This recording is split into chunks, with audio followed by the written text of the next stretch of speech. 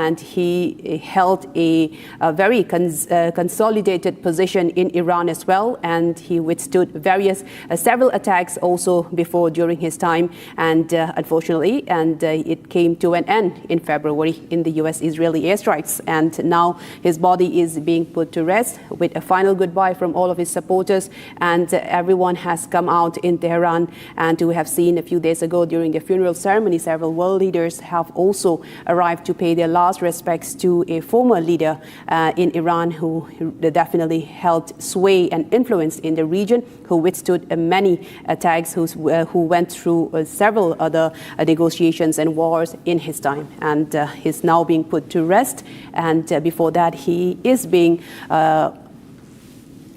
given for the last rites, for the final respects of his supporters.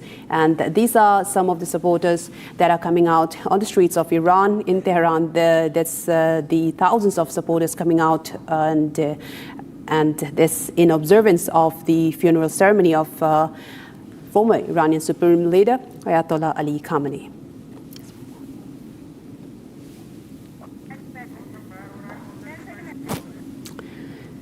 And viewers, these are some of the live visuals. As you can see, various flags being raised, and in the funeral observance of former Supreme Leader of Iran, Ayatollah Ali Khamenei. And viewers, now we shall move on to another story. A massive anti-Pakistan protests have erupted across Pakistan-occupied Jammu Kashmir following a severe government crackdown and the sweeping arrest of more than 600 protesters. These are the latest as violence and protests continue to mount in Pakistan-occupied Kashmir. And now in the latest, more than 600 protesters have been arrested. And this a day after the protesters have been targeted by Pakistani Rangers, where 6 have been shot at when 1 person killed. And now in the latest 600 people, the protesters, POK protesters, have now been arrested.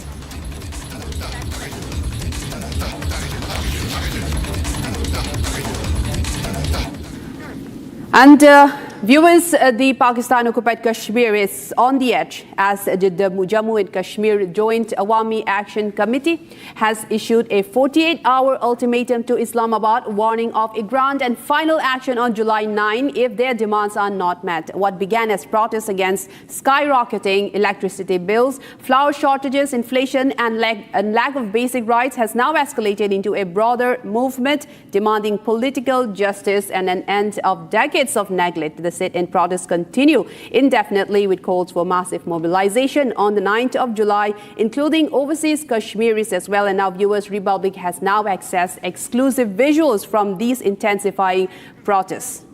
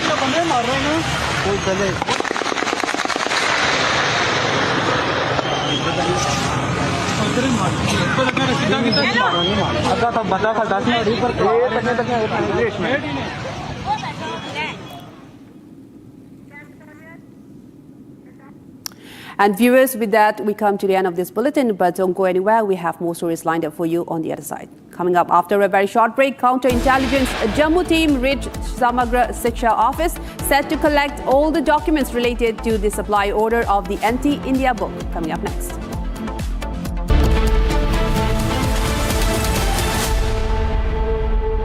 चमकी चाट से क्या बना है? Sandwich लस्सी और छाछ हर घूंट में चमकी चाट, ड्राई फ्रूट और दही बड़े। चमकी चाट से स्वाद बढ़े। असली स्वाद सिर्फ चमकी चाट।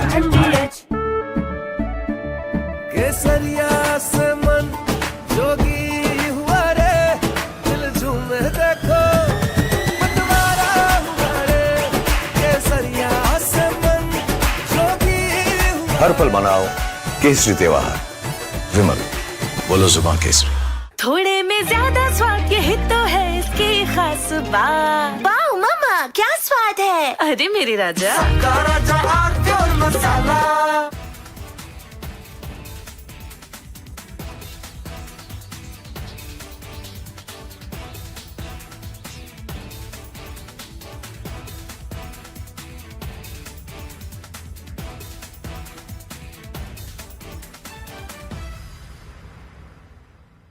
Ladies and gentlemen, I want to talk tonight about an incident where an FIR got registered against 4 people.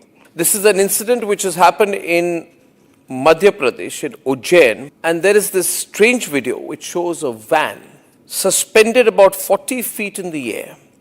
And it's suspended with a crane, some kind of a huge big crane. And there are explosives which are put inside this van, and then the van is detonated. Watch this very carefully, ladies and gentlemen. This is apparently during a Moharram procession, where the organizers fill a car with explosives, lift it 40 feet in the air with explosives, put a slogan on the vehicle saying, "Le fir aage," which means, "Look, we are back." And then they explode the van. And at that point of time, there are posters put, there's a lot of mayhem. It's also seen in the video that the... Coming up after a very short break, counterintelligence Jammu team reached Samagra Shiksha office, set to collect all the documents related to the supply order of the anti-India book. Coming up next.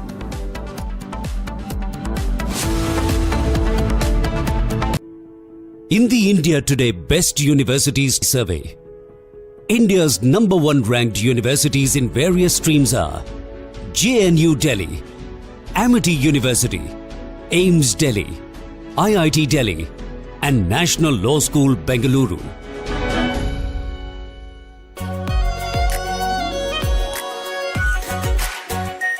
Our Pure Shahi Paneer Masala. Delicious, healthy, every day. AU savings account में मिलते हैं amazing benefits, paperless banking and higher interest, वो भी हर महीने। Money money money money every month. सोच बदलो और बैंक भी। चमकी चाट से क्या बना है? सैंडविच लस्सी और छाछ हर घूंट में चमकी चाट। अब बताओ, स्वाद आया? असली स्वाद सिर्फ चमकी चाट। Ladies and gentlemen, yesterday I said that Bhagwant Man's problem is that in the process of covering up one lie, he is lying a second time. So to cover 2 lies, he lies a 3rd time and a 4th time. And now he's in a big trap. He is doing everything possible to save his job. But it's going to become more and more difficult for him. Plus, I think he has some very foolish advisors. You see, this controversy is about a younger Bhagwant Man. He's about 52 years now, 52 or 53. And the video apparently goes back to the time he was 39 years old. This is a video he's released. Let me first show you the other video, the controversial video. This, ladies and gentlemen, is a picture of Bhagwant Man at the age of 39. And visibly, over the last 13 years, he's aged. There's nothing wrong with that. We all age. But there's a distinct difference in facial appearance. I'd like to show you a picture of Bhagwant Mann at present, which is about 52, 53 years old. And Bhagwant Mann on the other side at the age of 39, when he was a performer. Well, he is still a performer in a way, but there's a distinct physical difference. A, he's put on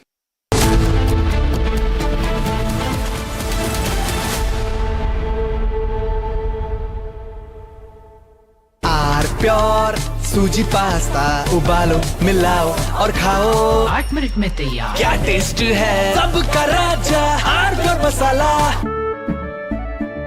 केसरिया से मन जोगी हुआ रे दिल झूमे देखो मतवारा हुआ रे केसरिया से मन जोगी हर पल मनाओ केसरी त्योहार विमल बोलो जुबान केसरी प्यास बुझाए ठंडक लाए सबको भाई जीरा से MTH का जल जीरा जीरा से जीरा सिर्फ असली रिफ्रेशिंग, असली स्वाद, असली मजा।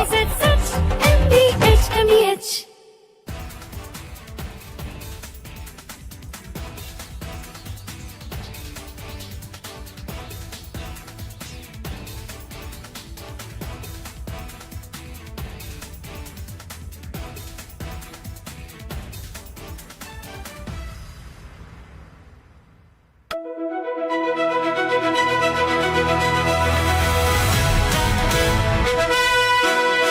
By the way, viewers, I'm driving in Delhi with Delhi wala boy Aman Gupta, who is too busy waving to his fans than talking to me. Please come down to earth, Aman. Yes, I am sorry. You're on my show. I forgot. This is not your show. This is my show. Stop waving to your fans. Be modest. Now everybody look. अरे आप politician हो. आप politician हो. आप ये क्या कर रहे हो? This is too much. आपने बोला humble हो, मैं humble हो रहा हूँ.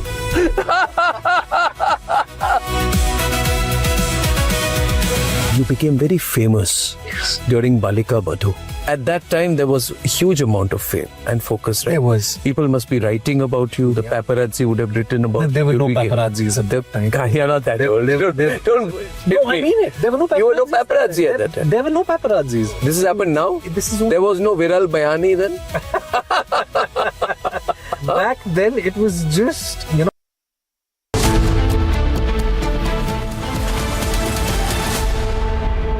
चमकी चाट से क्या बना है? सैंडविच लस्सी और छाछ हर घूंट में चमकी चाट, ड्राई फ्रूट और दही बड़े। चमकी चाट से स्वाद बढ़े। असली स्वाद सिर्फ चंकी चाट। केसरिया से मन जोगी हुआ रे दिल झूमे देखो मतवारा हुआ रे केसरिया से मन जोगी हर पल मनाओ केसरी त्योहार विमल बोलो जुबान केसरी थोड़े में ज्यादा स्वाद यही तो है इसकी खास बात। वाओ मामा क्या स्वाद है अरे मेरे राजा Ladies and gentlemen, I want to talk tonight about an incident where an FIR got registered against 4 people. This is an incident which has happened in Madhya Pradesh, in Ujjain, and there is this strange video which shows a van suspended about 40 feet in the air. And it's suspended with a crane, some kind of a huge big crane. And there are explosives which are put inside this van, and then the van is detonated. Watch this very carefully, ladies and gentlemen. This is apparently during a Muharram procession, where the organizers fill a car with explosives, lift it 40 feet in the air with explosives, put a slogan on the vehicle saying, Le fir aage, which means, look, we are back. And then they explode the van. And at that point of time, there are posters put, there's a lot of mayhem. It's also seen in the video that there are 2 people who are waving red flags before the blast. And the car is detonated mid-air amidst the spectators. There are videos from an Instagram account which also show a young man performing other explosion-related stunts, such as filling a drum with explosives and blasting it. And there are intense explosives used out there. This is all a celebration of explosions. These are not fireworks, let me tell you this, viewers. Now, the police arrested the accused and there was a procession of From Asia's largest news headquarters,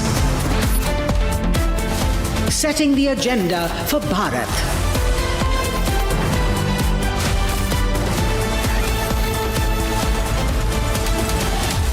You're watching Republic.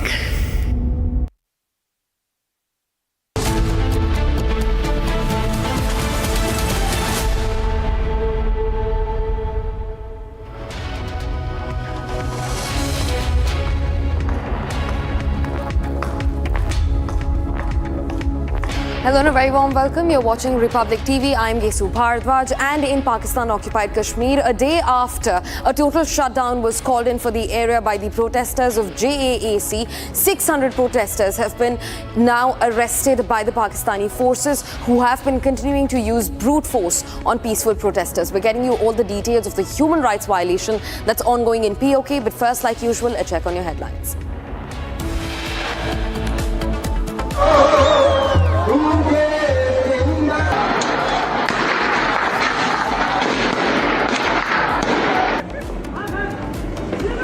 Unrest continues in Pakistan-occupied Kashmir. POK protesters issued 48-hour ultimatum to Islamabad.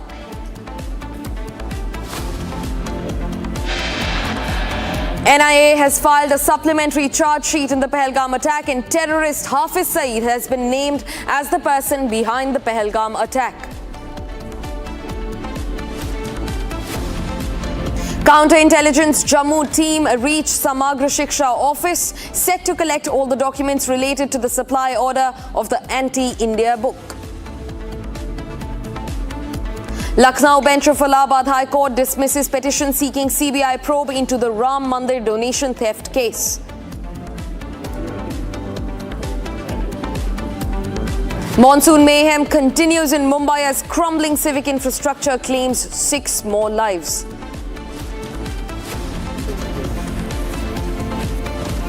DMK versus TVK intensifies in Tamil Nadu as leader of opposition Udayanidhi Stalin leaves horse trading charges against DMK. Prime Minister Modi kicks off his 3-nation tour to Indonesia, Australia and New Zealand, focus on Indo-Pacific ties.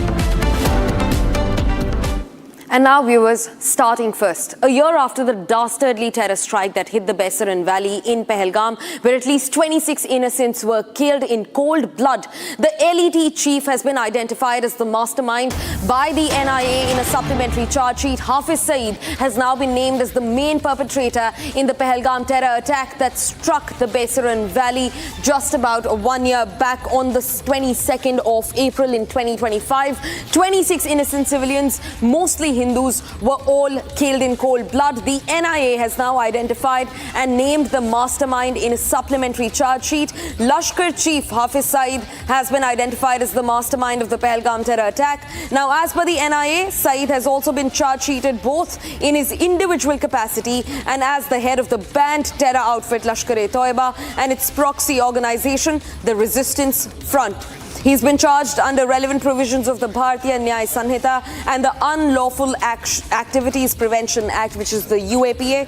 The charge sheet that was filed in continuation of the original 1,500-page charge sheet provides details of Pakistan's conspiracy, Hafiz Saeed's role and supporting evidence that's been collected by the National Investigation Agency in the case through meticulous scientific examination and on-ground investigation. A big breakthrough for the Pahalgam terror attack that took place on the 22nd of April 2025. 26 innocent lives were lost. Tourists were shot dead point blank in cold blood by terrorists after asking their religion, after asking the tourists to cite the Kalma. And now Hafiz Saeed, the Lashkar-e-Toiba head, has been identified as the mastermind behind the attack.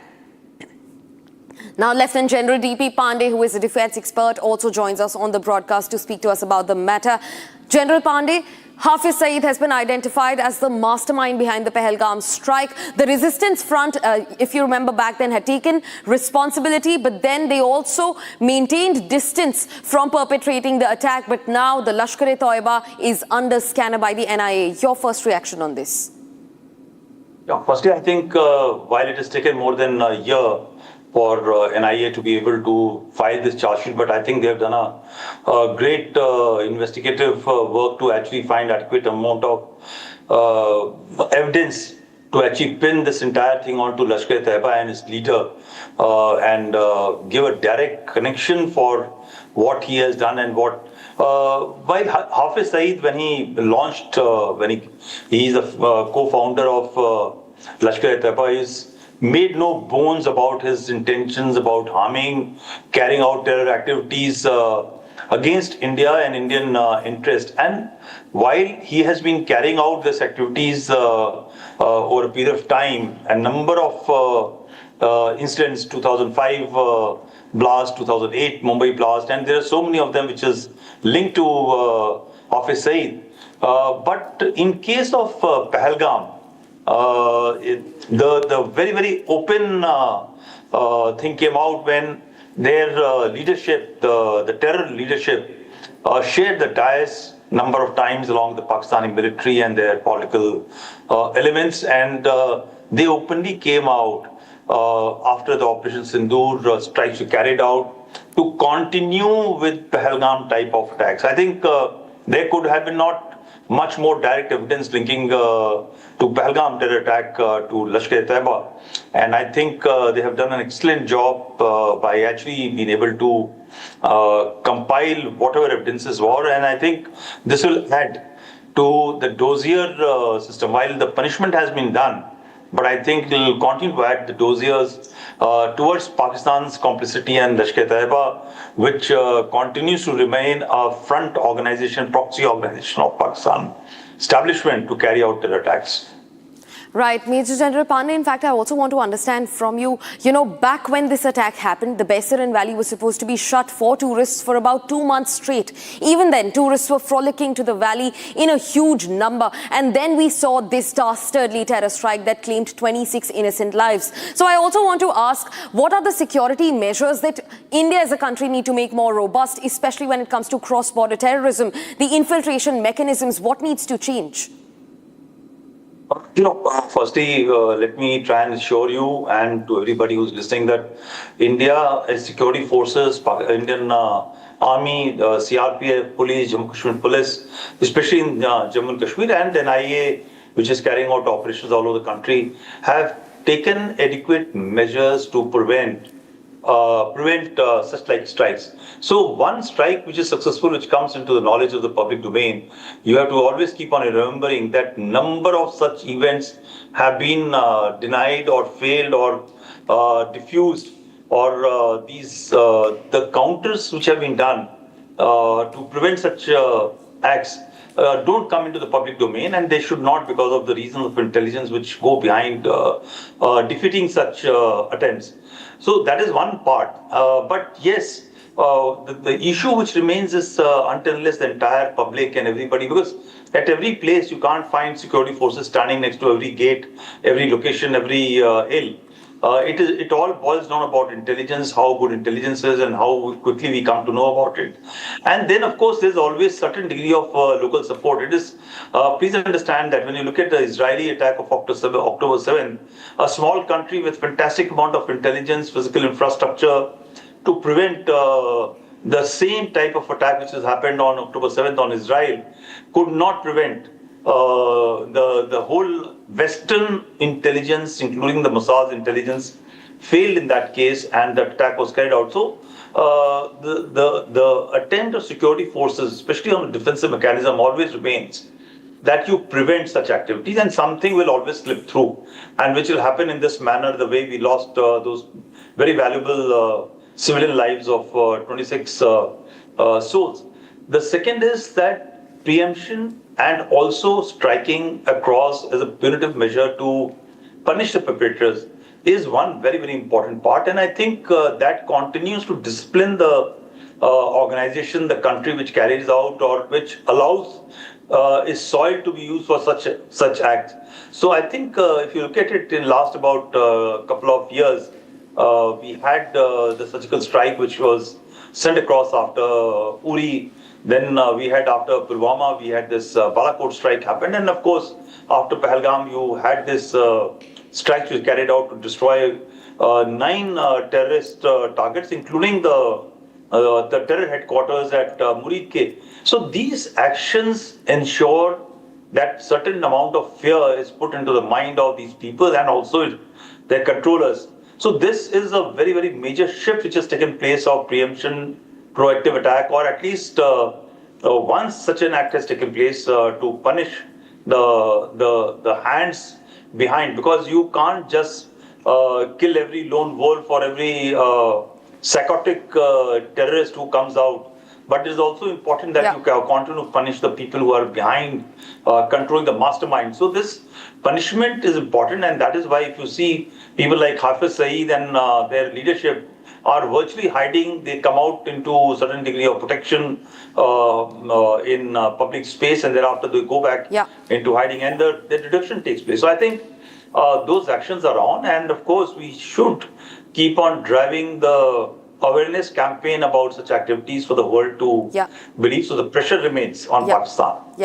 Lieutenant General Pandey, thank you for getting us a lowdown. In fact, continue being with us. We're also being joined by Major General G.D. Bakshi on the broadcast. Now, Major General Bakshi, I want to understand from you, it couldn't have happened without Pakistan being hand in glove with the Lashkar-e-Toiba, because, this is a globally designated terror outfit. Hafiz Saeed is a global declared terrorist, and he's also blacklisted in India, but he continues operations from the Pakistani soil. So it couldn't have happened without Pakistan's state-sponsored terror support. Major General Bakshi. Of course not. The simple fact is that the Pakistani state is deeply, deeply complicit with the atrocities that the terrorist tanzeems carry out. Who recruits them? Who funds them? Who trains them? Who facilitates their infiltration into India? And even once they are facilitated, their operations are tightly controlled from across the border. They keep giving them inputs, they keep giving them orders and instruction as to what to do, how to do, where to do. And like in 26/11, we found that they were monitoring our TV channels. And with the help of those TV channels, they were giving a minute-by-minute commentary to the terrorists. The helicopters are now on top, shahadat ke liye tayyar ho jao, vagera, vagera. The whole orchestra, it is Pakistan's state complicity riddled right through this entire ecosystem. In Operation Sindoor, when the janazas, the funerals of the terrorists were taking place, globally designated terrorists, who did we find in attendance? Lieutenant General, 3-star general from the Pakistan GHQ, who were laying wreaths on behalf of the army chief. Wreaths on behalf of the army chief.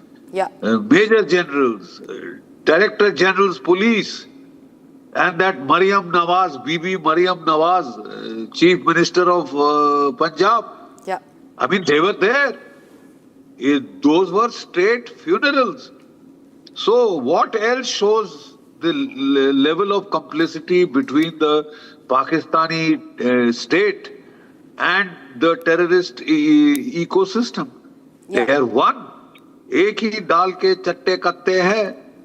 And to say that Pakistan state is not involved is bordering on the ridiculous. The simple fact is that they are involved through and through. And hence any, thinking which says that let us punish the terrorists, the Pakistani state is not involved. If you are certifying this, you are firstly talking nonsense, and then you are missing the point altogether. The Pakistani state is complicit. The Pakistani state, the army, the ISI is the brains behind the entire terror attacks. The entire terror ecosystem of terror, they have to be hit. You know, this theory that, it's just the terrorists, the bad guys, the Pakistani state actors are good guys, they are not involved, they are lily white, they are clean. They are not. Yeah. They are hand in glove, they are deeply complicit, they are the cause of it all. And next time we should not distinguish between terrorists and the Pakistan Army, ISI. Yeah. We should be very clear that they are involved and we should hit the Pakistani state, which are the real sponsors of this terror. It is the state, unless the state is hit, it will not be deterred. And we have to deter. I agree with General Pandey. We have to deter such action. Yeah. You can't just be reactive. You can't just do firefighting on own side of the territory. It is extremely difficult. You know, the area is vast. It is rugged, it is mountainous, it is full of jungles. The terrorists can hide. 2-3 terrorists can hide for years. Yeah. If Major they General Bakshi minimize also... contact with the civilian population. Yes, yes. Major General Bakshi also, you know, this is not the first time that India has bled at the hands of the Lashkar-e-Toiba. 26/11 memories are still fresh. The pain is still fresh. And of course, Pahalgam's anger has gone nowhere. In fact, it's turned into an anger that's demanding for justice and revenge. What then, you know, procedurally makes it so difficult to bring these globally asserted terrorists to justice? Well, the simple fact is that most of them are in Pakistan. So you have to decide. You know, launching raids, cross-border raids can go to a certain depth if you are going on foot with your special forces. So after Uri, we had gone about 3 to 4 kilometers inside and hit them in their launch pads, you know, their bases just near the border. So that is one level of counter-strike. The next is that we had gone about 80 kilometers inside Pakistan. The Air Force had struck Balakot, the training camp at Balakot. Yeah. The problem was it was in such a remote area that Pakistan was easily able to deny. And there was a segment of our people here who said, show us the proof, etc. Quite obviously, Pakistan will deny. And then, of course, is the next level that we had gone in Operation Sindoor. We had gone over 100 kilometers inside Bhavalpur, hit the camp with our Sukhoi BrahMos standoff cruise missiles with terrific accuracy and lethality. We had hit the Lashkar-e-Toiba headquarters in Muribke, in Lahore. And blasted it to bits. The whole bloody building is down. It is, of course, out of fear, most of them had fled these buildings. But that's what you can do to deter. And India has put Pakistan on notice that you do more of it and you will get it back in your teeth. You'll get it back in your teeth. And that is, deterrence has worked so far. There has been no mass casualty strike after Operation Sindoor. But Pakistan is building the grounds. You know, they are trying to build up the Indus Water Treaty and, you know, that India is, they're starting propaganda that India is stopping the flow of waters, vagera, and they'll have to hit back. Quite obviously, they are in no position to fight a conventional war. So they'll hit back with what? Mass casualty terror strikes. That is what he's trying to tell you. That is what he's trying to set the stage for. Yeah. Trying to get the justification to carry out terror strikes. Yeah. Nothing in the world justifies the use of terror. If Pakistan wants the treaty which has been held in abeyance to be reopened, well, then they'll have to give us they will have to give us,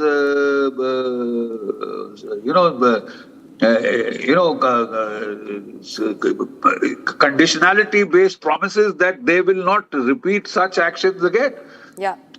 They will have to. Where have they said that they will not carry out terror strikes? So how will water and blood flow together? Yeah. Right. But that is what Pakistan is on to next. All these peace talks, track 2, track 3, tamasha. is just to cover up this, their next phase. They are preparing for the next phase of terror attacks. And they are trying to justify it on the basis of denial of waters or whatever. Nonsense. We are only taking the waters that belong to us. Right. Major And General after all, this treaty bloody well has to be renegotiated. Yes. Because you can't, ignore the water needs of 1.5 billion people. Yes. 4 rivers that flow through Pakistan can't be handed over to Pakistan. Through J&K, those rivers that flow, 4 of them, they can't be all made Pakistan's property. That is the thing. This treaty needs negotiation. We had to accept it under pressure, and it will not wash any longer. So Pakistan, if it wants equitable water distribution, they will have to consider the needs of 1.4, 1.5 billion Indians. Right. Major General Bakshi, in fact, yes. We also have with us Lieutenant General D.P. Pandey. And sir, I'd like to come to you now. General Pandey, speak to us about, this is a huge prowess when it comes to intelligence. This is a huge development for the intelligence front for sure. But do you think that just naming the mastermind is going to be enough? Or do you think that the gap actually lies in securing accountability, in securing justice, especially when it comes to the Lashkar-e-Toiba? India is not new to Lashkar-e-Toiba at all. Major Lieutenant General D.P. Pandey. So, firstly, my deep regards to Jan Bakshi, whom I really respect a lot. It's a privilege to be on the same stream with him. Sir, good afternoon to you. Just a few points I just want to share with you is that you started by saying that Pahalgam remains etched in the memory of our people. That is the saddest part, somewhere Indian public and Indian, even the policy makers and so-called concerned citizens who love Aman Ki Asha chatter system, we really forget every step, in that 1,000 cut. What Pakistan understands about our DNA or a mindset of India is that when you put that one cut and take out blood, just wait for some more time. Then time for the next cut will come because we will forget about it and start embracing. Our top leadership, presidents, prime ministers have time and again gone across to Pakistan to shake hand, to actually to hug them, and it's so sad that we just quickly forget. So that is one part. I think it's imperative to have Shatru Bodh. If you don't have Shatru Bodh, the Shatru is going to keep on coming and hitting you all the time, which we don't have. Somehow we need to start developing. The second part is the pressure, which you say this whole operation of NIA and continuing to develop a pressure in terms of IWT, which base of India's water treaty, as General Bakshi has said, is one instrument. But getting after them through charge sheets and putting across these dossiers also is important. I must just remind you that in April 2012, the US designated Hafiz Saeed as a mastermind of 2008 terror attacks, in which we lost about nearly 200 odd people. Yeah. And they placed a bounty on him of $10 million, and thereafter he has been a globally designated terrorist. So, that makes a huge dent. Then this pressure which was there, somewhere about in middle of between 2014, 15, I don't remember which year, Hafiz Saeed was taken into the jail, but there was certain public outcry. The Lahore court got him out. In 2019, again he was taken into custody. But he, as per the claims of Pakistan, that he is in jail, but he continues to remain free and moving. But this pressure is imperative. This should continue. The last thing which I just want to add, or other 2 more points very quickly. Please understand there's a great link which you don't talk about Hamas with Lashkar-e-Toiba. In just pre-Pahalgam and even after Pahalgam, there was interaction and engagement between Hamas and Lashkar-e-Toiba. And if you look at the similarities of what happened in Pahalgam, while it was not technically in that sense what happened in October 7 in Israel, it has certain threads which are quite similar to what happened in October 7. And therefore, these linkages need to be talked more about on our media, through strategic communication, written by our own people and also written in the foreign media, so that the Western world, because eventually this is a fight against terror which possibly India just can't win alone. And therefore we need to continue to highlight this facet time and again.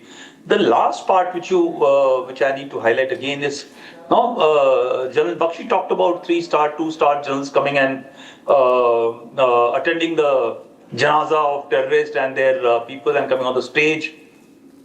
There is one very, very important part. But if you recall, there was a statement which was given by top leadership that next time when the attack comes off on India, it will come from the east.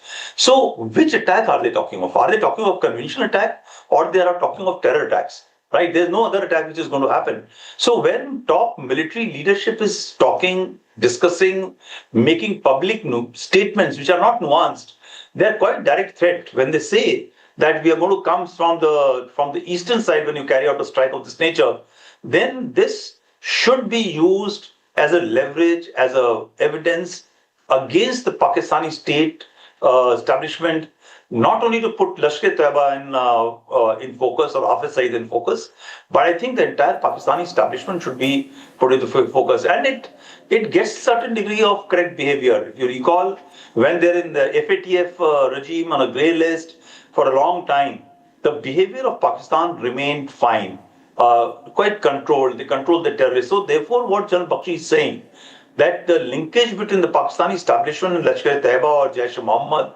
or their fringe elements is quite absolute. So number of times you will find the Pakistani government people going out that we are also victims of terror. They are not. They are victims of terror because they have created terror infrastructure in their country for carrying out attacks not only on India but on the region. In fact, maximum number of terror attacks which have taken place in the world, their threats, their lines land up in Pakistan, and that's an established fact. I'm not carrying out assertion. If you have time, I could have given a number of examples. The last most important example is Osama bin Laden staying just a couple of kilometers away from Ahmedabad, from the military headquarters. Everybody knew where he's staying, and the Americans had to carry out a strike deep into Pakistan to neutralize a world-known global terrorist whom they were searching all over the place. वो कहते हैं चिराग पहले दिया was the thing that chap was hiding right under the tutelage and the cover of the Pakistan establishment deep inside Pakistan. So I think we should never let go. One incident of Pahalgam adds. Unfortunately, we lose lives, but then these are places where we need to continue to focus in a very calibrated and structured manner so that the future attacks are denied onto our country. Definitely. Lieutenant General T.P. Pandey and Major General G.D. Bakshi, thank you very much for speaking to Republic and joining us on this broadcast. That's all that we could wrap for you in this edition of Live and Breaking, but don't go anywhere. On the other side, we continue bringing you more and more updates from Jammu, where in fact a counter-intelligence team has now reached the Samagra Shiksha office over the circulation of the anti-India books across government schools in Kashmir.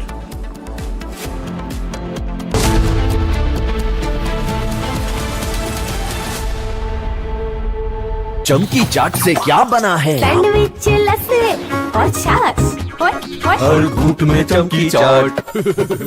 अब बताओ स्वाद आया? असली स्वाद सिर्फ चमकी चाट।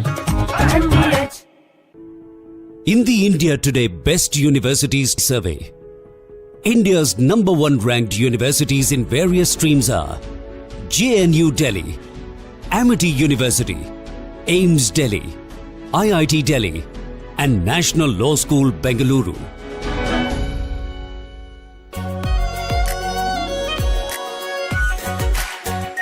Our pure Shahi Paneer Masala. Delicious, healthy, every day.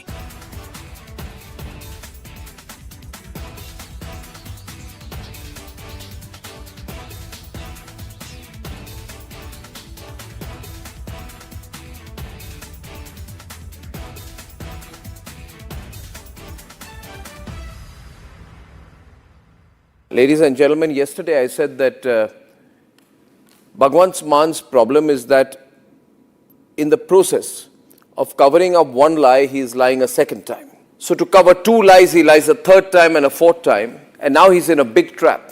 He is doing everything possible to save his job. but it's going to become more and more difficult for him. Plus, I think he has some very foolish advisors. You see, this controversy is about a younger Bhagwant Mann. He's about 52 years now, 52 or 53. And the video apparently goes back to the time he was 39 years old. This is a video he's released. Let me first show you the other video, the controversial video. This, ladies and gentlemen, is a picture of Bhagwant Mann at the age of 39. And visibly, over the last 13 years, he's aged. There's nothing wrong with that. We all age. But there's a distinct difference in facial appearance. I'd like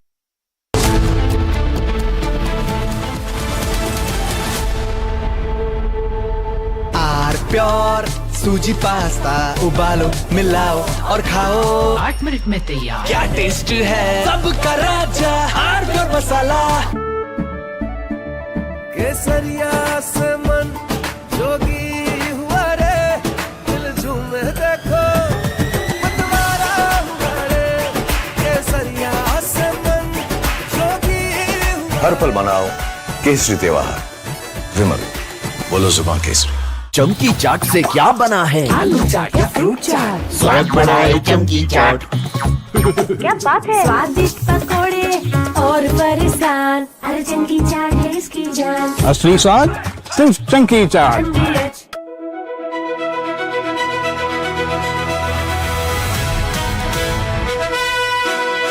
By the way, viewers, I'm driving in Delhi with Delhi wala boy Aman Gupta, who is too busy waving to his fans than talking to me.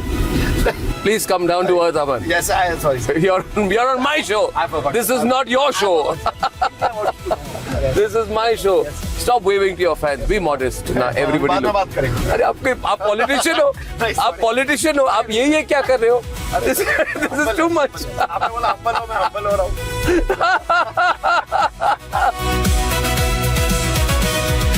You became very famous during Balika Badhu. At that time, there was a huge amount of fame and focus. Right? There was. People must be writing.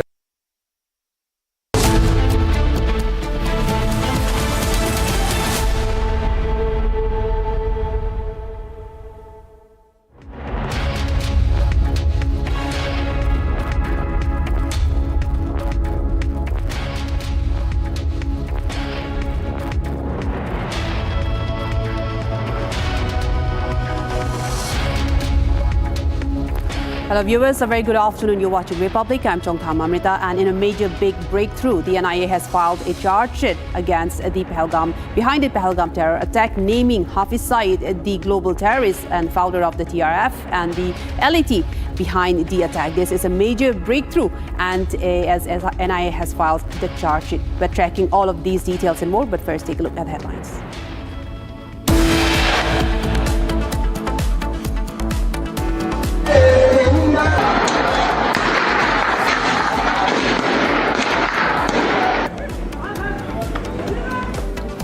Unrest continues in POK. Pakistan-occupied Kashmir protesters issued 48-hour ultimatum to Islamabad.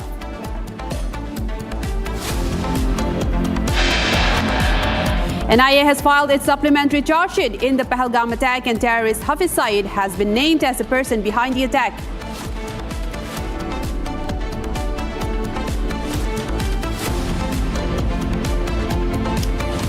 Counterintelligence Jammu team has reached Samagra Shiksha office, set to collect all the documents related to the supply order of the anti-India book.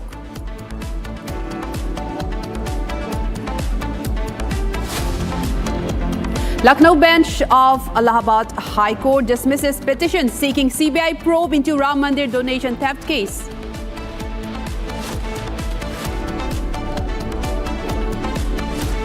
Monsoon mayhem continues in Mumbai as crumbling civic infrastructure claims 6 lives.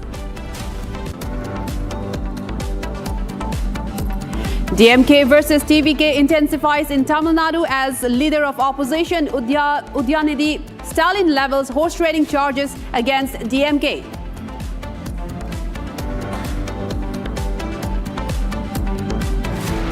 Prime Minister Modi kicks off his 3-nation tour to Indonesia, Australia and New Zealand, focus on Indo-Pacific ties.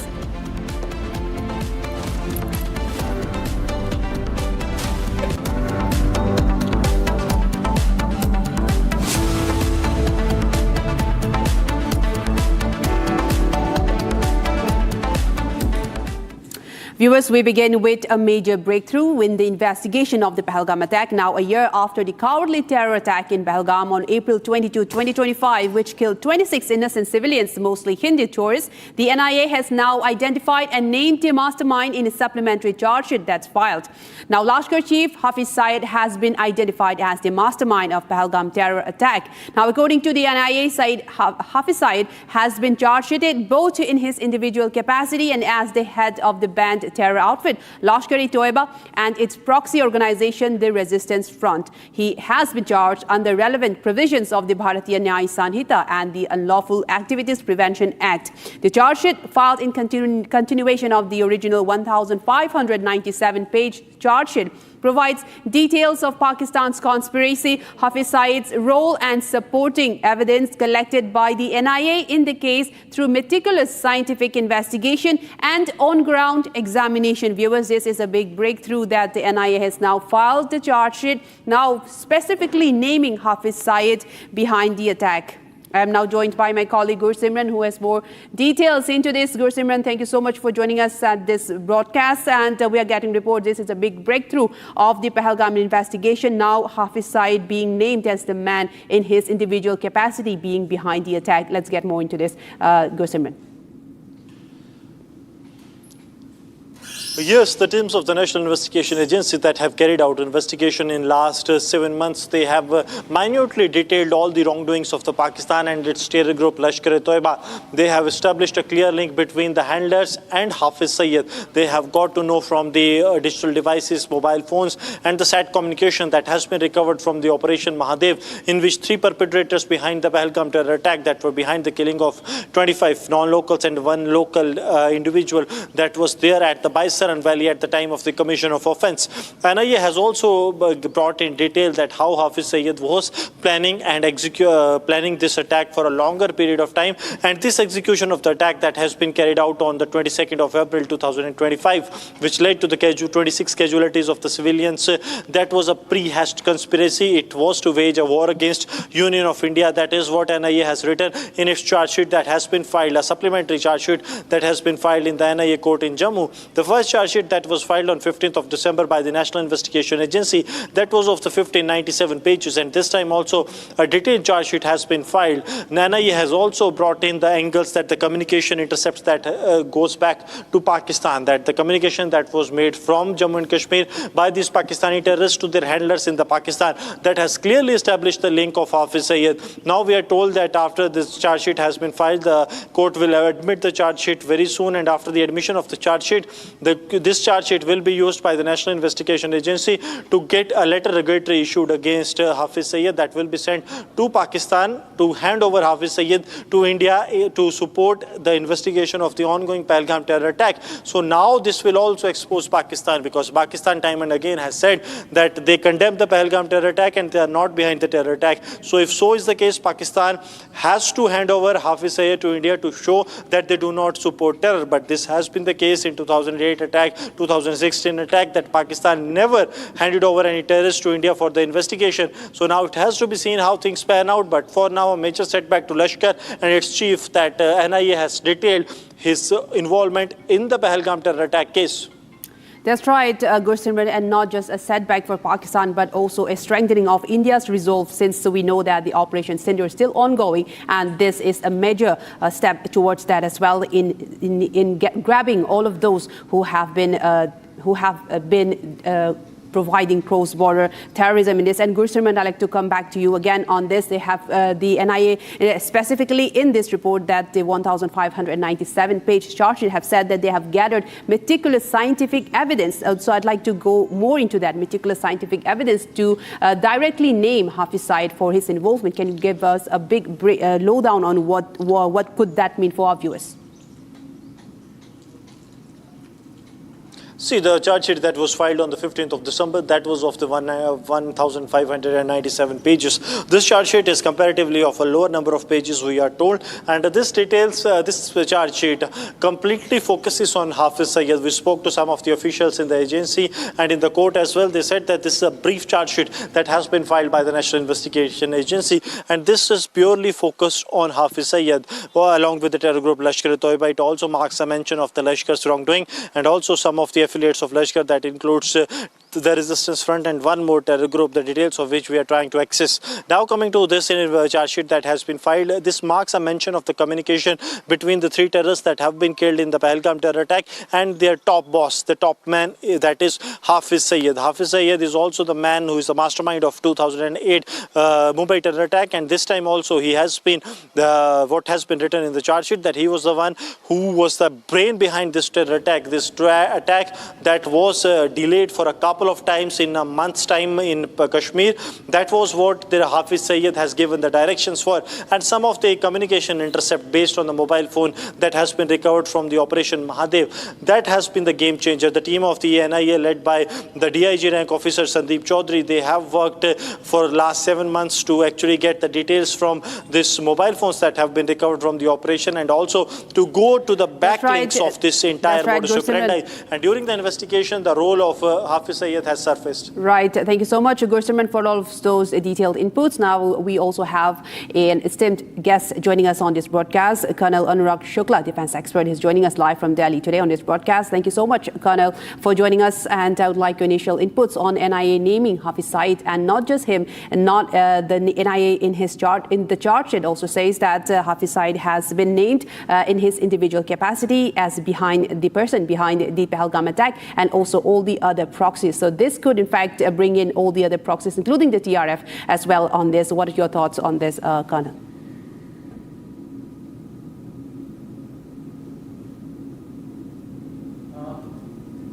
Colonel, can you hear me? Sorry, could you repeat your question? Right, Colonel, I was just trying to get to know from you that we know that the NIA charge sheet has named Hafiz Syed as the person behind the Pahalgam terror attack, and names that there's a particular line that they have used, which Hafiz Syed have used in his individual capacity, and also the capacity of his proxies, which mean the other front, the TRF, could also be brought under this investigation now as the investigation continues. The NIA has said that Hafiz Syed, not just him, in his individual capacity as well as his capacity with the other proxies as well. So I'd like to know your thoughts on that, sir.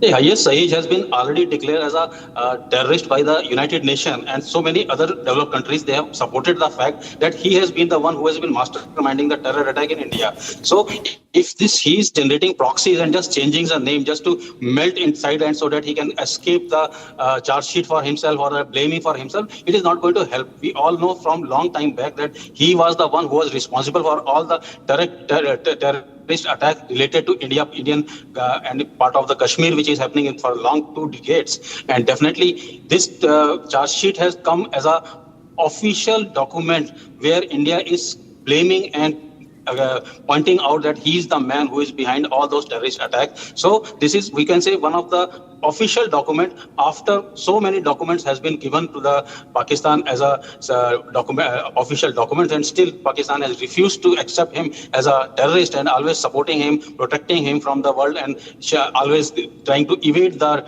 topic of terrorism. But definitely this charge sheet which is coming here, it is going to be a reflection of the official document and Indian stand that yes, he is the one who is taking all the proxies to his line, and he is the one who is channelizing all the terrorist activities in India. And also, that's in fact very true, Colonel. I'd also like to know from you that with this charge sheet being filed, that India will be sending a document to Pakistan to extradite Hafiz Syed to be tried in India for all of his criminal charges that he has been waging against India, including the Pahalgam terror attack. Do you think that Pakistan would be willing to give over Hafiz Syed? Because this really means that Pakistan would be either they stand against terrorism or they are still in cahoots with terrorism, because this is a very key position for Pakistan as well. What are your thoughts on that? See, terror is a state policy of Pakistan.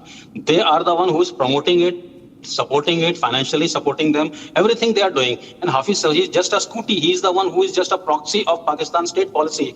If he goes away, another will come, somebody else will come. The policy has to change. The Pakistan has to change his relationship with India. Until and unless they don't do so, he is the one or anybody else will be the one. They will keep generating one after the another. The names will only change, but the process continues. India is the victim of the terrorism generated from the Pakistan side, and that has been a long 2.5 decade story that we have been getting the militants coming to the India, and they are the one who is perpetrating the innocent civilian of our country. So we need to understand that Pakistan has to shed this policy of terror, and he has to come clean on it. He should not protect these terrorists who are the one who are supporting and financing and giving weapons to the Kashmiris and anybody else who is involved in this kind of terror activities.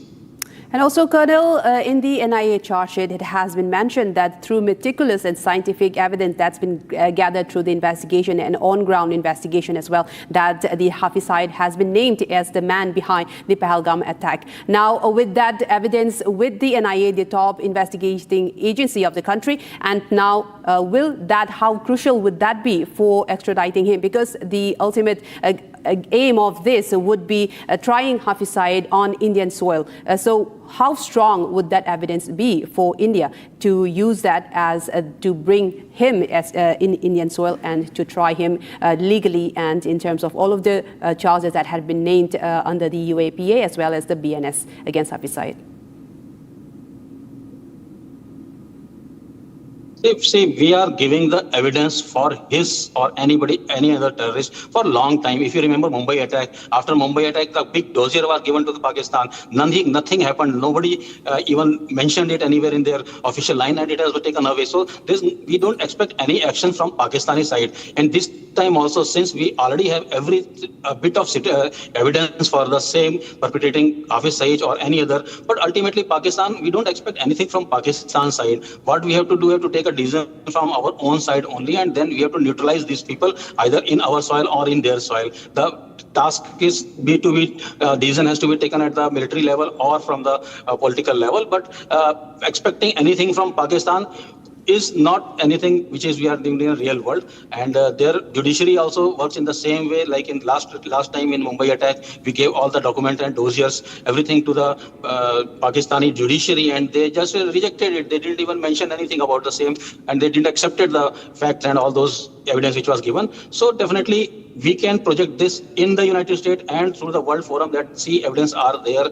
He is the person who is involved. He is the one who is the perpetrator of the terror attack in India, but definitely we don't expect anything from Pakistan. Right, and also, Colonel, this particular charge sheet that has been filed particularly and explicitly names Hafiz Saeed in connection with LET and also the TRF. Now, with those being named, do you think, and according to you, would that be strong enough to dismantle the whole terror network that's been operating across the border and have been waging war against India?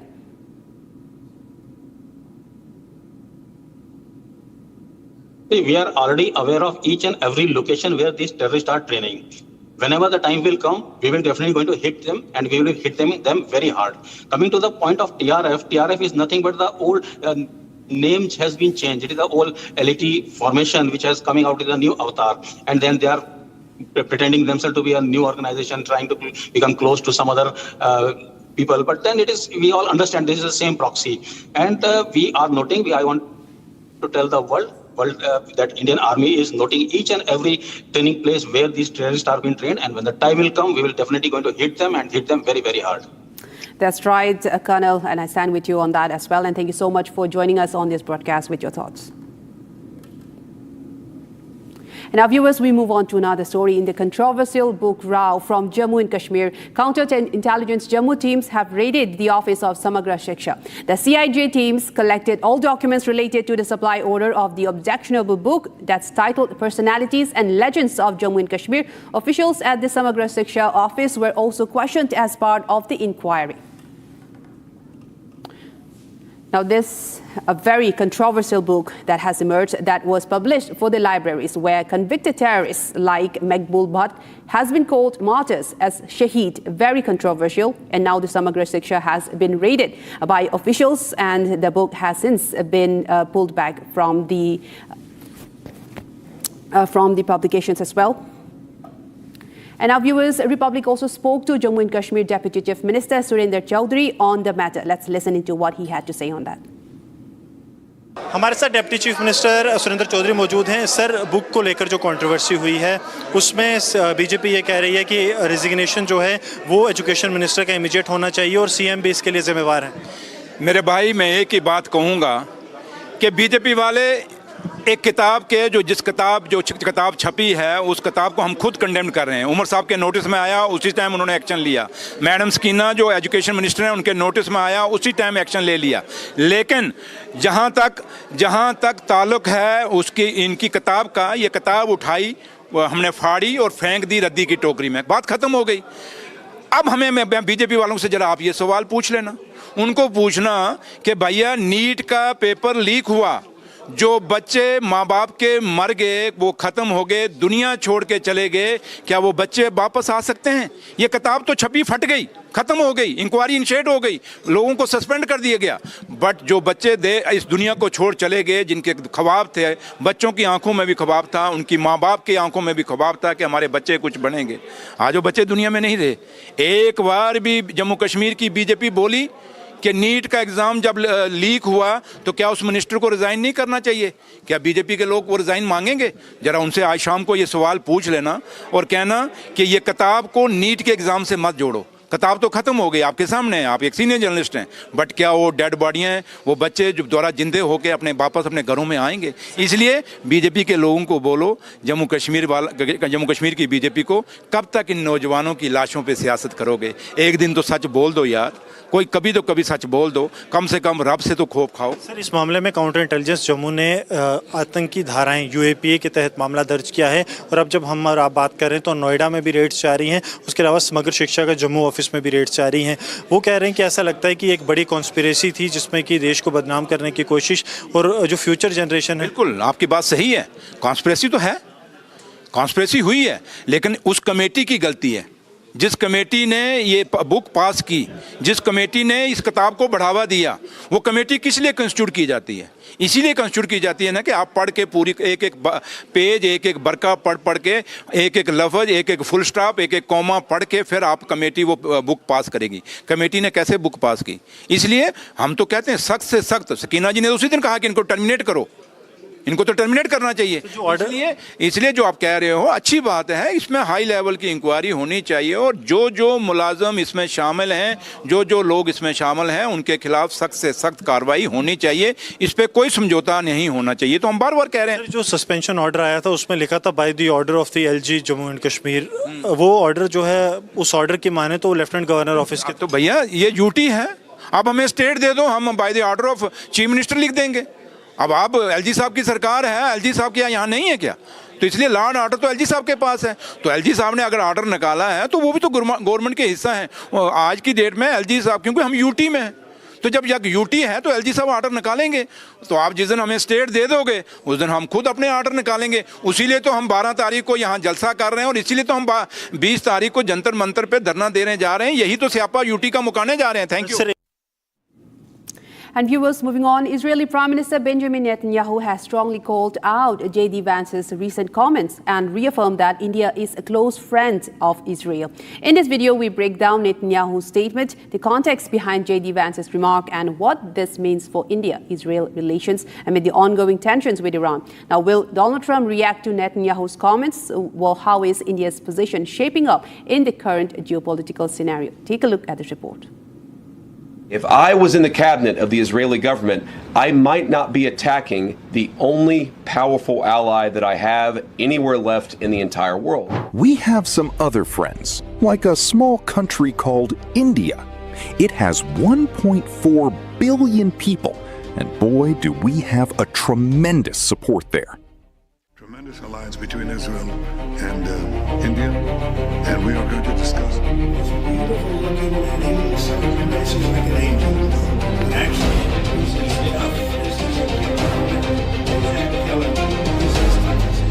I was in the cabinet of the Israeli government. I might not be attacking the only. What I will say, and this does bother me, is that you've seen people within Bibi's cabinet who have come out and attacked the deal and in some ways very personally attacked the President of the United States.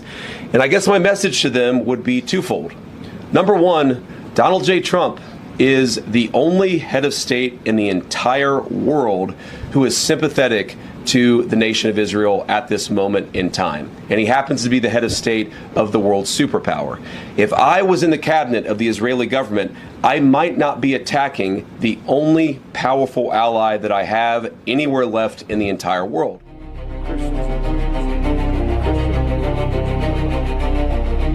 We have some other friends, like a small country called India. It has 1.4 billion people. And boy, do we have a tremendous support there. U.S. Vice President J.D. Vance and President Donald Trump are the greatest friend Israel has ever had. But it doesn't mean that I agree with everything that he says. And I have to point out this. It is fashionable on social media to have anti-Israeli, anti-Semitic material. So the relations are not quite as they appear. And we have many friends.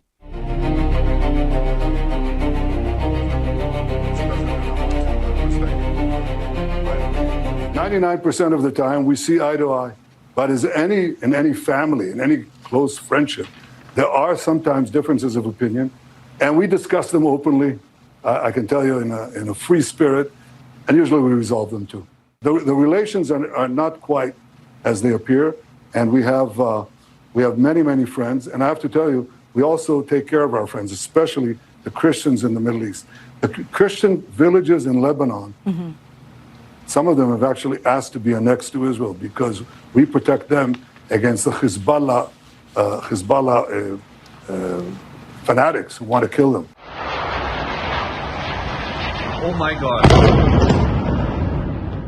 We're not in a permanent state of war. I myself, with President Trump, we brought forth 4 peace deals. That's what we did. It's the Abraham Accords.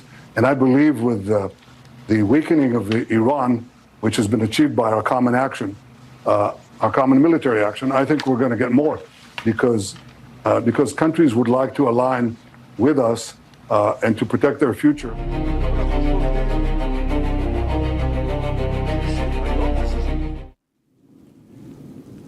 And viewers, with that, we come to the end of this bulletin, but don't go anywhere. We have more stories lined up for you on the other side.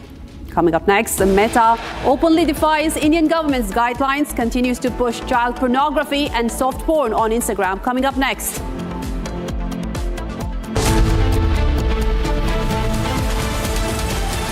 प्यास बुझाए ठंडक लाए सबको भाई जीरा से MTH का जलजीरा जीरा से जीरा से असली रिफ्रेशिंग, असली स्वाद, असली मजा।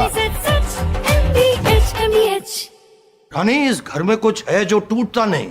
ये पिलर कभी नहीं टूटेगा। रुंगटा स्टील TMT से बना। रुंगटा नहीं तो घर स्ट्रॉन्ग नहीं। रुंगटा स्टील TMT बार एकदम सॉलिड। थोड़े में ज्यादा स्वाद, यही तो है इसकी खास बात। वाओ मम्मा, क्या स्वाद है? अरे मेरे राजा, राजा आरती और मसाला।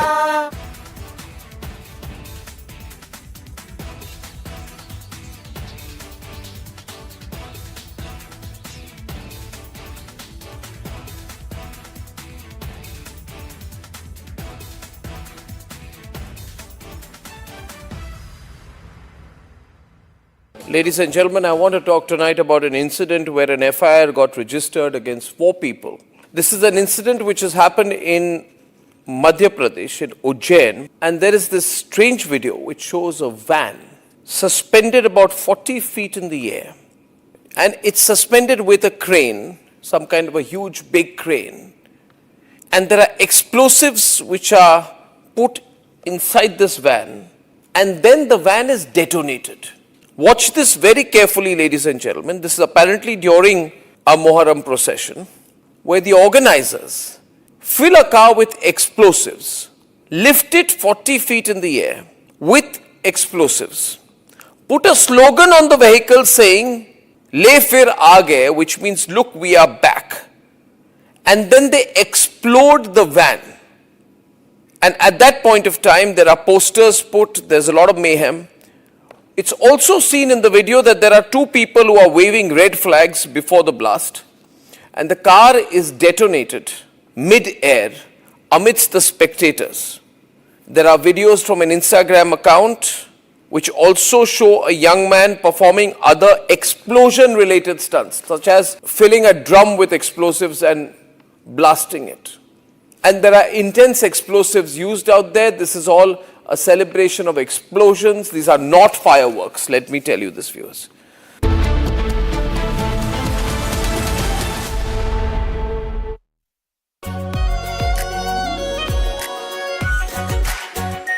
Our pure Shahi Paneer Masala. Delicious, healthy, every day. केसरिया से मन जोगी हुआ रे, दिल झूमे देखो मतवारा हुआ रे, केसरिया से मन जोगी हुआ। हर पल मनाओ केसरी त्योहार। विमल, बोलो जुबान केसरी। चमकी चाट से क्या बना है? आलू चाट या फ्रूट चाट, स्वाद बनाए चमकी चाट। क्या बात है? स्वादिष्ट पकोड़े और फरसान, अरे चमकी चाट है इसकी जान। असली स्वाद सिर्फ चमकी चाट। Ladies and gentlemen, yesterday I said that Bhagwan Man's problem is that in the process of covering up one lie, he is lying a second time. So to cover two lies, he lies a third time and a fourth time. And now he's in a big trap. He is doing everything possible to save his job. But it's going to become more and more difficult for him. Plus, I think he has some very foolish advisors. You see, this controversy is about a younger Bhagwant Mann. He's about 52 years now, 52 or 53. And the video apparently goes back to the time he was 39 years old. This is a video he's released. Let me first show you the other video, the controversial video. This, ladies and gentlemen, is a picture of Bhagwant Mann at the age of 39. And visibly, over the last 13 years... From Asia's largest news headquarters, setting the agenda for Bharat.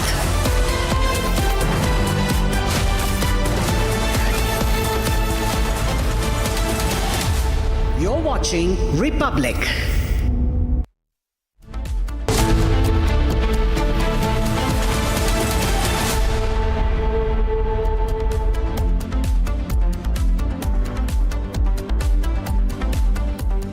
A very good afternoon, viewers. You're watching Republic. I'm Chongtham Amrita, and in a major focus story now, the government's crackdown against Meta as Meta continues to devise government's order and continues to promote child pornography. And Republic is on the ground as well and investigating on this issue and this latest on the Meta controversy. We're tracking all of these details and more, but first take a look at the headlines.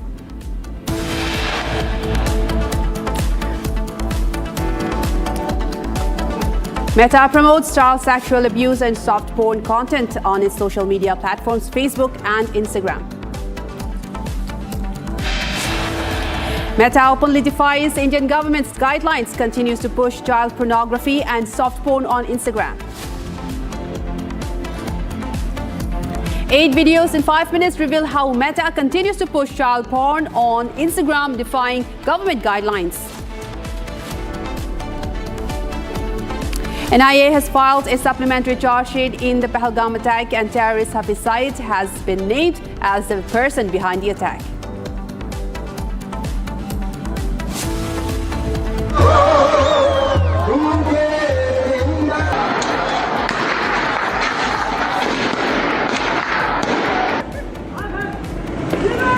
Man Ki Asha gang silent, refuses to call out Pakistani Army's atrocities in Pakistan-occupied Kashmir.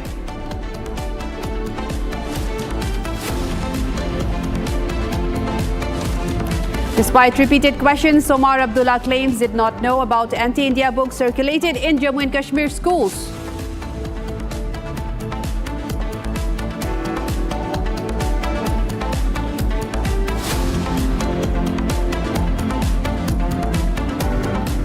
Viewers, we begin with a major focus story from the Pakistan-occupied Kashmir region as the region continues to remain on edge as the Jammu and Kashmir Joint Awami Action Committee, the JAAC, has issued a 48-hour ultimatum to Islamabad, warning of a grand and final action on July 9 if their demands are not met. Now, what began as protests against skyrocketing electricity bills, flour shortages, inflation and lack of basic rights has now escalated into a broader movement demanding political justice and an end to decades of neglect. The sit-in protest will continue indefinitely with calls for massive mobilization on the 9th of July, including overseas Kashmiris. Now, Republic has now accessed exclusive visuals from these intensifying protests. Now, viewers, these are some of the visuals that Republic has accessed. This is a mass mobilization still in place in Rawalakot in Pakistan-occupied Kashmir region.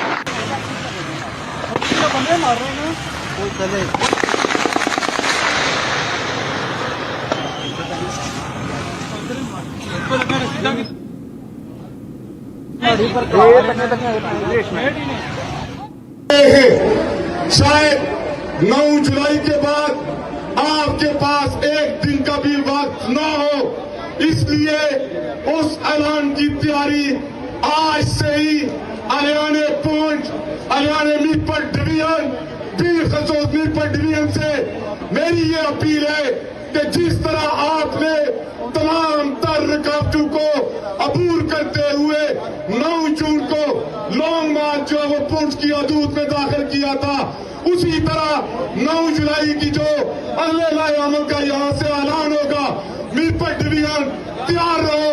एक बार फिर आपको जो वो पुंछ की तरफ निकलना पड़ेगा, मौन से, बहनों से, बच्चियों से। और जिस तरह आज जो वो मीरपुर डिवीजन की मेरी माओ ने, मेरी बच्चियों ने, मेरी बहनों ने तारीख रकम की कि पाकिस्तान की दहशतगर्द फोर्सेस से अपने जो वो गिरफ्तार भाइयों को रिहा करवाया, भरपूर मजम्मत की और रियासती दहशतगर्द पुलिस की फेयरिंग के आगे जिस तरह इस रियासत का बेटा खड़ा होता है सीना तान कर, आज गैर रियासती फोर्सेस के सामने मेरी माँ, मेरी बहन और मेरी बेटी खड़ी हुई पहले भी कह चुके हैं कि तुम्हारी गन्नों की गोलियां कम पड़ेंगी, लेकिन हमारे सीने कम नहीं होंगे।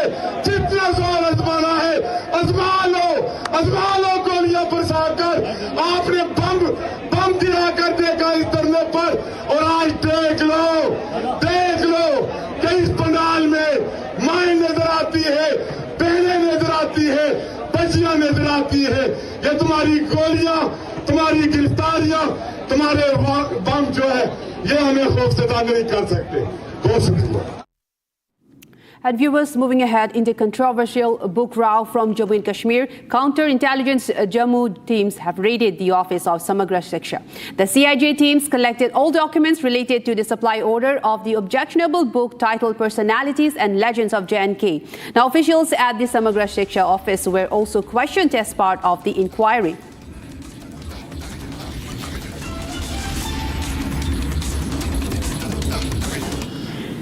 The teams of counterintelligence Jammu have now reached the office of the Samagra Shiksha Directorate in Jammu, and presently they are carrying out the searches in the office because they are to get some of the vital documents that are related to that controversial book that has led to a major controversy. Here in the visuals you will see that in the civils these are the officials from the counterintelligence Jammu.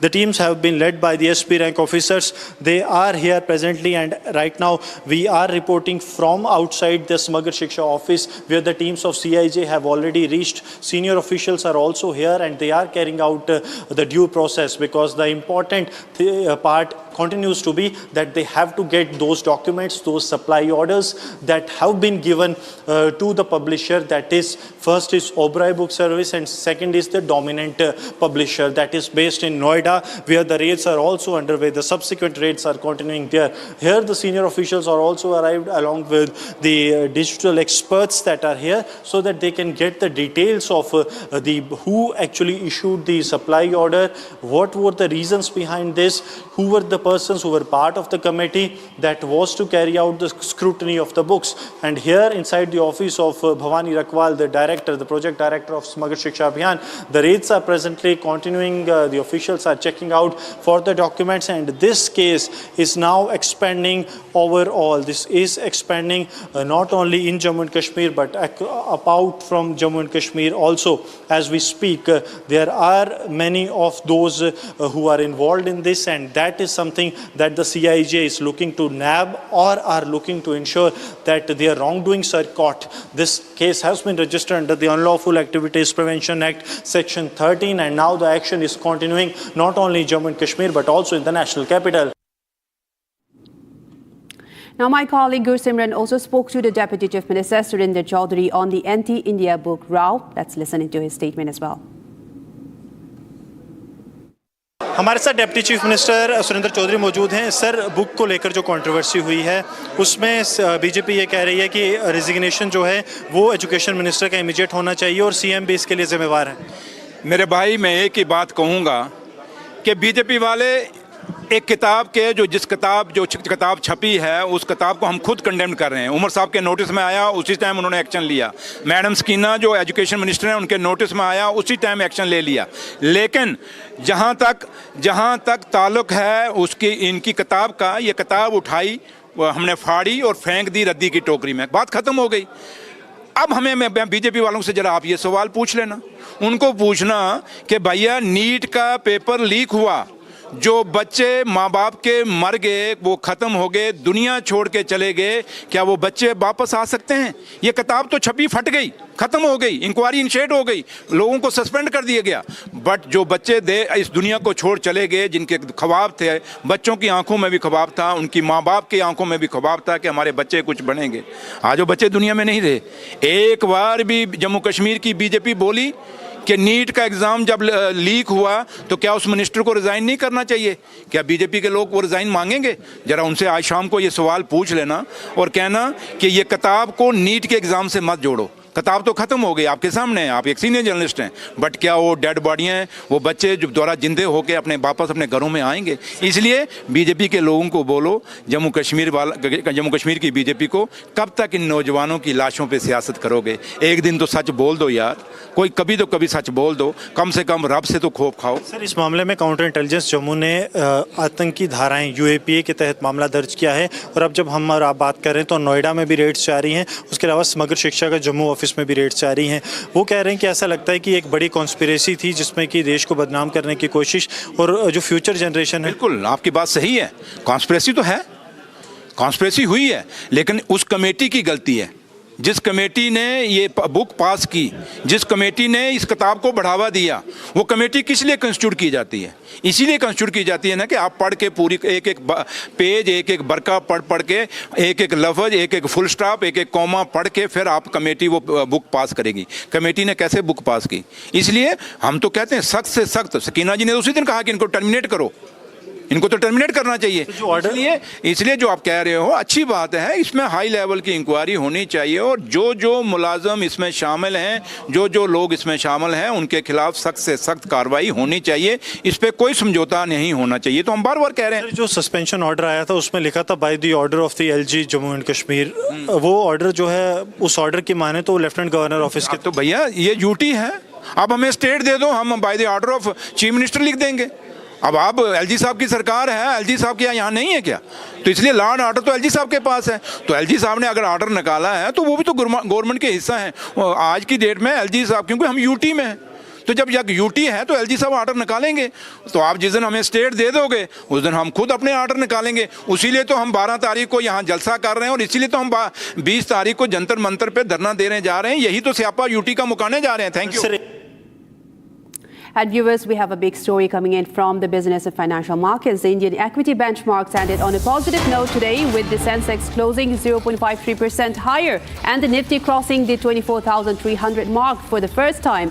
Despite the broader gains, IT stocks came under pressure, led by TCS, which emerged as the top loser in the Nifty 50, slipping over 1%. Now, Asian markets presented a mixed picture. As Nikkei, Shanghai Composite and ASX ended in the red, while Hang Seng bucked the trend to close higher. In individual stock moves, HDFC Bank remained in focus after its share price rose nearly 2%, while Nykaa surged over 2% on sustained momentum, following strong revenue growth. I'm now joined by my colleague Rishita, who has more in this story, in this latest business and market developments. Rishita, thank you so much for joining us on this. I'd like your views and why. And although the market has closed on a very positive note, what could you tell us about the IT stocks remaining still at the low as of today? Well, yes, the Indian benchmark stock market indices ended Monday's trading session in green as well, whereas Nifty closed at a level of 24,421 at a 0.62% gain from the opening level, while even BSE Sensex closed in green at a level of 78,239 at 0.61% gain. Now, the key sectors that were the gainers were the auto sector that gained over 1% and the banking sector at 0.66%. Well, when we talk about the losers, we have information technology stocks that traded slightly lower, with Tata Consultancy Services falling over 1% and being the worst hit amongst the Nifty 50 constituents. Well, the IT sector companies are expected to post weak earnings for the June quarter due to limited global discretionary spending trends owing to the West Asia war. Revenue deflation also because of the artificial intelligence and margin pressure.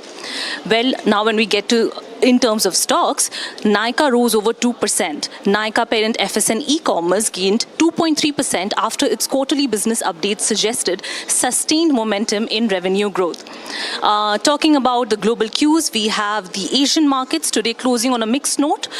Japan's Nikkei, China, Shanghai Composite and even the ASX ended in negative territory, while HSI remained green, gaining more than 266 points and obtaining a level of more than 23,500 points.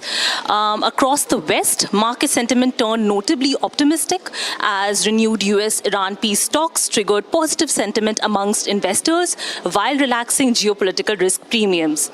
The key highlight of the session was HDFC Bank, however, whose stocks had been up by 2%. The bank delivered better than expected growth in both advances and deposits, reinforcing investor confidence despite a relatively softer performance in low-cost CSA deposits. Over to you. Thank you so much, Rishita, for all of those details and, in fact, a very good positive note for the markets today. Thank you so much.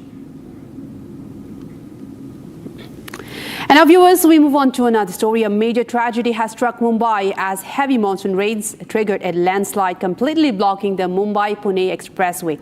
Rescue operations are currently underway to clear the debris and ensure safety.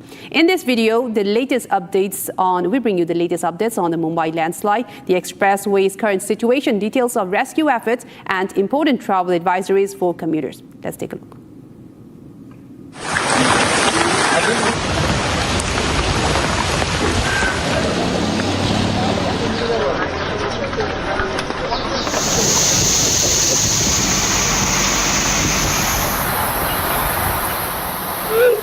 Tunnel की जो exit है पुणे से मुंबई लेन जो लेन जाती है उसका जो बड़ा टनल है हमारा, उसका जो एग्जिट है वो साइड पे लैंडस्लाइड हुआ है।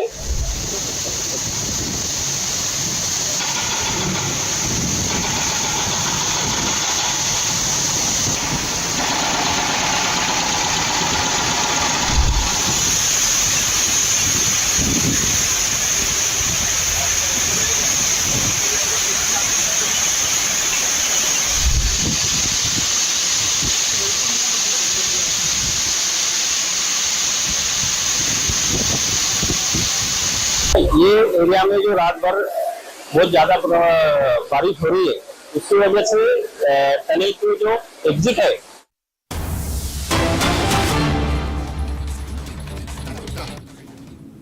Right, that's Prime Minister Narendra Modi touching down in Jakarta in Indonesia, marking his first stop in his three-nation tour of Indonesia, Australia and New Zealand in a bid to strengthen the Indo-Pacific ties. The Prime Minister has just touched down in Indonesia, and this is, in fact, is a significant step in India's global diplomacy as well with the Indo-Pacific partners, and the Indo-Pacific partners will boost the maritime security as well, and further trade relations will be strengthened. This is a major step for the Prime Minister. This is, in fact, the Indo-Pacific ties has increasingly grown over the years, and India's, in fact, situation, India's influence over the region has also increased over the years. There's the Prime Minister being given the top honors upon his arrival in Indonesia, in Jakarta, and several leaders are also there to receive him, and then alongside him, the Prime Minister of Indonesia as well, and the Prime Minister being received by the top officials of Indonesia. And this, in fact, in his three-nation tour that includes Indonesia, Australia and New Zealand, and being welcomed by cultural showcase of Indonesia's cultural dance festivities as well.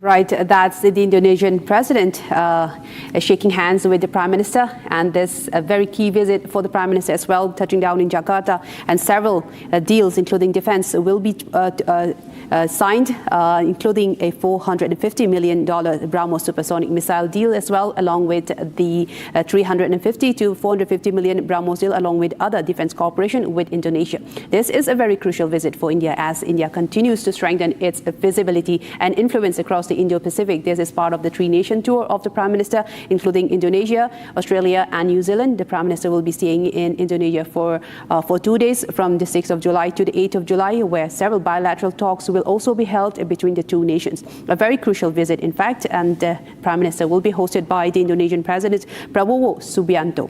And one of the core agenda is finalizing a phased procurement of the BrahMos missile. That's one of the top agenda of the visit, and also expanding maritime security across the Indo-Pacific as well, and enhancing trade between the two nations. And this, in fact, a very top of the agenda is celebrating 75th anniversary of diplomatic ties between India and Indonesia. And also both of the leaders will also be touring the 10th century Prambanan Temple complex, a historical site as well, and several other heritage sites across the region. The Prime Minister will be visiting those as well, and this as the Prime Minister embarks on a three-nation tour.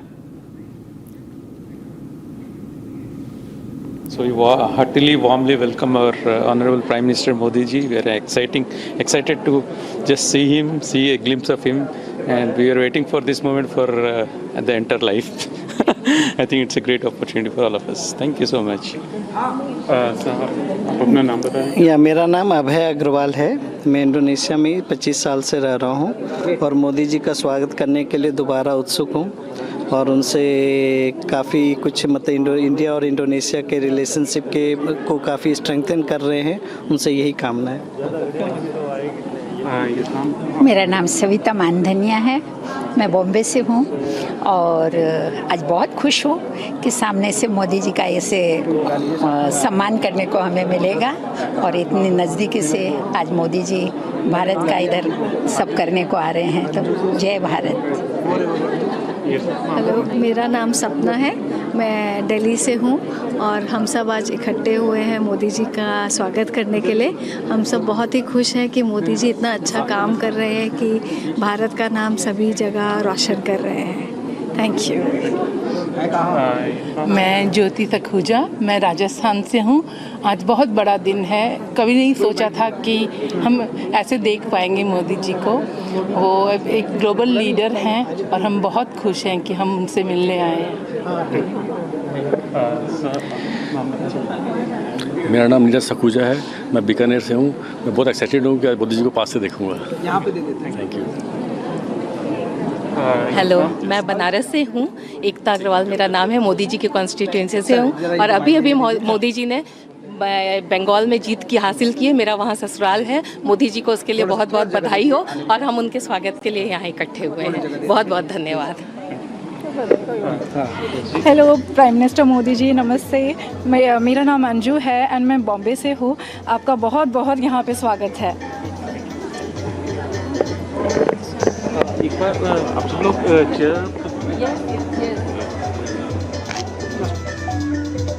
Well, that was some of the reactions from the Indian diaspora in Indonesia, welcoming the Prime Minister and sharing their excitement to meet the Prime Minister as well. And now, viewers, we move across to another breaking news that's coming in. A massive Republic impact after the Republic broke the story on the alleged SIR irregularities in Karnataka. The NDA now seeks probe and fresh voter verification. Now, BJP leaders on behalf of the NDA alliance partners have submitted a complaint to the state chief electoral officer, alleging large-scale irregularities in the ongoing special intensive revision of electoral rolls in Karnataka as massive Republic impact viewers after Republic flagged many irregularities and also proof of rigging, of trying to rig the SIR process in Karnataka. Now the NDA has in fact filed a complaint and spoke to the state electoral officer in this regard. I'm now joined by my colleague Abhishek on this. Abhishek, this in fact a big Republic impact. Republic has flagged many irregularities regarding the SIR process being held in community halls, in marriage halls and even in mosques, and various other booth level officers carrying several booklets that may influence the voter as well. And though after that, now this action from the NDA. Tell us more into this, Abhishek. Well, it was the Republic team which broke the news stating that the special intensive revision exercise is not happening legally or in the format it is supposed to happen in the state of Karnataka, because the special intensive revision exercise was happening at the marriage halls, at masjids or the mosques as we call. And this is a clear violation of the rules and regulations laid down by the Election Commission of India, because the rule very clearly mandates that the booth level officer along with the agent will have to visit in person the residence of the voter, hand over the enumeration form only to the voter or immediate dependent at his particular or the residential location. But in this various other instances which happened not only in Bengaluru city but across Karnataka, we have seen various other people who had been accumulated in one particular marriage hall or masjid to get their enumeration forms. And this was a clear violation of the Election Commission of India's norms with respect to the SIR exercise. And after this, Republic reported this, and this was brought to the notice of Chief Minister D.K. Shivkumar, after which he accepted that the booth-level officers along with the MLAs cannot pressurize the officials to conduct this exercise in a public place. He also accepted that the officials who had been doing this duty will be under the courts of law and they will have to face the legal stands. Right, thank you so much. We've also seen the BJP. Yes, in fact, thank you so much, Abhishek, for all of those details. We'll continue to track the story and to get back with you on this.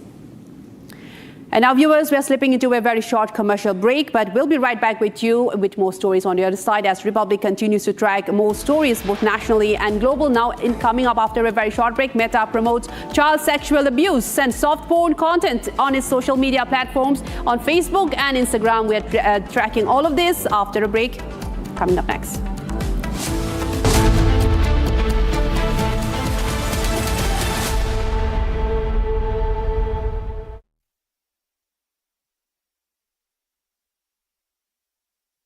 प्यास बुझाए ठंडक लाए सबको भाए जीरा से MTH का जलजीरा जीरा से जीरा सिप असली रिफ्रेशिंग, असली स्वाद, असली मजा।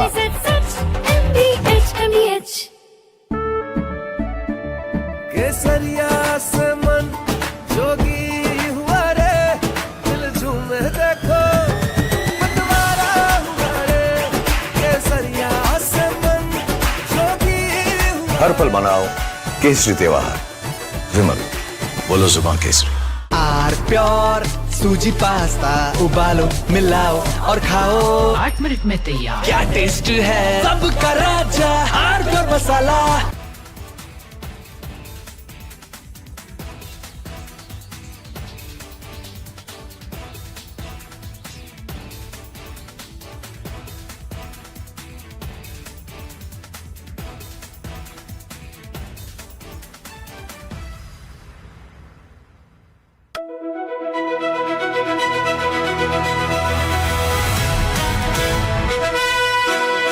By the way, viewers, I'm driving in Delhi with Delhi wala boy Aman Gupta, who is too busy waving to his fans than talking to me. Please come down to earth, Aman. Yes, I am sorry. You're on my show. This is not your show. This is my show. Stop waving to your fans. Be modest. Now everybody look. अरे आप politician हो. आप politician हो. आप ये क्या कर रहे हो? This is too much. आपने बोला humble हो, मैं humble हो रहा हूँ.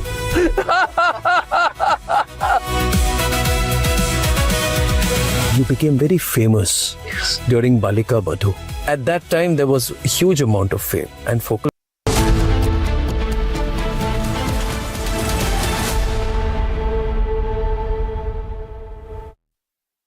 थोड़े में ज्यादा स्वाद यही तो है इसकी खास बात। वाओ मम्मा क्या स्वाद है। अरे मेरे राजा AU सेविंग्स अकाउंट में मिलते हैं amazing benefits, paperless banking and higher interest, वो भी हर महीने। Money money money money every month. सोच बदलो और बैंक भी। चमकी चाट से क्या बना है? आलू चाट या फ्रूट चाट, स्वाद बढ़ाए चमकी चाट। क्या बात है। स्वादिष्ट पकोड़े और फरसान, अरे चमकी चाट है इसकी जान। असली स्वाद सिर्फ chunky chaat. Ladies and gentlemen, I want to talk tonight about an incident where an FIR got registered against 4 people. This is an incident which has happened in Madhya Pradesh, in Ujjain, and there is this strange video which shows a van suspended about 40 feet in the air. And it's suspended with a crane, some kind of a huge big crane. And there are explosives which are put inside this van, and then the van is detonated. Watch this very carefully, ladies and gentlemen. This is apparently during a Muharram procession, where the organizers fill a car with explosives, lift it 40 feet in the air with explosives, put a slogan on the vehicle saying, "Le fir aage," which means, "Look, we are back." And then they explode the van. And at that point of time, there are posters put, there's a lot of mayhem.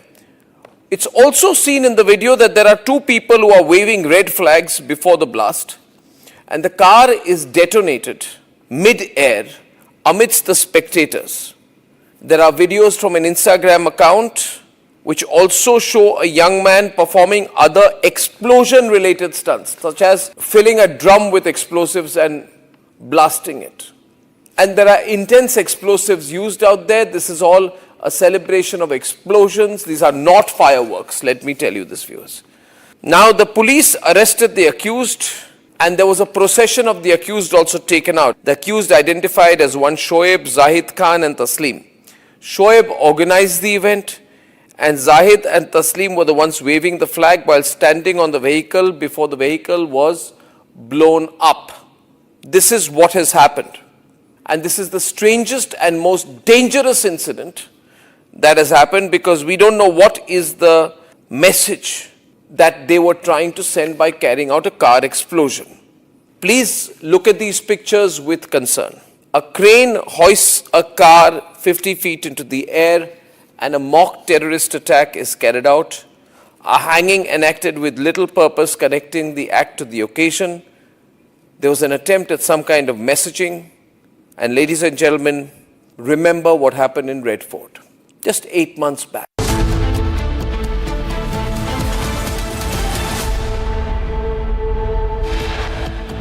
The top headlines: Meta promotes child sexual abuse and soft porn content on its social media platforms, Facebook and Instagram. Meta openly defies Indian government's guidelines, continues to push child pornography and soft porn on Instagram. 8 videos in 5 minutes reveal how Meta continues to push child pornography on Instagram, defying government guidelines.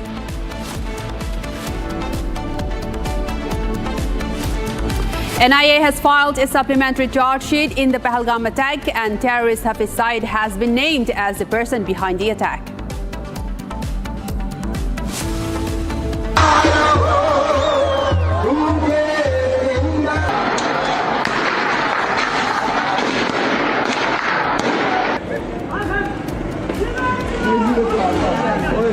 Aman Ki Asha gang silent, refuses to call out Pakistani Army's atrocities in Pakistan-occupied Kashmir. Despite repeated questions, Somar Abdullah claims did not know about anti-India books circulated in J&K schools.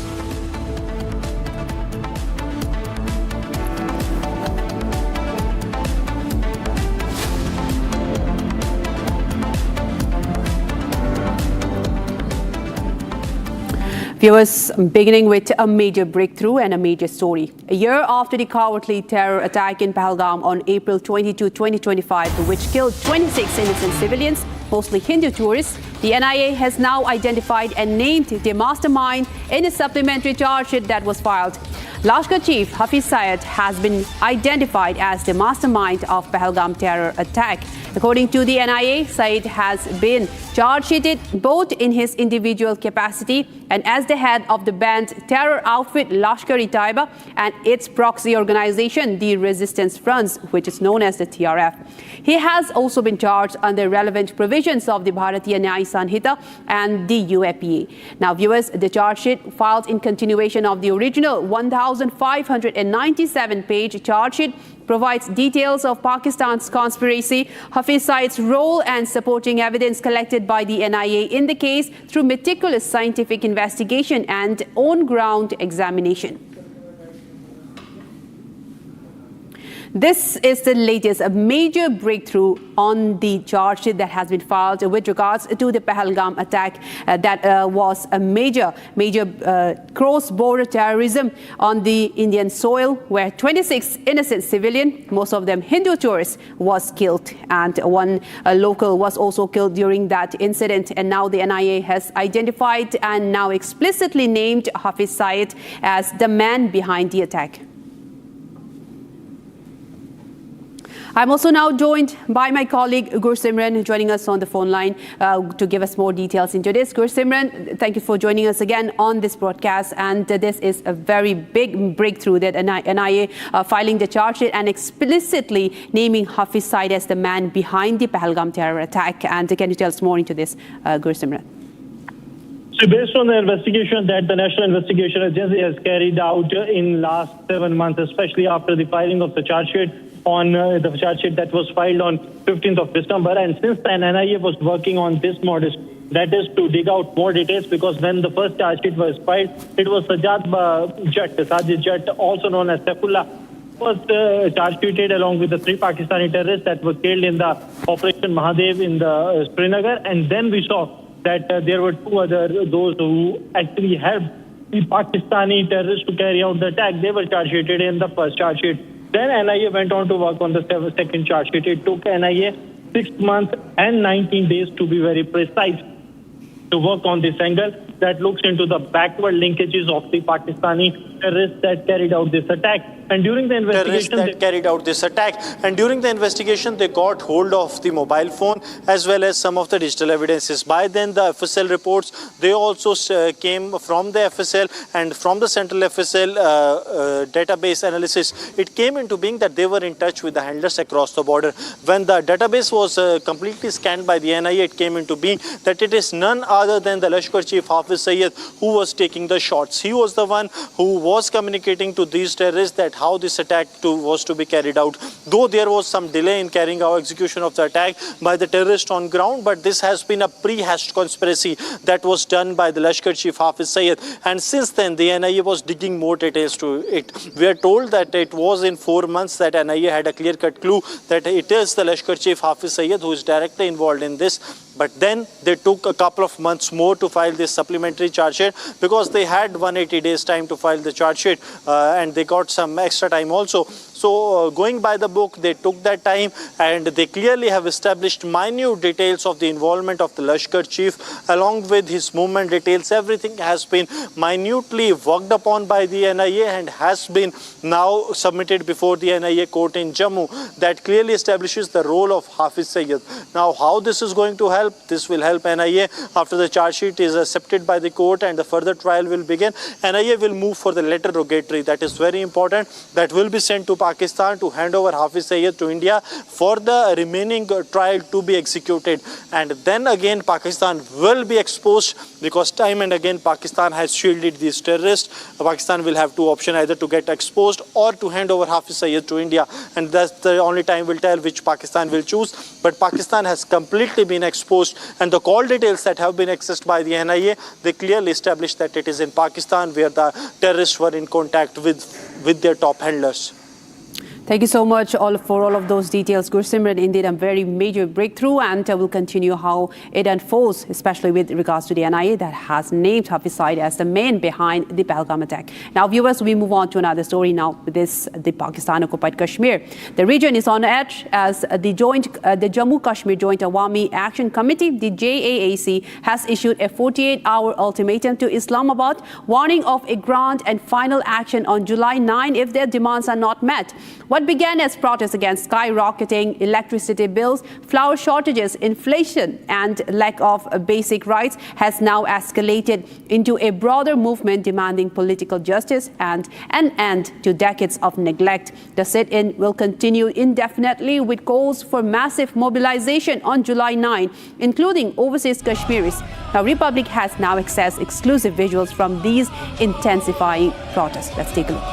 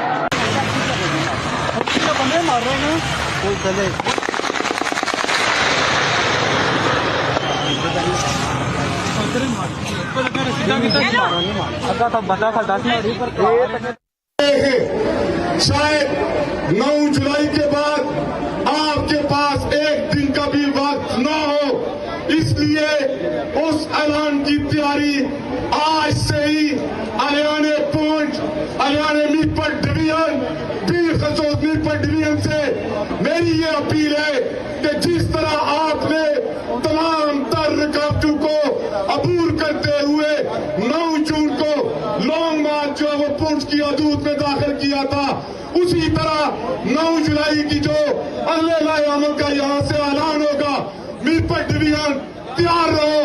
एक बार फिर आपको जो वो पुंछ की तरफ निकलना पड़ेगा, मऊ से, तेनू से, बच्चियों से। और जिस तरह आज जो वो मीरपुर डिवीजन की मेरी माओ ने, मेरी बच्चियों ने, मेरी बहनों ने तारीख रकम की कि पाकिस्तान की दहशतगर्द फोर्सेस से अपने जो वो गिरफ्तार भाइयों को रिहा करवाया, भरपूर मजम्मत की और रियासती दहशतगर्द पुलिस की फेयरिंग के आगे जिस तरह इस रियासत का बेटा खड़ा होता है सीना तान कर, आज गैर रियासती फोर्सेस के सामने मेरी माँ, मेरी बहन और मेरी बेटी खड़ी हुई पहले भी कह चुके हैं कि तुम्हारी गन्नों की गोलियां कम पड़ेंगी, लेकिन हमारे सीने कम नहीं होंगे। जितना जोर आजमाना है आजमा लो गोलियां बरसाकर।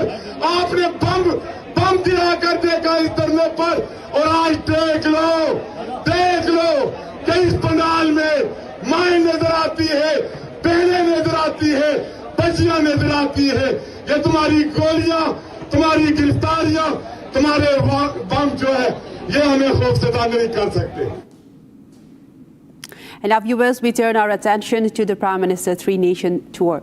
Now, the Prime Minister has just landed in Jakarta in Indonesia. He was accorded a warm welcome by the Indonesian President, Prabowo Subianto. He welcomed him at the airport. Fighter jets from the Indonesian Air Force accompanied Prime Minister's plane from the time Prime Minister entered their airspace, and a warm accord has also been placed for the Prime Minister. These are some of the shots of the Prime Minister being escorted as he entered the Indonesian airspace. The Indonesian Air Force have escorted the Prime Minister just as he entered the Indonesian airspace. These are some of the shots that we have that access and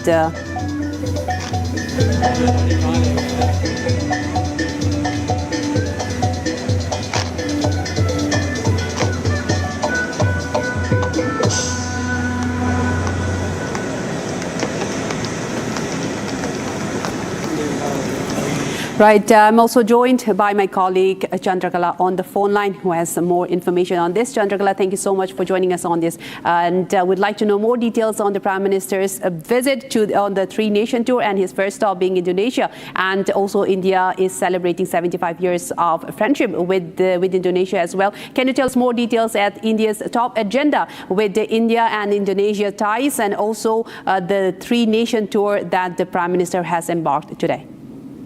Yes, the Prime Minister of India has just landed in Jakarta. He was, as we can see the visuals, he was accorded a warm welcome by Indonesian President Prabowo Subianto and welcome at the airport. And of course, we could see the fighter jets from the Indonesia Air Force accompanying PM's plane the moment he entered the Indonesian airspace. So this visit comes at a very important time, and of course, given the fact that both the nations are celebrating 75 years of strategic partnership, he is starting his visit. Indonesia is his first visit, of course, from these three-nation tours. He'll be in Indonesia from 6th to 11th of July, during which he will hold talks aimed at expanding cooperation in defense and trade. And of course, as we know that Indonesia is India's key partner for maritime security. So yes, a very, very crucial visit. And thereafter, he will be also, as we know that India and Indonesia are now collaborating on restoring the World Heritage, UNESCO World Heritage Site, that's the Prambahan Temple. And it's a very, very important visit. Of course, will be also what we can understand is that defense and trade would be very much on the agenda, because talks are underway, preparations are underway as far as BrahMos. Talks are underway, preparations are underway as far as BrahMos missiles, supplies of more BrahMos missiles are concerned between India and Indonesia. And this three-nation tour by Prime Minister Narendra Modi, of course, underscores India's, Indo-Pacific strategic alignment, and also how India is cooperating with its regional partners for a secure Indo-Pacific. So, yeah, very important visit. And thereafter, of course, after Indonesia, he will be visiting Australia, wherein he'll be meeting the Prime Minister of Australia, Anthony Albanese, and of course also he will be attending the India-Australia CEO Forum. Of course, the safety of Indian safety, Prime Minister Narendra Modi will be addressing the safety concerns for Indians living in Australia as far as the situation there is concerned, wherein we have seen over the years a lot of such temples being attacked. So yes, that also would be taken up by the Prime Minister of India. And thereafter, of course, the very, very important visits, that is to New Zealand. Of course, it marks, this is coming at a time where an Indian Prime Minister will be visiting New Zealand after 40 years. And also, all eyes on this particular visit to New Zealand. So yes, a very, very important three-nation tour signifying the bilateral and strategic cooperation with all the Indo-Pacific countries, and also, taking forward the Indo-Pacific policy. Of course, Indonesia being the key partner for maritime security, Australia for AI and critical minerals, and of course New Zealand is, the Indian Prime Minister is visiting New Zealand.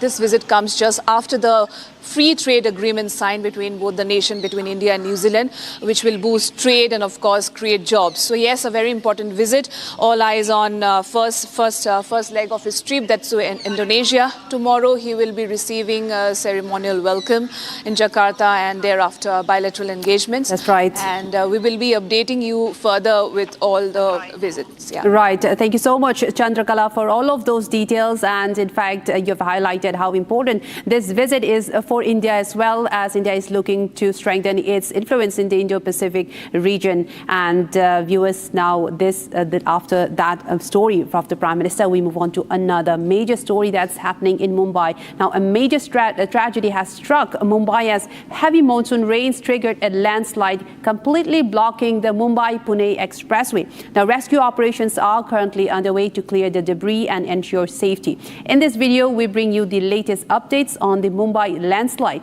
the expressway's current situation, details of the rescue efforts, and important travel advisories for commuters. Let's take a look at this report.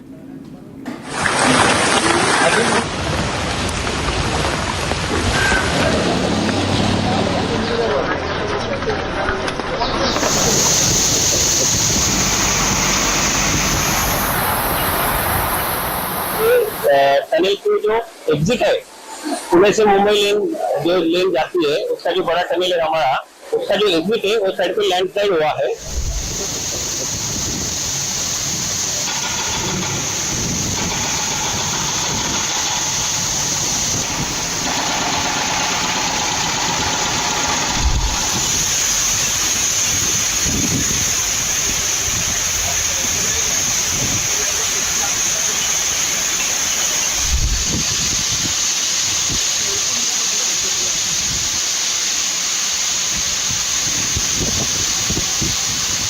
ये area में जो रात भर बहुत ज्यादा बारिश हो रही है, इसकी वजह से टनल की जो एग्जिट है, पुणे से मुंबई लेन जाती है, उसका जो बड़ा टनल है हमारा, उसका जो एग्जिट है वो साइड पे लैंडस्लाइड हुआ है। तो लैंडस्लाइड की वजह से ये लेन अभी बंद कर दिया गया है। बाकी कनेक्टिंग लेन का हमारा पूरा लेन इंटैक्ट और सेफ है। सिर्फ वो लैंडस्लाइड की वजह से एग्जिट में पॉइंट में हमने काफी अभी बंद किया है और क्लियरेंस का काम चल रहा है। ये अभी अगले 4-5 घंटे के अंदर वो क्लियर हो जाएगा। Monsoon fury brought Mumbai-Pune connectivity to a standstill on Monday as torrential rain triggered landslides and floods that halted train services and forced the closure of both the Mumbai-Pune expressway and the old highway, leaving commuters stranded and disrupting travel between the two cities. At least 16 trains were cancelled while 9 others were diverted amid heavy rain, with the India Meteorological Department IMD issuing an orange alert for Mumbai and a red alert for Pune. Traffic on the Pune-bound carriageway of the Khopoli-Kusgaon missing link was diverted early Monday after a landslide near the exit of Tunnel 2, while several stretches of the old highway were rendered impassable due to flooding and overflowing water. Amid forecasts of more heavy rainfall, authorities also declared a holiday on Monday for all government, private and civic-run schools and colleges in Mumbai, Pune, Thane and Palghar districts. This comes after at least 6 people were killed and several others were fear-trapped after 2 to 3 shanties in a ground plus 3 chawl collapsed in Mumbai's Mankhod area on June 5th. The incident took place at chawl number 5 in Janta Nagar at around 8:30 pm when 3 tenements in the building collapsed amid heavy rains. 6:45 और 7:30 के बीच की घटना है। उससे पहले 3:30 बजे ये room का जो ऑनर है ना, उसको बुलाया गया था, उससे बात की गई थी, तो वो सपोर्ट देने के लिए तैयार हुआ था। और उसके बाद वो रूम में जो लोग रह रहे थे ना, तो वो रूम सब खाली कर दिए थे, जो रूम गिरा है। लेकिन उसके 2 रूम छोड़ करके तीसरे रूम में 5 बच्चे और 1 लेडीज, 6 लोगों की दुर्घटनाग्रस्त मौत हो गई है सर। तो वो 6 लोग मर गए हैं और बाकी अभी काम चल रहा है। अब देखिए क्या होता है, अभी कितनी लाशें निकलती है, अभी तो ये भी पता नहीं है कि कितनी लाश उसके अंदर, इसलिए कि रोड साइड में है, रोड पे भी चलता हुआ रोड है, रोड पे भी लोग चलते हैं, तब उसमें हो सकता है कि बहुत सारे लोग कहीं दब के रहे होंगे, अभी वो पता चलना बाकी है। आपका नाम बोल दीजिए सर। मेरा नाम इश्तियाक अहमद है, मैं बिल्कुल जस्ट सामने रहता हूँ, वो जो रूम गिरा है ना, उसके बिल्कुल जस्ट सामने रहता हूँ मैं सर। तो मैं अपनी आंखों से देखा हूँ, मेरे से सिर्फ 1 मीटर की दूरी पे वो रूम जब गिरा है तो मैं था, एक बचाव में। The tragic incident comes amid heavy rains in Mumbai and several other parts of the country, claiming lives, causing waterlogging and prompting authorities to intensify safety measures.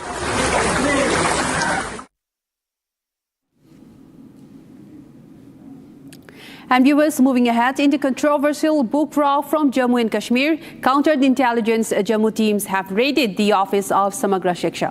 The CIJ teams collected all documents related to the supply order of the objectionable book titled Personalities and Legends of J&K. Now, officials at the Samagra Shiksha office were also questioned as part of the inquiry. And now, viewers, listen into this report that was filed by my colleague Gursimran on this story. The teams of counterintelligence Jammu have now reached the office of the Samagra Shiksha Directorate in Jammu, and presently they are carrying out the searches in the office because they are to get some of the vital documents that are related to that controversial book that has led to a major controversy. Here in the visuals you will see that in the civils these are the officials from the counterintelligence Jammu. The teams have been led by the SP rank officers.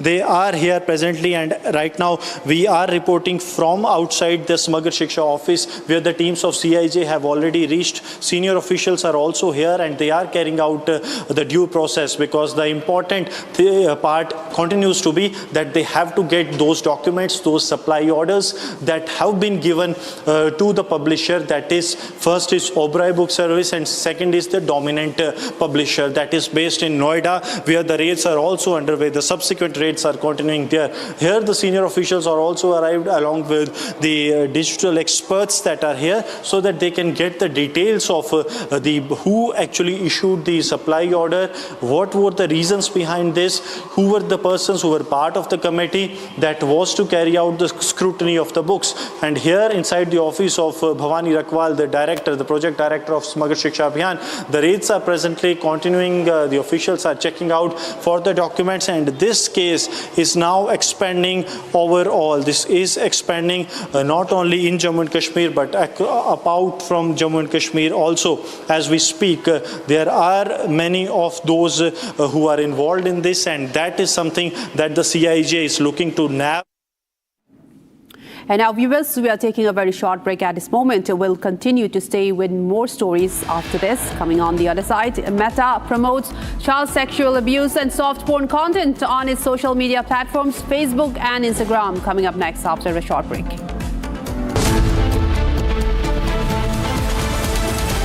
प्यास बुझाए ठंडक लाए सबको भाई जीरा से MTH का जल जीरा जीरा से जीरा से असली रिफ्रेशिंग, असली स्वाद, असली मजा। MTH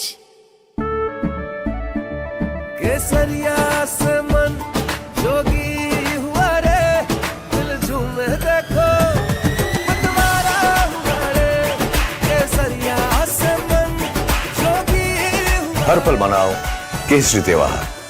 विमल, बोलो जुबान Kesari.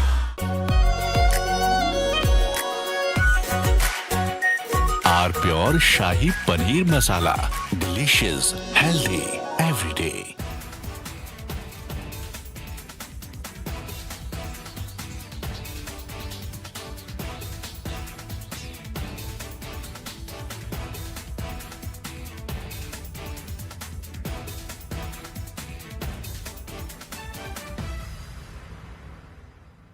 Ladies and gentlemen, yesterday I said that Bhagwant Man's problem is that in the process of covering up one lie, he is lying a second time. So to cover two lies, he lies a third time and a fourth time, and now he's in a big trap.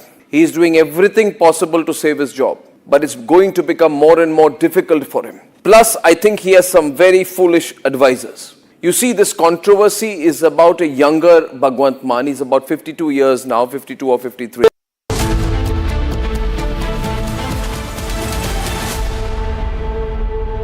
Are pure सूजी pasta उबालो मिलाओ और खाओ 8 minute में तैयार। क्या taste है सबका राजा आर प्योर मसाला। यानी इस घर में कुछ है जो टूटता नहीं। ये पिलर कभी नहीं टूटेगा। रुंगटा स्टील TMT से बना। रुंगटा नहीं तो घर स्ट्रॉन्ग नहीं। रुंगटा स्टील TMT बार एकदम सॉलिड। चमकी चाट से क्या बना है? सैंडविच लस्सी और छाछ। हर घूंट में चमकी चाट। अब बताओ स्वाद आया? आया। असली स्वाद सिर्फ चमकी चाट।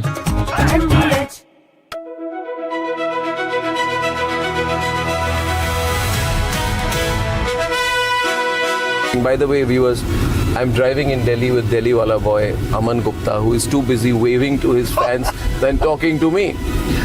Please come down to earth, Aman. Yes, I am sorry. You're on my show. I forgot. This is not your show. This is my show. Stop waving to your fans. Be modest. Now everybody look. बात करेंगे। अरे आप politician हो, आप politician हो, आप ये क्या कर रहे हो? This is too much. आपने बोला हम्बल हो, मैं हम्बल हो रहा हूँ।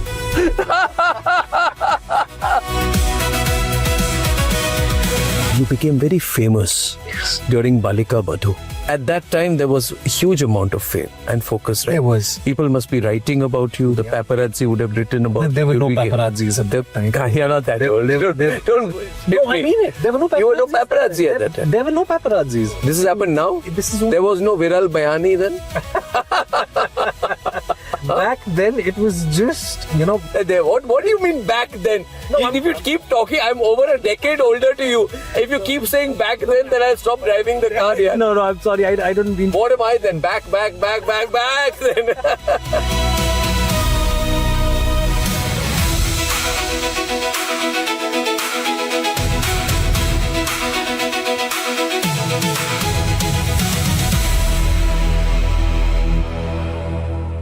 Ladies and gentlemen, yesterday I said that Bhagwant Man's problem is that in the process of covering up one lie, he is lying a second time.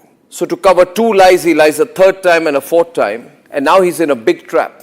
He is doing everything possible to save his job, but it's going to become more and more difficult for him. Plus, I think he has some very foolish advisors. You see, this controversy is about a younger Bhagwant Mann. He's about 52 years now, 52 or 53. And the video apparently goes back to the time he was 39 years old. This is a video he's released. Let me first show you the other video, the controversial video.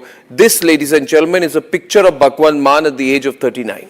And visibly, over the last 13 years, he's aged. There's nothing wrong with that. We all age. But there's a distinct... From Asia's largest news headquarters, setting the agenda for Bharat.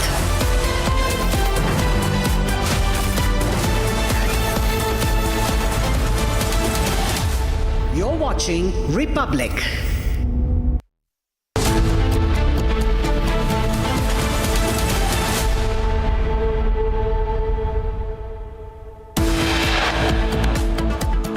Meta promotes child sexual abuse and soft porn content on its social media platforms, Facebook and Instagram.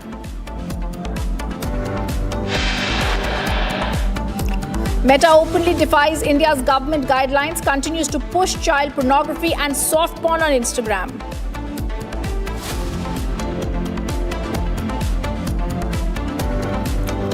Eight videos in 5 minutes. We reveal to you how Meta continues to push child porn on Instagram, defying government guidelines.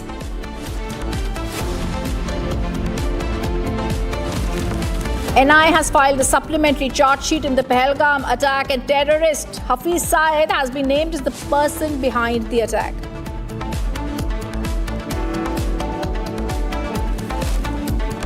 Aman Ki Asha gang is silent. They refuse to call out Pakistan Army's atrocities in Pakistan-occupied Kashmir.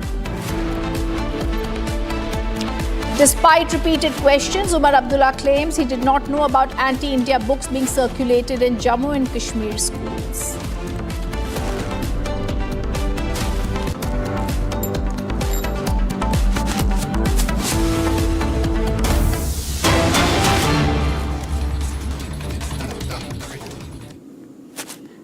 And we're going to go live across to Jakarta with those visuals that are everybody is sitting.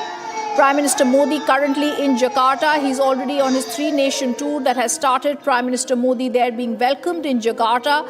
As we are speaking, he lands off as he kicks off the 3-nation tour to Indonesia, Australia and New Zealand. Now we're going to get you details about how he's getting a very warm welcome. His first stop is Jakarta, where he's seen bolstering ties in the Indo-Pacific region. Prime Minister Modi all set. तो shadows of the epic Ramayan की उस कालजयी भव्यता को जीवंत करती है, जो दुनिया की सबसे गहरी साहित्यिक और आध्यात्मिक विरासतों में से एक है. वायांकुलित यानी कि छाया कठपुतली.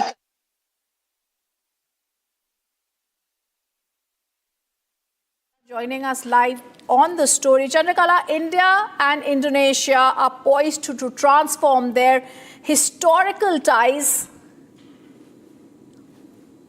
into a powerhouse strategy, because we're going to be discussing military, we're going to be discussing strategic opening up of new routes between India and Australia. This is the India-Pacific Democratic Big Alliance. Absolutely rightly pointed out, it's a huge Indo-Pacific alliance. Of course, this 3-nation tour by Prime Minister Narendra Modi definitely underscores India's Indo-Pacific strategic alignment, and of course, how India has been cooperating with all its regional partners as far as securing a free and open Indo-Pacific is concerned. And of course, after the Prime Minister of Japanese Prime Minister visiting India, now of course Indian Prime Minister is on a 3-nation tour. This particular tour is we could see that Prime Minister Narendra Modi is already in Jakarta. He is receiving a grand welcome by the Indian diaspora there. Of course, the President of Indonesia welcoming him at the airport, and tomorrow he will be holding bilateral engagement. Why this visit is very significant, given the fact that this is Prime Minister Narendra Modi's fourth bilateral visit after both the countries elevated their ties to comprehensive strategic partnership in May 2018, of course, and then his first visit to Indonesia. And given the fact that this is a very, very important visit, 3-nation tour, and what we are expecting that all eyes is on the trade and defense sector, because both the countries, India and Indonesia, are now talks are underway as far as in Jakarta's procurement of BrahMos missiles are concerned. So yes, very important visit by Prime Minister Narendra Modi, and of course we know that India and Jakarta are now collaborating to restore and preserve the largest temple, that's the Prambanan temple in Indonesia. And of course, thereafter he will be visiting. He will be, of course, addressing the Indian diaspora there in Indonesia. And later, he will be on a tour to Australia. He will be visiting Auckland there. Of course, he'll be visiting New Zealand, where he will be meeting the Prime Minister of Australia, Anthony Albanese. And what we are expecting, a lot of, engagement as far as trade and defense are concerned. And of course, Indonesia being the key partner for maritime security, and Australia, we are expecting something on AI, technology, and critical minerals. And it's a very historic visit to New Zealand, in fact, because this is something happening. Any Indian Prime Minister visiting New Zealand after 40 years, a gap of 40 years. So a very, very important visit also come at a time wherein India and New Zealand signed a FTA in April this year, which will definitely this visit will definitely boost trade between both the nations. And of course, as far as his visit to Australia is concerned, all eyes on India-Australia CEO Forum, and also that Prime Minister Narendra Modi will be taking up. Back to you, Chandrakala, to really get a sense of how India, as the leader of the civilization, is reconnecting with its oldest maritime partner, Indonesia. We'll be taking a look at those shots coming in from Jakarta first.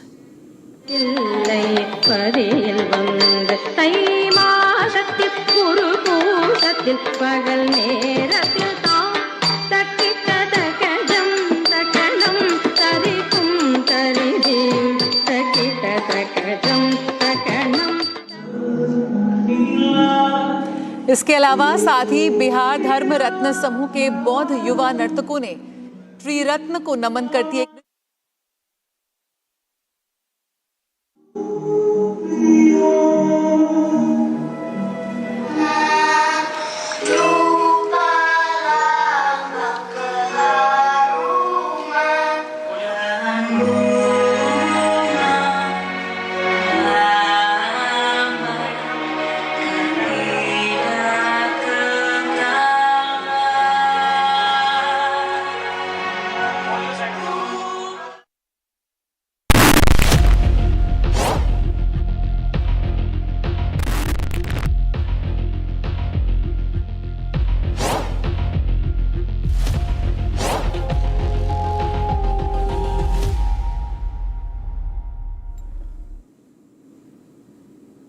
Viewers, for the last few days, Meta, the parent company of Instagram and Facebook, has run into trouble in India for hosting child sexual abuse material, CSAM.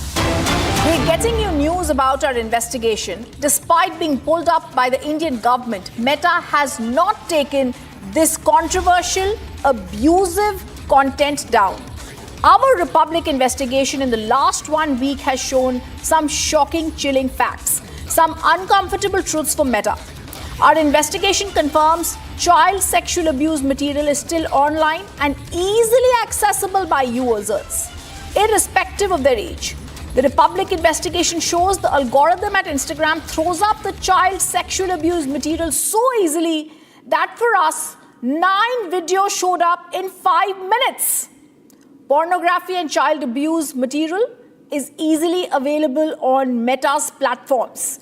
What's worse, we flagged the content on Meta, and the first response has been that the content cannot take the content down, that they cannot take the content down. We've written a detailed email to Meta. We are still awaiting any reply or acceptance of any responsibility.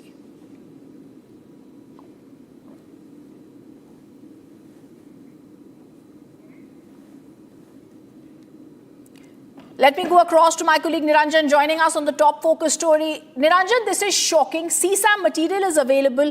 It's chilling when one really tries to understand what is happening. We are seeing child soft porn being used. Meta has not removed it in its content. We're also shocked to see our reporters have been trying to get in touch, Niranjan. The Indian government sent a notice to Meta, and yet our investigation reveals they are refusing to remove it.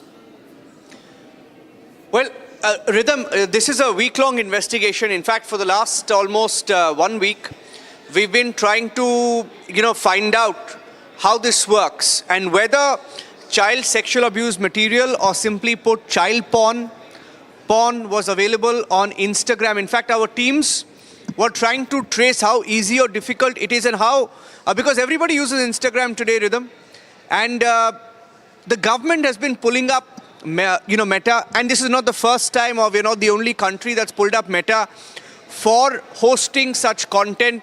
Meta has run into trouble across the world. They've been fined in many countries across the world. It runs into hundreds of millions of dollars. Now, let me tell you what our investigation has found out, and I have Sneha and Paras with me, and our entire team here at Republic Desk, worked on this investigation to find out how easily it shows up. And let me tell you, the government of India was told by Meta that they are trying to comply, that they've taken down any such controversial content from the web, from their platform, which is Instagram and Facebook. But I can confirm to you, as of this minute,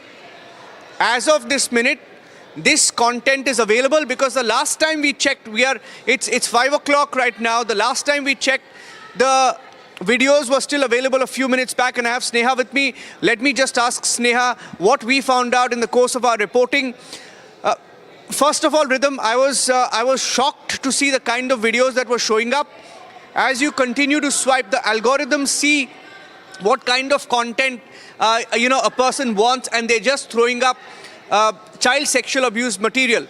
Now, Sneha, if you can tell us a little bit about how Republic investigated and what kind of videos showed up, if you can, summarize it for our viewers. Yes, Niranjan. So what we did was, in this investigation, we went to Instagram, we searched two simple keywords, child content. And in that content, what we saw the first few videos were very cute, of very cute kids and all. But soon the videos turned into something very shocking and disturbing. They started showing videos, you can categorize them in soft porn category. Those videos were very shocking, and in one of the videos we even flagged it to Instagram, but Instagram's response to us was that this does not violate our guidelines. Okay, so you search for child content. Yes, exactly. We search for child content, Rhythm. Something as simple as child content. You're looking at the visuals. If you're watching this broadcast right now, on the left of your screen, that's the visual that showed up on the reels. You search for child content. It is as simple as child content, and the kind of videos that showed up on the reels. We have these videos with us, and I can tell you that when we reviewed the videos, it threw up some shocking images and videos, and it just kept coming. More and more such videos were being fed, and these are children, and some of them were infants in these videos. So I don't want to get detailed or graphic, Rhythm, but I can confirm to you that this amounts to what you would say is child sexual abuse material, or simply soft child porn. And I also have Paras with me. Paras, you were also able to, identify, as our teams here were able to identify some videos. What kind of videos showed up, and what did we search for? How easily is it showing up on the reels and on the feed? It was quite easy, sir. First, we got 5 different devices, and we made new Instagram IDs on all 5 different other devices. So the IP address wouldn't be the same. And we didn't even search up anything. We just followed the major famous accounts of celebrities, athletes, footballers, the sportsters. And as soon as we started swiping through the stories, all the softcore porn, child pornography, AI visuals, deepfake, they all just started showing up. Now, there are 2 parts to it, Rhythm. One is whether these were ads that were being thrown up. What Meta claimed was third party, right? Yes. They claimed in some of their responses that it was third party. And there is a second aspect to it of the ads that are showing up on the Instagram platform and on the Meta platforms. I can confirm to you that these were content pieces. Am I correct? These were content. This was content posted on Instagram. This is not a third party content, or this is not third party ads that were showing up. Some of them were content posted on Instagram. Am I correct, Sneha? Yes, absolutely. That is correct. It was the first few visuals, as I said earlier, was simply of cute videos, but then the content turned into something very graphic, very disturbing. As a girl, to be honest, I was very shocked to see all that. Okay, so 2 aspects to it, Rhythm. One, content which amounts to or classifies as child sexual abuse material. And secondly, you have ads which were also identified on the platform. So these ads are not taken down. These ads continue to be thrown up to users on Meta platform. So this is that is on as far as the child sexual abuse material is concerned. But there was also pornographic content which was being thrown up. And we have, some of these videos and the ads as snapshots. Of course, we can't show them. But on the screen, Rhythm, you're looking at that video which is blurred. Those are actual videos that are blurred by Republic because we cannot show them to our viewers. Yes. But we are even showing this much to tell you how easily this content is, being thrown up for users, people on Instagram, and I think most across ages. If this kind of content is being thrown up, it tells you that Meta is openly defying the government. Yes. And this is and second aspect, Rhythm, when we flagged it, we reported it. We flagged the content, and the first snapshot that came up, maybe we can show that as well. They refused to act. The first I don't know whether that was an automated response, but a response came in. It was a proper response. We reported that video, the disturbing video. We reported it to Meta, and the response was that this content does not, defy their guidelines, and they will not take it down. That was the proper response they gave us. Shocking. So they said, yeah. Shocking that this response has come to us, and that's the breaking too that Niranjan and our team are doing, viewers. The Indian government also sent a notice to Meta. Republic flagged in our investigation, but Meta has clearly stated that they are refusing to take it down. They are saying that cannot delete content, refusing to take down CSAM, which is child sexual abuse material. And viewers, as I go back to Niranjan, Paras and Sneha, the big thing that I want to tell you, this is child sexual abuse material, which means in one video, there are two children roughly aged around 12, and they seem to be having or being in the so-called alleged pornographic act. And the second video, there is a video of a man with a child, and there is wrong, horrible child sexual abuse behavior. There are many such videos, but this automated response, Niranjan, that has been received by Sneha and our team, it clearly shows there is a defiance from Meta. They are pushing back, but the ads still continue to be there. Well, that's correct. Rhythm, this was, this is not from last week. This is from today. Yes. I mean, the last time we checked, double checked, because obviously this gets into a legal terrain, because we had to write an email to Meta as well. So we checked and we saw that it is still available. Is it still available, Sneha? Yes, it is available. Okay, it is still available, and Rhythm, maybe when you're in the newsroom, we can show. I mean, we can't show it live, but we can even tell you how easily this is available, and it's showing up on feeds. So this is a very, very disturbing trend if it is being shown, and it is being shown after they promised to pull it down, after they are sure that it was already pulled down, and after they are being investigated. They were given 7 days to respond, and if this is the, if the content is still there, I think it's a big issue. It's a major problem, and there needs to be the Supreme Court's intervention here, Niranjan, because that is also something, that's the only thing that is possibly going to get across to Meta, because it's not only about mega bucks, but it's really about accountability. I want to just stay on with all of you and also go to the next breaking that we have. I'm going to go to my reporters and show you how our investigation team, viewers, conducted a stakeout at Meta's offices. This was in Gurugram, it was in Maharashtra, and it was also in Bengaluru. We sought answers from Meta for their failure to remove CSAM. But there is no Meta spokesperson who's coming on record to comment on these very serious allegations. We tried to record, Meta security personnel intervened. They asked us not to record. Take a look at this investigation that is pan-India by Republic TV. You have to go through a help link, that's a press@fb.com. That's the only thing we have. What's available again? Press@fb.com. But you're aware about the case of Meta sexual child abuse content on its advertisement? That's on Instagram's advertisement. You can go through the link only, which we have for you. We just want someone from Meta to speak Actually, to us. there's no help desk for regarding this. You have There's to no help desk regarding this. But this is the largest office of Meta in India. This is the only. It's a 1.3 lakh square feet office. For the press things. Any clarity, you can go through the press@fb.com. You can ask someone to come and speak to us. No, we've come all the way from Noida. No, it's okay. We know. But there's the only thing we can provide you. Still, please try someone and ask someone to sort of. I'm sorry. ಇಲ್ಲ ಪಬ್ಲಿಕ್ನವರು ಬಂದ್ರು ನಿಮ್ಕಿನ ಮುಂದೆ ಒಂದು 10 to 15 minutes ಮುಂಚೆ ಬಂದ್ರು ಅವ್ರಿಗೆ ಹೇಳಿದ್ ಹಿಂಗಿದೆ ಅಂತ ಹೇಳಿದ್ರೆ ಅವ್ರು ಆಮೇಲೆ ವಾಪಸ್ ಹೋದ್ರು.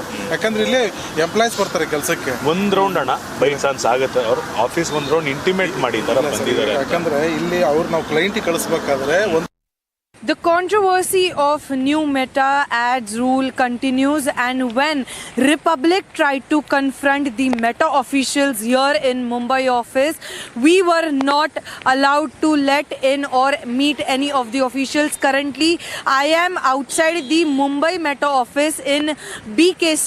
Here, this is the very office where I am currently standing at. So we went in, and when we tried to confront the Meta office, or rather we tried to meet the Meta employees, the answer we received was there are no authorized person to talk to you over the issue that you are currently addressing. This is the very office where Republic tried to go inside the office, but the answer that was received was there are no authorized person here, because the only security team of Meta is operational from here. So according to what experience here we got is that when we entered this very building, the receptionist asked us whether you have an appointment or no, but there was no appointment scheduled. So I asked that whether I can have a word with the Meta officials. That's when the receptionist dialed his phone to one of the Meta employees who denied to disclose his name and also contact number to Republic. He dialed his phone, and the person who talked over the phone call with the Republic reporter said that according to the policy, we don't have any other authorized person to address your issue. Rather, we are here only the team of security, Meta security, which looks after the security of Meta. And when I personally asked them about sharing their number or any authorized person, they only answered that sorry, we are not able to provide you with any person's contact number. And that's what the answer which Republic has received when Republic tried to confront them on the recent issue of the ads.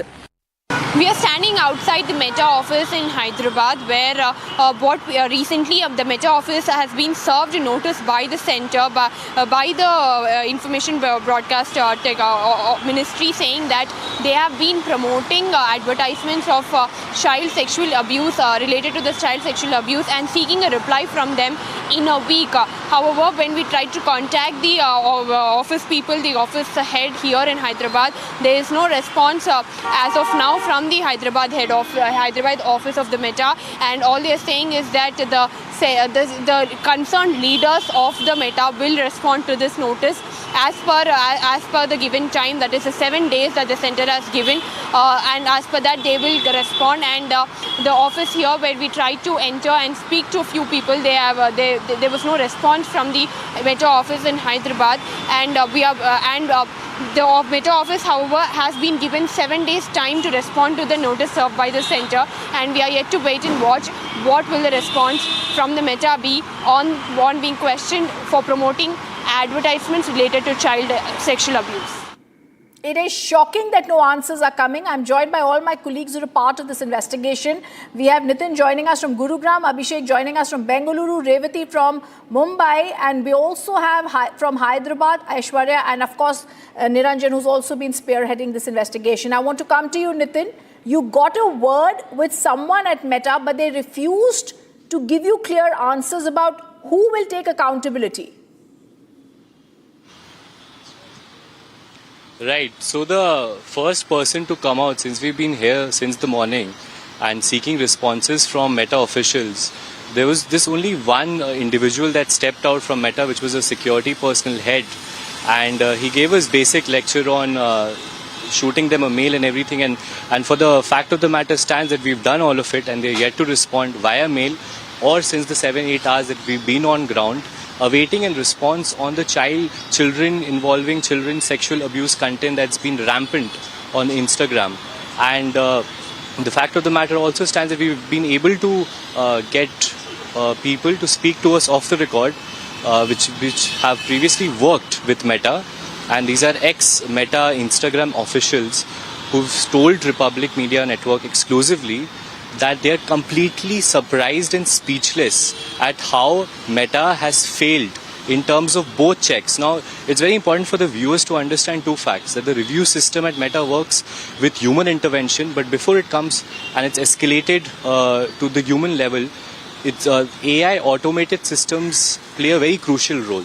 Now, if you look at the Meta spokesperson's official statement out there, he's mentioned that AI guardrails are sort of the protecting layer, when it comes to child sexual pornographic content, anything which is objectionable. And we also spoke to advertisers, people who are paying money to Meta, and they said that they've seen a lot of lapses when it comes to content that gets uploaded on Meta. And whereas if you look at YouTube, they're more stringent. Even if you have a visual that goes over 3 seconds which does not belong to you, they flag it. But on the other hand, pornographic content going on such a big platform like Meta and specifically Instagram is completely surprising, and they're just not answerable to the central government but to all mothers of India. Back to you. Rhythm, in one particular instance, Rhythm, when our reporter went to the Mumbai office of Meta, we were asked to stop recording, so I think we can ask our correspondent Revati, who's in Mumbai, what happened there, because across all these offices, what happens is they have offices maybe in the 10th floor, 12th floor, wherever in these big buildings, and you're not even allowed to go inside. We've written an email, by the way, no response, but the only real way that you go and get a response is if you ask the spokesperson some questions. We were not even allowed to go to the spokespersons. Revati can maybe tell us how she was asked to switch off her camera. The first thing they tell you, we will speak to you, stop recording. That happened in Mumbai. Revati, why don't you tell our viewers, why did they ask you to stop recording?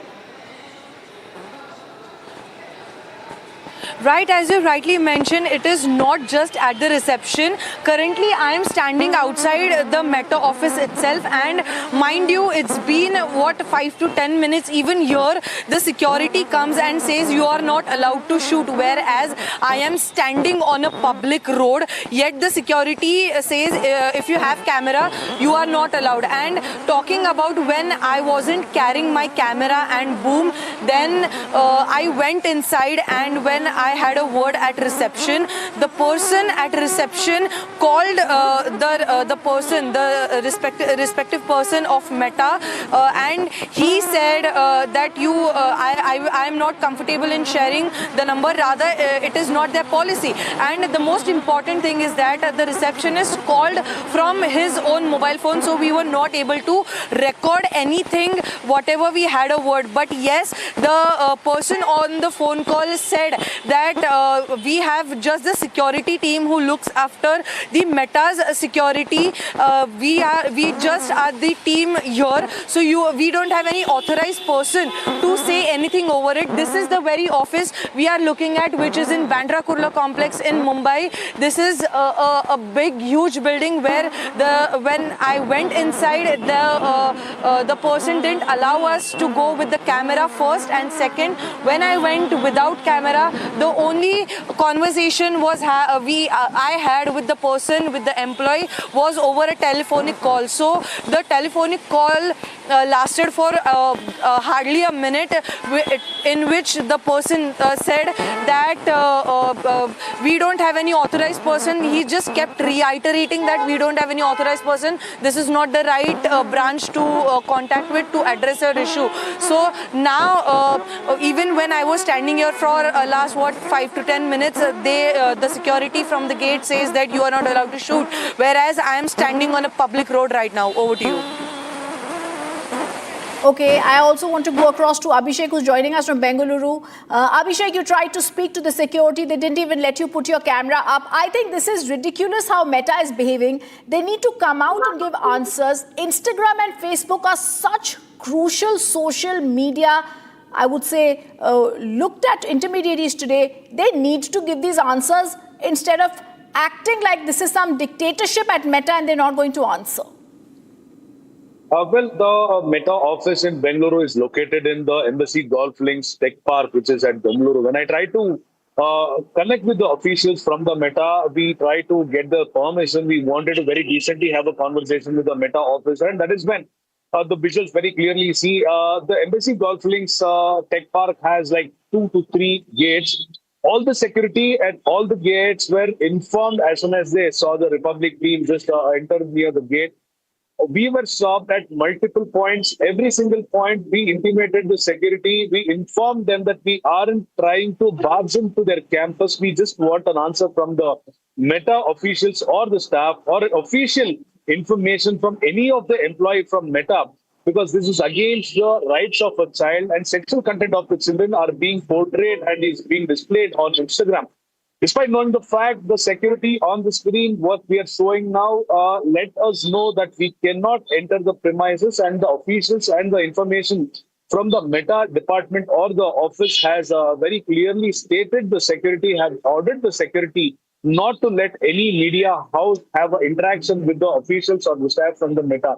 So at multiple points, we try to sneak into the office of Meta, but every single point, at least 3 to 5 security persons were deployed. And off the record, when we tried to strike a conversation with the employees who worked in that particular tech park, even they mentioned the fact that the number of security after spotting a media vehicle had been doubled or tripled is what the employees off the record in the tech park mentioned. So this is very clearly indicating that Meta doesn't want to answer to the question which has been placed in front of them by the Republic team. And it is very clear that they're trying to evade from answering the public of the country. And it is very clear that they aren't wanting to answer to the law of the country. Rhythm. I also want to go across to Aishwarya. Aishwarya, you faced a similar situation in Hyderabad. Well, it is the same story in every Meta office across India, where even here we try to enter the Meta office, talk to a few spokespersons on the phone call as well, but there was no response regarding to this particular question. However, when we reached the Meta office here in Hyderabad, where I'm standing right outside the Meta office, what they are saying is that this is an office where it houses several other companies apart from Meta as well. So that is the reason we cannot just trespass or enter or even fight our way into the office. However, though we politely went and asked at the reception that we want to go and speak to the Meta office, and we want to actually talk to the head of the Hyderabad, the Meta office, and ask him a few questions regarding the recent legal notice served to the Meta by the center as well as the administration ministry. But however, they did not respond. And as my other colleagues mentioned, they also said that the receptionist, the person at the Meta office is only contacting us through the receptionist, and he doesn't even want to take our phone number, even though I had given my contact number to the PR of the Meta Hyderabad to contact me and give me further details, or even direct me to the right person to whom I can contact for further information or further inquiry. They only gave me email ID, a very templated response saying that you can share whatever your queries are to the templated ID, and this is not the authorized Meta office and this is not the head office of the Meta in India, and that is the reason there is no authorized body that can comment on your queries. And they have given me a mail ID, and though I had early in the morning around 10:30 to 11, I had sent a detailed email investigation that is spanning in Hyderabad, Bengaluru, Maharashtra, and also in Gurugram in the NCR, and yet there are no answers. I want to go to the next breaking news. I want my team to stay with us, our colleagues to stay with us, because Republic also sent an email containing a detailed 10-question questionnaire to Meta regarding the CSAM material. There is no answer despite repeated follow-ups. I want to go for this story to Niranjan. Niranjan, I also want to show you the graphics of what we have written to them demanding accountability first. Why is this softcore porn content and child sexual exploitation content still running on your platform despite government taking notice? The second question is, Republic's findings on softcore porn and oddly sexualized child videos, breastfeeding, emphasis, why does the algorithm push this after minimal engagement? And then we ask Meta, is Meta profiting from engagement-driven recommendations that is involving minors? I want to go to Niranjan because Niranjan, that is what Meta needs to answer in these chilling facts that have come out. 9 videos in a few hours. This is 1 week later after the government has taken notice of the child sexual abuse material on Instagram and Facebook and Meta's other intermediaries, and yet Meta has taken no action. Even today, just a few hours back, when we was in our investigation, we were trying to see what has happened. Even now, we are seeing the same content. This is the biggest question that, Niranjan, we're asking Republic in our email. Is Meta profiting from engagement-driven recommendations that is involving minors? Rhythm, we wrote an email to them before airing the story, and we are awaiting a response from Meta. There is no response from Meta yet, but we asked them at least 10 questions, including why, despite the government's orders, such child abuse material is not being brought down, whether they are profiteering from the child abuse material that is being loaded, and third, can they really claim their third-party excuse? Because when you look at the details of the videos, some of these videos are also posted on the platforms at Meta, so they're not really third-party. They are first-party content that is uploaded on Meta, the platform. So and we asked them questions on whether they have given platform to child abuse material. And apart from that, I'm just taking you through the different questions that we have asked that they have refused to answer to right now. We have written to their offices in all of these cities, including the press offices in Gurugram, in India, in Hyderabad, in Mumbai. These are their main, contact persons. We've asked them whether the Meta team will be appearing before the Ministry of Electronic and Information Technology, that's MeitY, whether they have the authority to make policy changes or will their role be limited to answering questions alone. We've asked them whether Meta will commit to publishing quarterly India-specific transparency reports covering advertising and CSAM or child sexual abuse content, whether this appears to be this is Meta's second government notice in India in just a week, and how they would describe the current state of compliance across products, whether it is lacking as seen clearly because it's still available today. We've asked them also about following the $375 million jury verdict against Meta in New Mexico, specifically regarding child exploitation and platform safety. How do they now assess whether these issues reflect a broader global compliance issue? Because you remember that grilling of Mark Zuckerberg by the US Senate, and I think we have that video. You can play that video as well. He was grilled by the US Senate for exactly the same reason. So across the world, Meta is a serial offender when it comes to sexual abuse, child sexual abuse material, and that is why this becomes all the more important. I think you have that clip. You can maybe play that clip to give people an idea about how this is not an India-specific issue. It's a global issue. But in India, they're taking more chances than they would anywhere else. And Niranjan, let's play out that sequence, which you're absolutely right. Zuckerberg needs to answer. They need to be answered, these questions. Let's play out that sequence that Niranjan is indicating.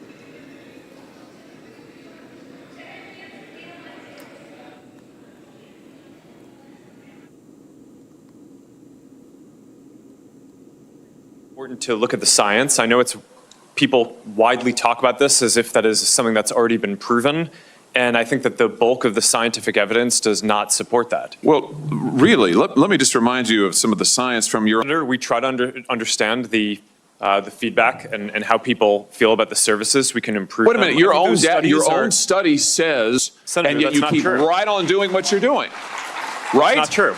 That's not true. Let me show you some other facts I know that you're familiar with. Wait a minute. That's not a question. That's not a question. Those are facts, Mr. Zuckerberg. That's not a question. Those aren't facts. Let me show you some more facts. Here's some information from a whistleblower who came before the Senate, testified under oath in public. He worked for you. It's a senior executive.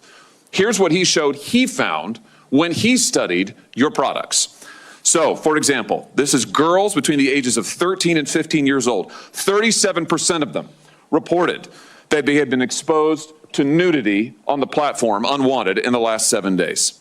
24% said that they had experienced unwanted sexual advances. They'd been propositioned in the last 7 days. 17% said they had encountered self-harm content pushed at them in the last 7 days. Now, I know you're familiar with these stats because he sent you an email where he lined it all out. I mean, we've got a copy of it right here. My question is, who did you fire for this? Who got fired because of that? Senator, we study all of this because it's important and we want to improve our services. Well, you just told me a second ago you studied it, that there was no linkage. Who did you fire? I said you mischaracterized. 37% of teenage girls between 13 and 15 were exposed to unwanted nudity in a week on Instagram. You knew about it. Who did you fire? Senator, this is why we're building all Who did you fire? Tools. Senator, I don't think that's... Who did you fire? I'm not going to answer that. Because you didn't fire anybody, right? You didn't take any significant action. It's appropriate to talk about like individual it's not appropriate. HR decisions. Do you know who's sitting? I'm continuing with our reporters who continue to be there, and no one has been fired for any disturbing visuals. Nikhil, no, Nitin, no one has been fired, Abhishek, at Instagram, and there is child sexual exploitation material that we are seeing. There are concerns in India about it, the paid advertisements, Revati. You tried to speak to someone at Meta, but they don't want to answer. They want to just put out an iron window, almost like a Chinese iron ladder. And even when you tried to speak with them, Aishwarya, there were no answers. But Nikhil, Nitin, I want to ask you, there were questions being put by you. You've done your research on this subject. What is the kind of, how soon can we expect, number one, some accountability from Instagram, from Meta? And number two, how soon can we have an on-air response on our investigation from them? Exactly. Republic has left no stone unturned when it comes to seeking a response from Meta, be it on WhatsApp, which was the username feature that was in question by the central government earlier, and now this case. So Meta's security seems to only work when it comes to pushing journalists off and not answering questions. And, when we are looking for prompt responses on factual content, such as 12-year-old girls being part of child sexual abuse content on platforms and on the redirecting URLs, it basically shows that they didn't care. They couldn't care less. They didn't have the proper guardrail security checks in place to ensure that these redirected URLs, these advertisements, didn't have any pornographic content. So basically the main lapse, to summarize all of it, is that they don't know, or they are not properly scanning the audio and visual content on such advertorials. Back to you. I also want to ask Abhishek the same question. Abhishek, the way they are behaving, it's almost like there's a barrier. They believe, like the Iron Curtain, that they have this so-called physical barrier where you're not being allowed to even question, where there is very importantly global significance coming to this because Zuckerberg has not been answering. There have been questions that have been raised to him earlier. Today also this has gone to him, but Zuckerberg seems to not care enough to give out any reply to try and change the algorithm. When we try to enter the Embassy Golf Links premises where the Bengaluru's Meta office is located, it is very clear that the intention of the Meta was to make sure that they kept us out of the campus, they kept us out of their campus, they kept us out of any reach to the Meta office completely. I could clearly say this because not one, not two, at least 20 to 30 security personnel rushed towards us to make sure that we don't record things, we don't record the buildings, we don't get an idea of where the Meta office is located. Only thing that was evident was the Meta trying to keep the media away because they didn't have an answer with respect to what is happening on the Meta's platform as of now. And it isn't just evident that Meta is trying to avoid, but it is very clear that the Meta didn't have a press relation officer at the Bengaluru office. They have two offices in Bengaluru, one in Damluru and the second one in Indiranagar. And both of these offices have no press relation officer. No one would want to pick the calls. No one will be answerable. No one is going to get in touch with you. It is very clear mandation by the set by Meta that when things go wrong, there will be no one to answer from the Meta, and people will have to face any kind of situation because of all the things that Meta might be doing. On the other hand, we shouldn't also forget the fact that Meta has clearly And just to jog the memories of Mark Zuckerberg and others, I want to even play out what he tried to tell the senator, which we just played out a short while ago. This was a key Senate hearing, and the White House was there. Mark Zuckerberg was grilled in the landmark social media trial, also about teen mental health. But there were no answers of that. This was also there. And today what we are showing you is yet again something that's called child sexual abuse and exploitation. Zuckerberg needs to answer. Take a look at what he did then.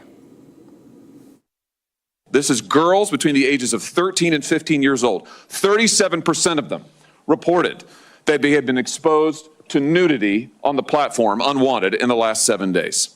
24% said that they had experienced unwanted sexual advances they'd been propositioned in the last 7 days.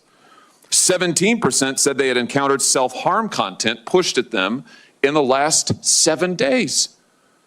Now, I know you're familiar with these stats because he sent you an email where he lined it all out. I mean, we've got a copy of it right here. My question is, who did you fire for this? Who got fired because of that? Senator, we study all of this because it's important and we want to improve our services. Well, you just told me a second ago you studied it, but that there was no linkage. Who did you fire? Yeah, I said you mischaracterized. 37% of teenage girls between 13 and 15 were exposed to unwanted nudity in a week on Instagram. You knew about it. Who did you fire? Senator, this is why we're building all Who did you fire? Tools. Senator, I don't think that's... Who did you fire? I'm not going to answer that. Because you didn't fire anybody. Instagram also displayed the following warning screen to individuals who were searching for child abuse material. These results may contain images of child sexual abuse. And then you gave users two choices. Get resources or see results anyway. Mr. Zuckerberg, what the hell were you thinking? All right, Senator. The basic science behind that is that when people are searching for something that is problematic, it's often helpful to, rather than just blocking it, to help direct them towards something that could be helpful for getting them to get help. In what, I understand get resources. In what sane universe is there a link for see results anyway? Well, because we might be wrong. We try to trigger this warning, or we tried to, when we think that there's any chance that the results. Okay, you might be wrong. Let me ask you, how many times was this warning screen displayed? I don't know, but you don't know. Why don't you know? A potential pedophile clicking on, I'd like to see child porn. What did you do next when that happened? Senator, I think that an important piece of context here is that any context that we think is child sexual Mr. Zuckerberg, abuse, that's called a question. What did you do next when someone clicked, you may be getting child sexual abuse images, and they click see results anyway? What was your next step? You said you might be wrong. Did anyone examine, was it in fact child sexual abuse material? Did anyone report that user? Did anyone go and try to protect that child? What did you do next? Senator, we take down anything that we think is sexual abuse material on the service, and we do. Did anyone verify whether it was in fact child sexual abuse material?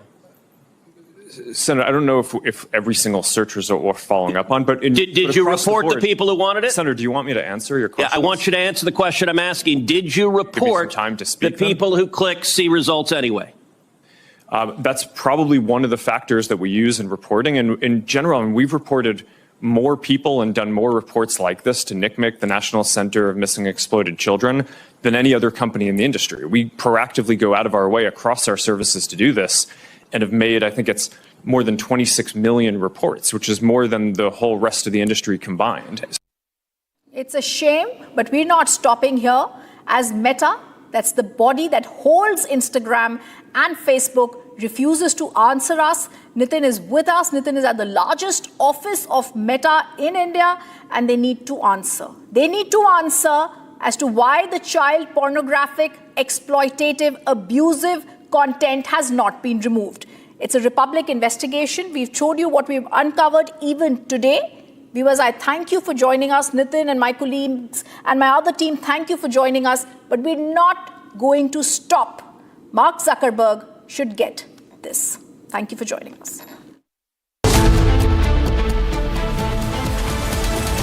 चमकी चाट से क्या बना है? Sandwich लस्सी और छाछ हर घूंट में चमकी चाट, ड्राई फ्रूट और दही बड़े। चमकी चाट से स्वाद बढ़े। असली स्वाद सिर्फ चमकी चाट। यानी इस घर में कुछ है जो टूटता नहीं। ये पिलर कभी नहीं टूटेगा। रुंगटा स्टील TMT से बना। रुंगटा नहीं तो घर स्ट्रॉन्ग नहीं। रुंगटा स्टील TMT बार एकदम solid.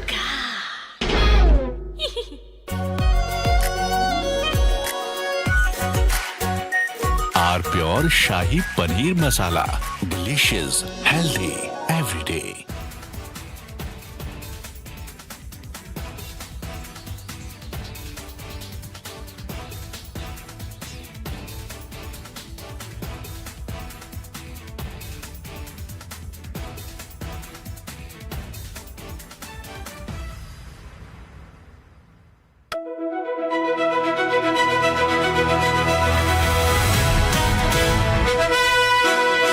By the way, viewers, I'm driving in Delhi with Delhi wala boy Aman Gupta, who is too busy waving to his fans than talking to me.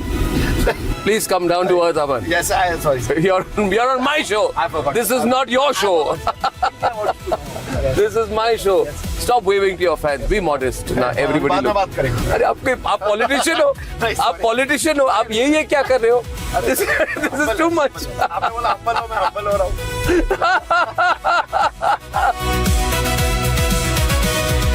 You became very famous during Balika Badhu. At that time, there was a huge amount of fame and focus. Right? There was. People must be writing about you. The paparazzi would have written about you. There were no paparazzis at that time. You're not that old. Don't No, I mean it. There were no paparazzi. You were no paparazzi at that time. There were no paparazzis. This has happened now? There was no Viral Bayani then? Back then, it was just, What do you mean back then?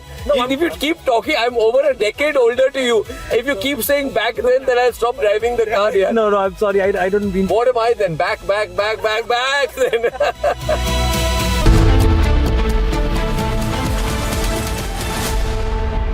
थोड़े में ज्यादा स्वाद यही तो है इसकी खास बात। वाओ मामा, क्या स्वाद है? अरे मेरे राजा, राजा प्योर मसाला, केसरिया से मन जोगी हुआ रे, दिल झूमे देखो मतवारा हुआ रे, केसरिया से मन जोगी हुआ। हर पल मनाओ केसरी त्योहार। विमल, बोलो जुबान केसरी। चमकी चाट से क्या बना है? आलू चाट या फ्रूट चाट, स्वाद बढ़ाए चमकी चाट। क्या बात है? स्वादिष्ट पकोड़े और फरसान, अरे चमकी चाट है इसकी जान। असली स्वाद सिर्फ चमकी चाट। Ladies and gentlemen, I want to talk tonight about an incident where an FIR got registered against 4 people. This is an incident which has happened in Madhya Pradesh, in Ujjain, and there is this strange video which shows a van suspended about 40 feet in the air. And it's suspended with a crane, some kind of a huge big crane. And there are explosives which are put inside this van. And then the van is detonated. Watch this very carefully, ladies and gentlemen. This is apparently during a Muharram procession, where the organizers fill a car with explosives, lift it 40 feet in the air with explosives, put a slogan on the vehicle saying, Le fir aage, which means, look, we are back. And then they explode the van. And at that point of time, there are posters put, there's a lot of mayhem. It's also seen in the video that there are two people who are waving red flags before the blast. And the car is detonated mid-air amidst the spectators. There are videos from an Instagram account which also show a young man performing other explosion-related stunts, such as filling a drum with explosives and blasting it. And there are intense explosives used out there. This is all a celebration of explosions. These are not fireworks, let me tell you this, viewers. Now the police arrested the accused. प्यास बुझाए ठंडक लाए सबको भाए जीरा से MTH का जल जीरा जीरा से जीरा सिप असली रिफ्रेशिंग असली स्वाद असली मजा MTH AU करंट अकाउंट के साथ मिलता है free UPI QR overdraft facility और एक ही ऐप से बैंक के सारे काम। AU सोच बदलो और बैंक भी। आर प्योर सूजी पास्ता उबालो मिलाओ और खाओ 8 मिनट में तैयार। क्या टेस्ट है सबका राजा R pure masala.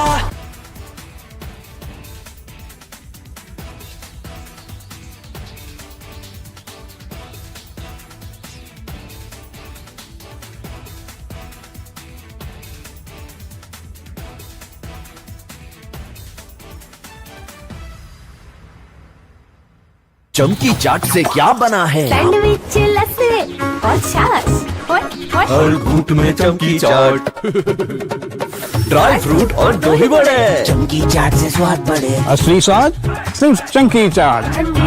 Ladies and gentlemen, yesterday I said that Bhagwant Man's problem is that in the process of covering up one lie, he is lying a second time. So to cover two lies, he lies a third time and a fourth time. And now he's in a big trap. He is doing everything possible to save his job. But it's going to become more and more difficult for him. Plus, I think he has some very foolish advisors. You see, this controversy is about a younger Bhagwant Mann. He's about 52 years now, 52 or 53. And the video apparently goes back to the time he was 39 years old. This is a video he's released. Let me first show you the other video, the controversial video. This, ladies and gentlemen, is a picture of Bhagwant Mann at the age of 39. And visibly, over the last 13 years, he's aged. There's nothing wrong with that. We all age. But there's a distinct difference in facial appearance. I'd like to show you a picture of Bhagwant Mann at present, which is about 52, 53 years old. And Bhagwant Mann on the other side at the age of 39, when he was a performer. Well, he is still a performer in a way. But there's a distinct physical difference. A, he's put on a lot of weight. His face is much more puffy. He's old. चमकी चाट से क्या बना है आलू चाट या fruit चाट स्वाद बढ़ाए चमकी चाट। क्या बात है स्वादिष्ट पकोड़े और फरसान अरे चमकी चाट है इसकी जान। असली स्वाद सिर्फ चंकी चाट। केसरिया से मन जोगी हुआ रे दिल झूमे देखो मतवारा हुआ रे केसरिया से मन जोगी हर पल मनाओ केसरी त्योहार। विमल बोलो जुबान Kesari.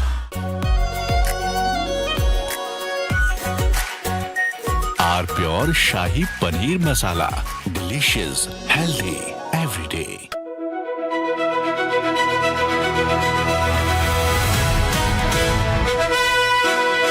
By the way, viewers, I'm driving in Delhi with Delhi wala boy Aman Gupta, who is too busy waving to his fans than talking to me.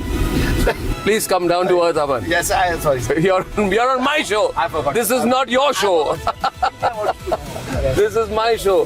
Stop waving to your fans. Be modest. Now everybody. बाद में बात करेंगे। अरे आप politician हो, आप politician हो, आप ये क्या कर रहे हो?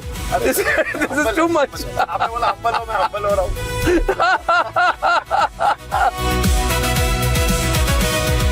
You became very famous during Balika Badhu.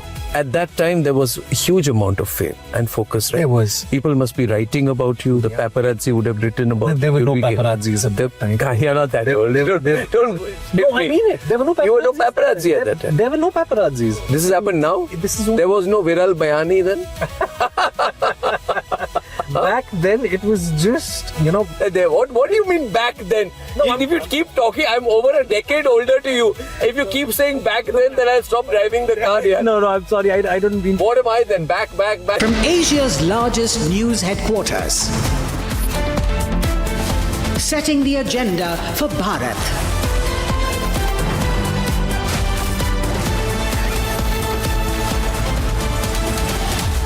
You're watching Republic.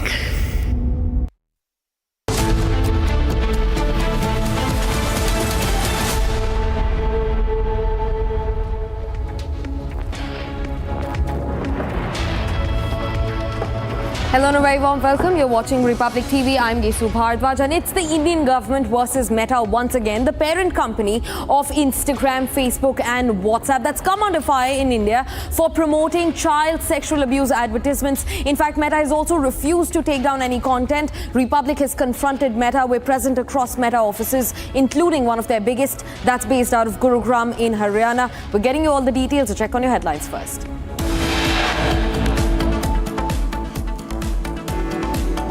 Meta promotes child sexual abuse and soft porn content on its social media platforms Facebook and Instagram. Meta openly defies Indian government's guidelines, continues to push child pornography and soft porn on Instagram. 9 videos in 5 minutes reveal how Meta continues to push child porn on Instagram, defying government guidelines.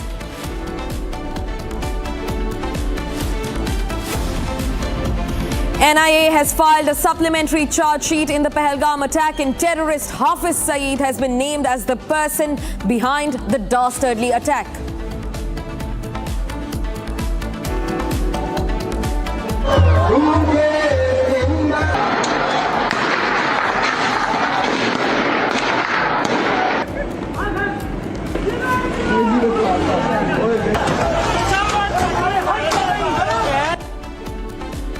Aman Ki Asha gang silent refuses to call out Pakistan Army's atrocities in Pakistan-occupied Kashmir.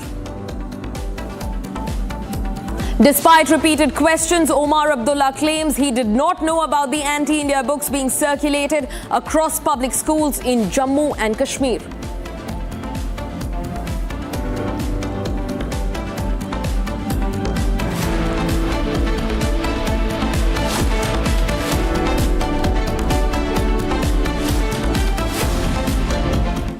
And viewers, starting first. For the last few days, Meta, the parent company of Facebook and Instagram, has run into massive trouble in India for hosting child sexual abuse material. Now, despite being pulled up by the central government, Meta has not taken this controversial content down.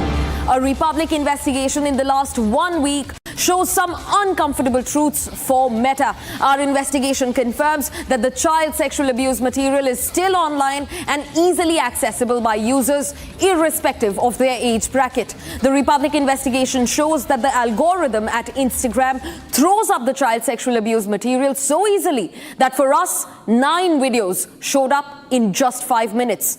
Pornography and child sexual abuse material is easily available on Meta's platforms, and what's worse is that we flagged the content on Meta, and the first response has been that the content cannot be taken down.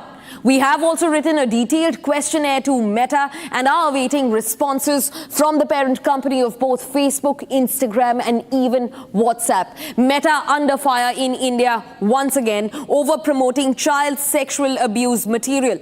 Now, despite being pulled up by the Indian government not once but twice, Meta has not taken this controversial content down. In fact, Republic has been investigating the matter closely, and in the last 1 week, it shows some very uncomfortable truths that have come forward for Meta.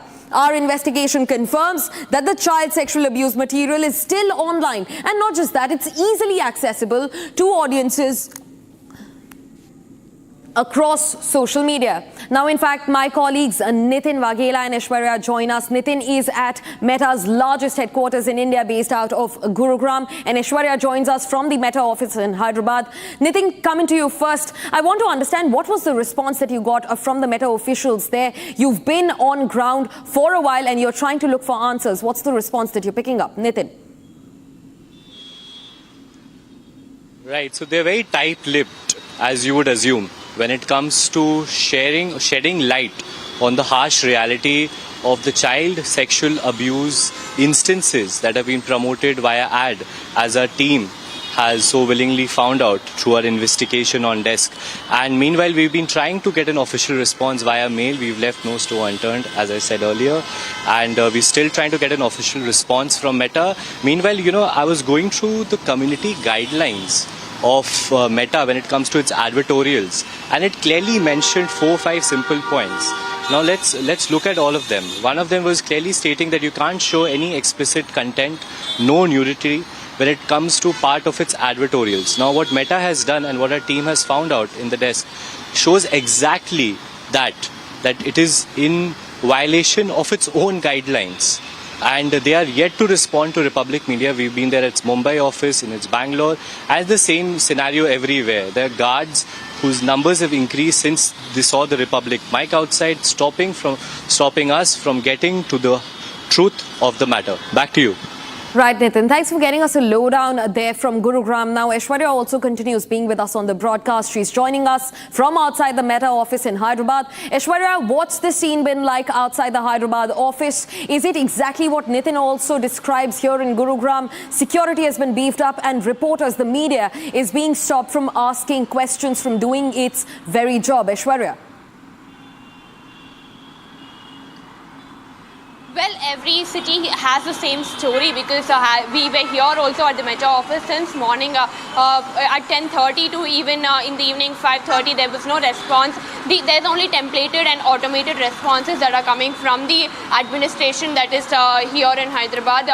What they are saying is that they will give a mail ID to whom I can contact, or to whom I can give a detailed mail, to whom I can give a detailed mail, after which they have to wait for a response. However, there is no response, though I have mailed them in the morning at 10:30. After that, though I had tried to contact the PR or the media person here in Hyderabad to have a conversation or help me connect with the heads of the Hyderabad, all he has to say is, I need to take an appointment, come in a very professional way, and cannot barge into the office and ask for a contact number. Though I told him that I can just come and talk and have a conversation and ask questions to ask an inquiry regarding the legal notice served to the Meta. They do not have a response. All they have to say is, you can contact us through email, and that is the only automated response that they are giving. And the surprising part is they don't even want to contact us directly on our mobile phones. They'll only speak to us via security guards or receptionists, through whose phone call they will answer our phone. Though we have given our contact number, saying that you can call us and you can talk to me directly regarding any inquiry, though still they do not want to share their contact number, and even they don't want to direct us to a person who can actually answer our queries as well. Yeah. Right, Aishwarya. Nitin, Meta's business of making reporters run from pillars to posts, that's actually going to be dismantled very soon. Meta is under scanner. But for now, we're also getting in some more breaking development. Continue being with us. Viewers, the Indian government had sent a notice to Meta, ordering it to remove ads that are promoting sexual content. Republic investigated how the Meta social media platforms, including Facebook and Instagram, are defying their own guidelines and promoting child sexual abuse. Our team investigated the issue, researched on the advertisements that Instagram was promoting, and the details are nothing short of shocking.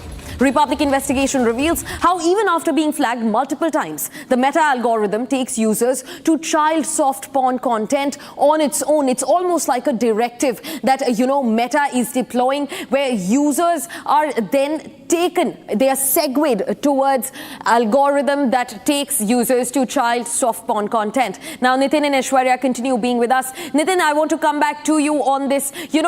Meta's algorithm has revealed some serious lapses. They've in fact also refused to take down the content. They've been given 7 days of time, and they have refused to take down content that's directly related to child sexual abuse. Nitin, what more details are you picking up on this?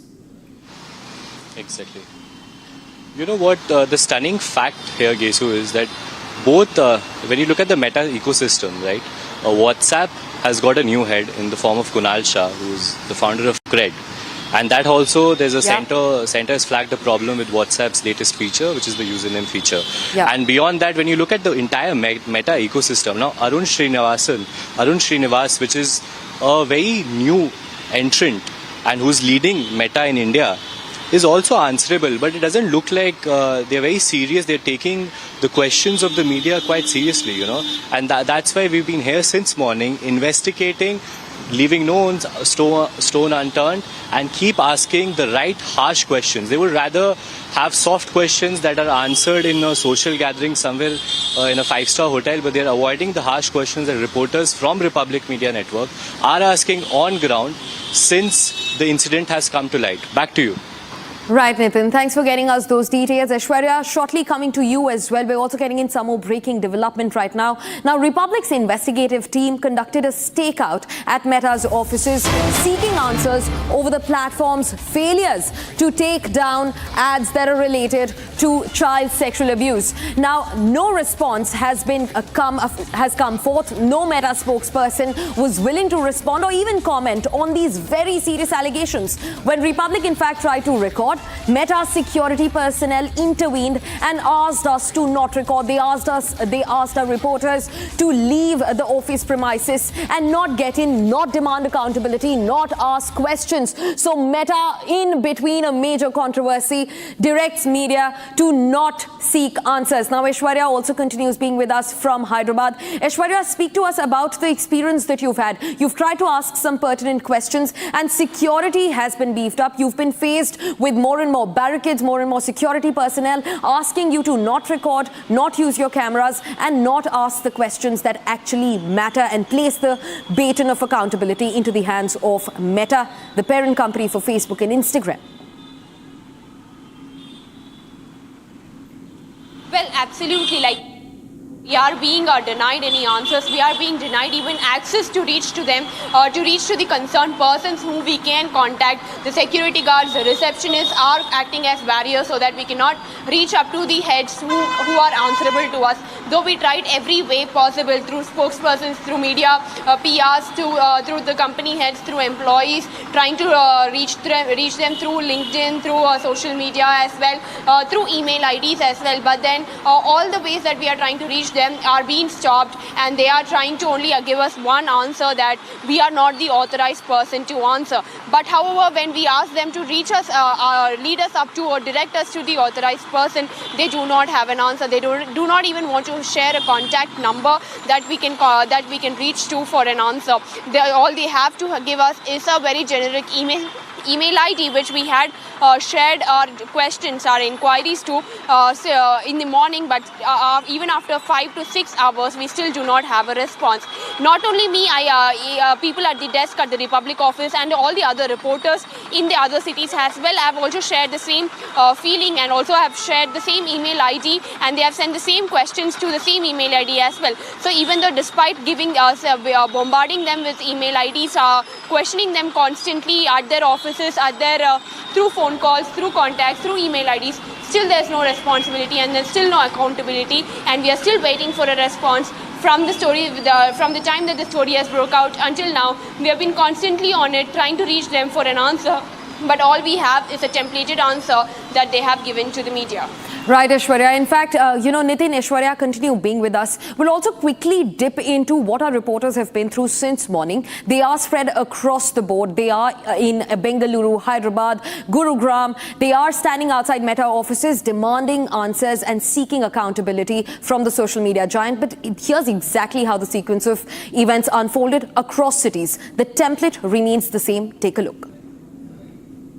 You have to go through a help link, that's a press@fb.com. That's the only thing we have. What's available again? Press@fb.com. But you're aware about the case of Meta sexual child abuse content on its advertisement?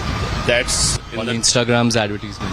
You can go through the link only, which we have for you. We just want someone from Meta to speak. Actually, to us. there's no help desk for regarding this. You have. There's no help desk regarding this. But this is the largest office of Meta in India. This is the only. It's a 1.3 lakh square feet office. For the press things. Any clarity, you can go through the press@fb.com. You can ask someone to come and speak to us. No, we've come all the way from Noida. No, it's okay. We know. But there's the only thing we can provide you. Please try someone and ask someone to sort of... I'm sorry. On this. I'm really sorry. We have only this thing, this link. You can go through this link and raise your queries on that link. Some senior in the office, right? I'm sorry. There's no senior official in the office. Further inquiries, you can go to that link only. Which link are you? FB. But we are here in front of press@fb.com. It is a child sexual abuse. You understand? 12 children below the age of 12 years old have been caught in a sexual advertorial on Instagram's platform. You understand the seriousness of the matter, sir? Sir, I'm assuming you also have children, so do a lot of us. For your all queries, you can go through that link only. You'll find your answers on that link. This is what Meta has told you to tell us? We have, for the press, we have this link only. But then there is press that gets invited to the office. There is media that gets invited to the office, right? No, we haven't seen anyone. Since the office is opened, you're saying no media person is coming. Actually, if you go through the link, your query will be clear there only. Because the concerned person will give you answer. Enter the place and speak to someone from Meta. Because we don't have your, like... We have our card, we have a... No, you have card. National Media Organization, Republic is someone, even the Prime Minister of the country. No, it's okay, but the invitation code do you have? Someone invite you here right now. What invitation? The central government has sent a notice to your company, sir. No, sir. फिर concerned व्यक्ति आपसे बात करेंगे ना.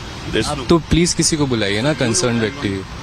I'm sure there is someone who is willing to speak. आपको press@fb.com. The Meta head जाना पड़ेगा. The Meta India head. Press@fb.com. Meta India head is not in the press@fb.com. Thank you.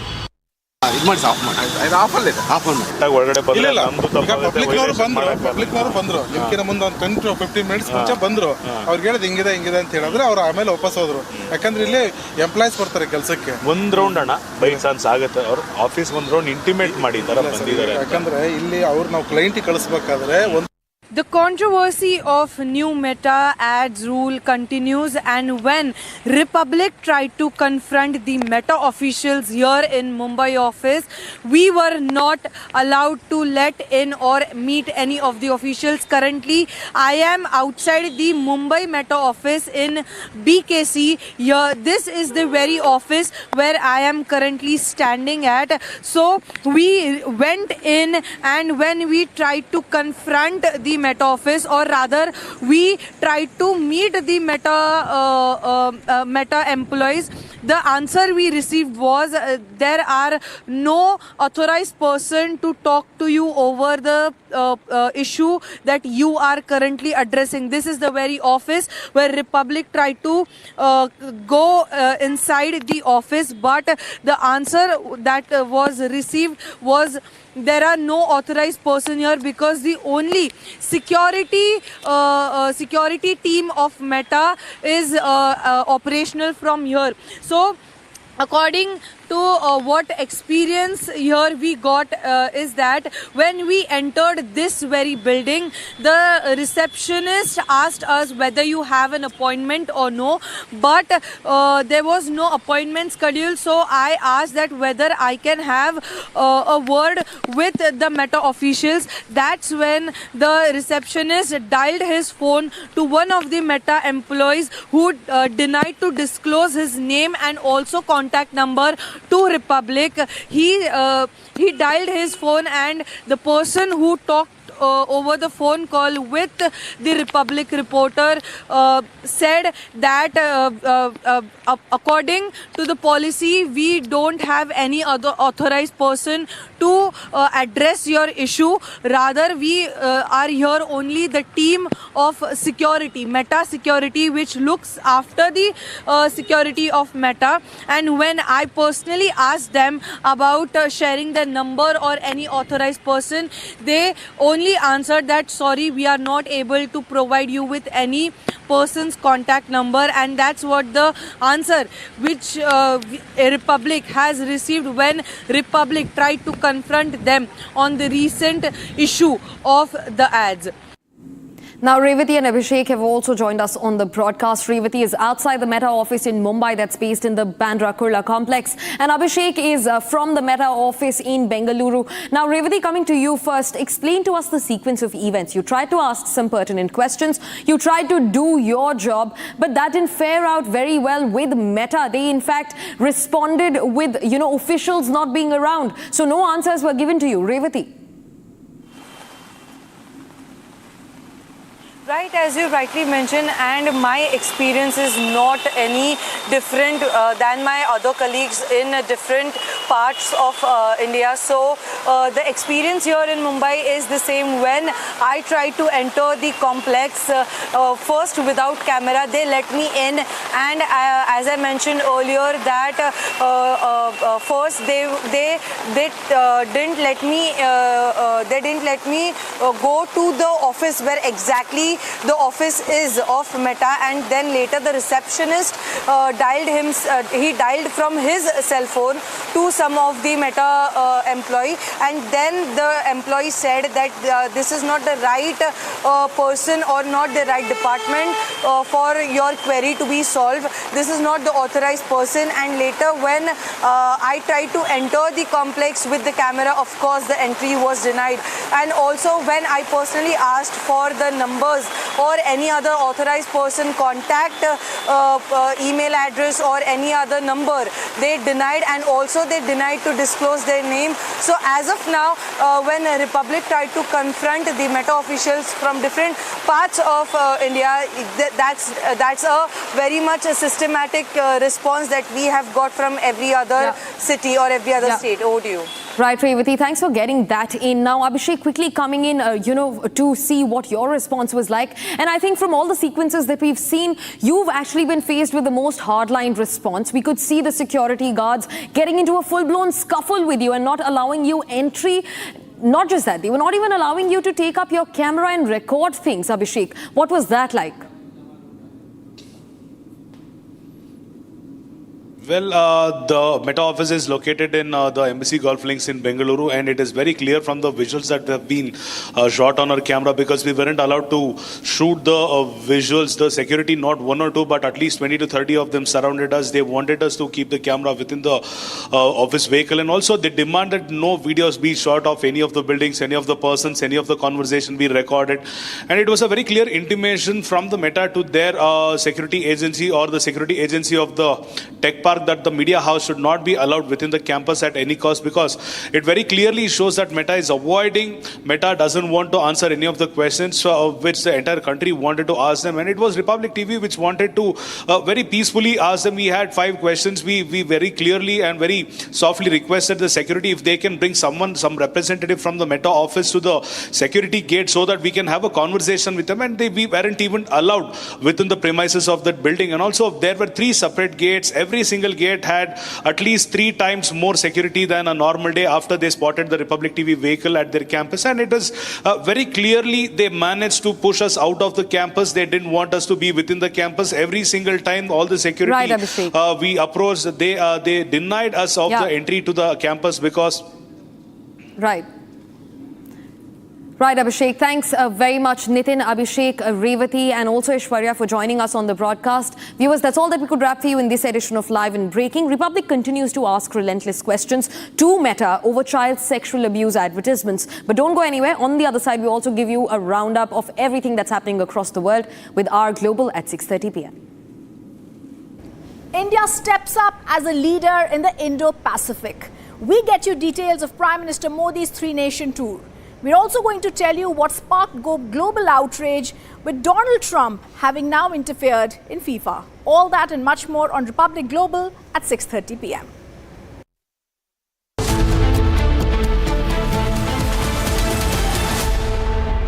चमकी चाट से क्या बना है? आलू चाट या फ्रूट चाट? स्वाद बढ़ाए चमकी चाट। क्या बात है? स्वादिष्ट पकोड़े और फरसान, अरे चमकी चाट है इसकी जान। असली स्वाद सिर्फ चमकी चाट। In the India Today Best Universities Survey, India's #1 ranked universities in various streams are JNU Delhi, Amity University, AIIMS Delhi, IIT Delhi, and National Law School, Bengaluru. थोड़े में ज्यादा स्वाद यही तो है इसकी खास बात। वाओ मामा क्या स्वाद है। अरे मेरे राजा AU सेविंग्स अकाउंट में मिलते हैं amazing benefits, paperless banking and higher interest, वो भी हर महीने। Money money money money every month. सोच बदलो और बैंक भी। प्यास बुझाए ठंडक लाए सबको भाए जीरा से MTH का जलजीरा जीरा से। जीरा से असली रिफ्रेशिंग, असली स्वाद, असली मजा। रानी इस घर में कुछ है जो टूटता नहीं। ये पिलर कभी नहीं टूटेगा। रुंगटा स्टील TMT से बना। रुंगटा नहीं तो घर स्ट्रॉन्ग नहीं। रुंगटा स्टील TMT बार एकदम सॉलिड।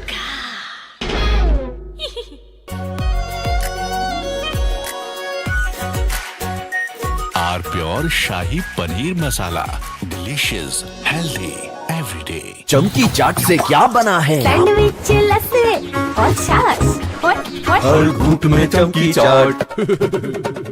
ड्राई फ्रूट और दही बड़े। चमकी चाट से स्वाद बढ़े। असली स्वाद सिर्फ chunky chaat.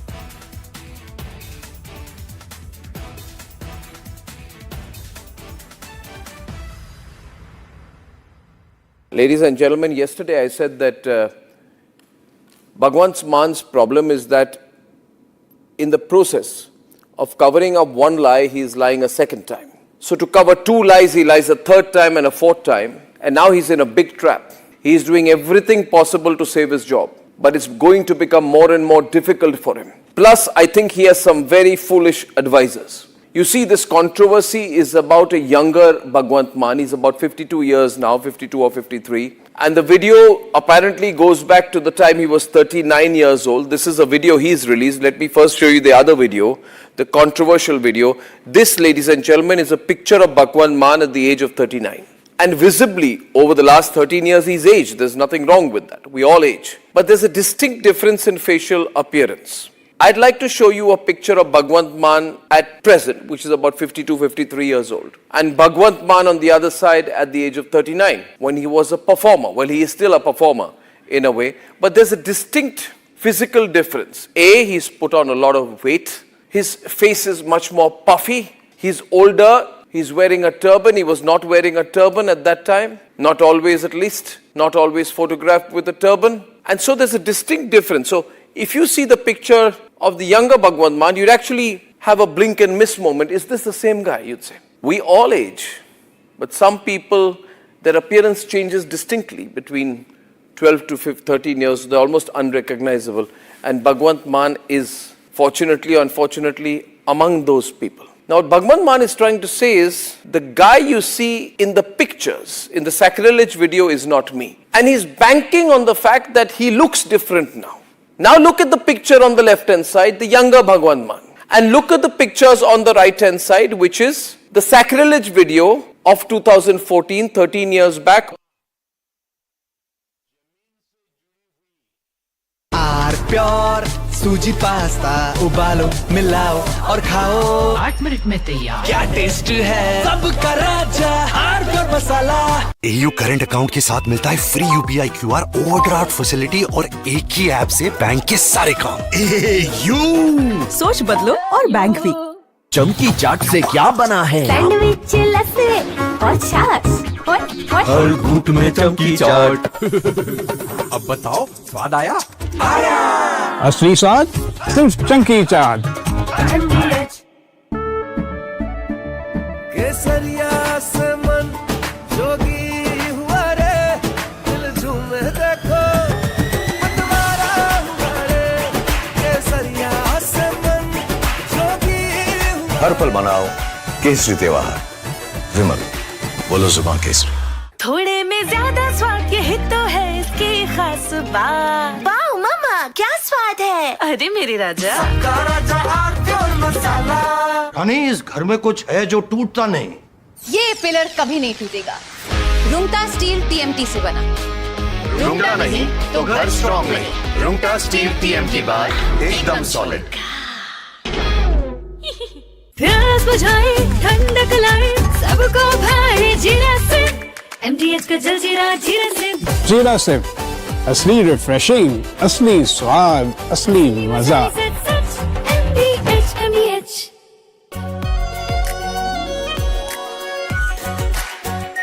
Are pure shahi paneer masala, delicious, healthy every day.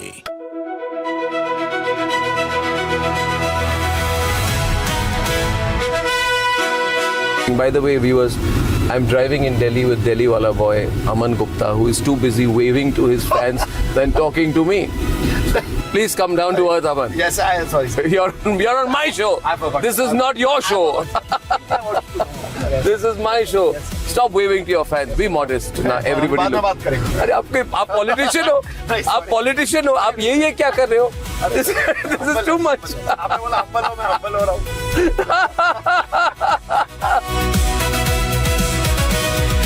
You became very famous during Balika Badhu.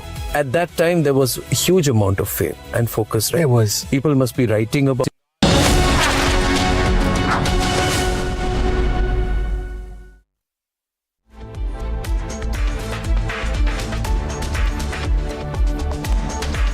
Good evening, welcome to Republic Global. Our top focus today. In this edition, we begin with Prime Minister Modi's crucial 6-day 3-nation tour of Indonesia, Australia and New Zealand. At the heart of the tour is India's expanding Indo-Pacific leadership, discussions expected on maritime security, critical minerals, defense cooperation, counter-terrorism and supply chains. We next turn to the FIFA World Cup, where a decision involving US striker Fularian Bolagun has sparked a major controversy. Reports are suggesting President Donald Trump personally intervened after Balogun's suspension, and they have triggered questions over political influence in global sport and FIFA's decision. After that, we head to Ukraine, where Russia has launched another missile and drone assault on Kyiv. The overnight attack has caused casualties. We're going to get you details on that. And finally, we focus on southern Europe, where devastating wildfires have continued to spread across Spain, France, Portugal and Greece. There have been thousands who've been evacuated as firefighters battle multiple blazes. Let's begin with the headlines first.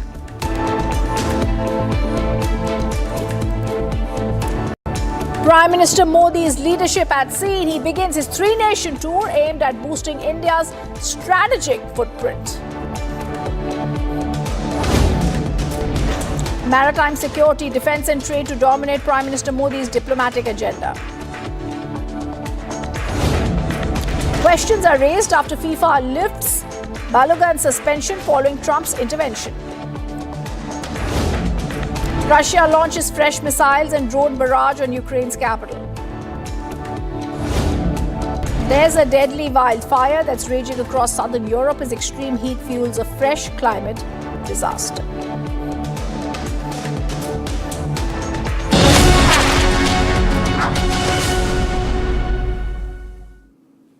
India is set to expand its strategic footprint across the Indo-Pacific.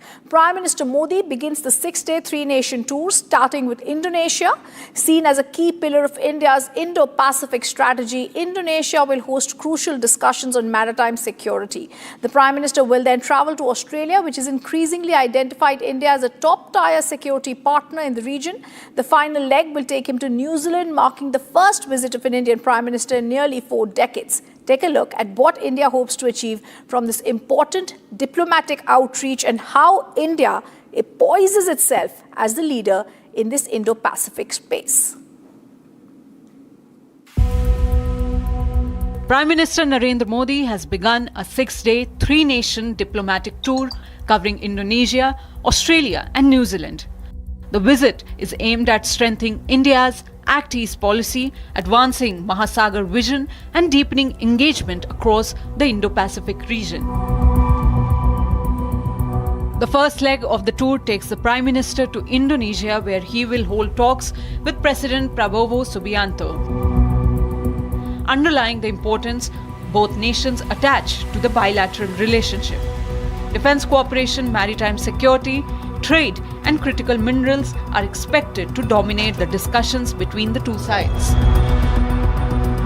Indonesia's vast reserves of nickel, copper, bauxite and tin are likely to feature prominently as India seeks to secure critical mineral supply chains. The two countries are also expected to explore stronger digital connectivity, including progress on UPI QRS payment linkages. From Indonesia, the Prime Minister will travel to Australia for talks with Prime Minister Anthony Albanese. The leaders are expected to review the India-Australia Comprehensive Strategic Partnership and discuss regional security challenges. The final leg of the tour will take the Prime Minister to the New Zealand, marking the first visit by an Indian Prime Minister to the country in nearly 4 decades, where both sides are expected to focus on expanding economic cooperation, strengthening trade ties, following progress on the India-New Zealand Free Trade Agreement. Across all three nations, India's focus will remain on strengthening strategic partnerships, enhancing maritime cooperation, and building resilient economic linkages in the Indo-Pacific. Prime Minister's three-nation tour is expected to reinforce India's role as a key Indo-Pacific stakeholder and trusted strategic partner. Joining us live is Rajiv Bhatia, former Indian diplomat. Very welcome to our show, sir. This is India's tour. It's India's strongest signal yet, Mr. Bhatia, that the strategic center of gravity is shifting eastwards from the Indian Ocean to the wider Indo-Pacific. How are you looking as India taking on this space as a leader of the Indo-Pacific, Mr. Bhatia? No, I think this is very much the trend. I think there is a vision behind this three-nation tour. And we have to remember that this tour is taking place in the backdrop of the unfinished war in Ukraine and the recently concluded or perhaps not concluded conflict in the Gulf. Clearly, Indian foreign policy makers have drawn certain lessons. And I think one of the lessons is that Indo-Pacific, which is our shared home, is where we must trigger action so that our collective interests are protected. How will that be done? I think very clearly in the three countries that PM is visiting, the basic central theme or central focus is to create, encourage, and strengthen the rules-based maritime order. So in every place that he would go, Indonesia, Australia, and New Zealand, there will be a special attention paid to maritime security issues and defense and security in general. Then the second dimension very much is the bilateral relations, and this is a great occasion for us to develop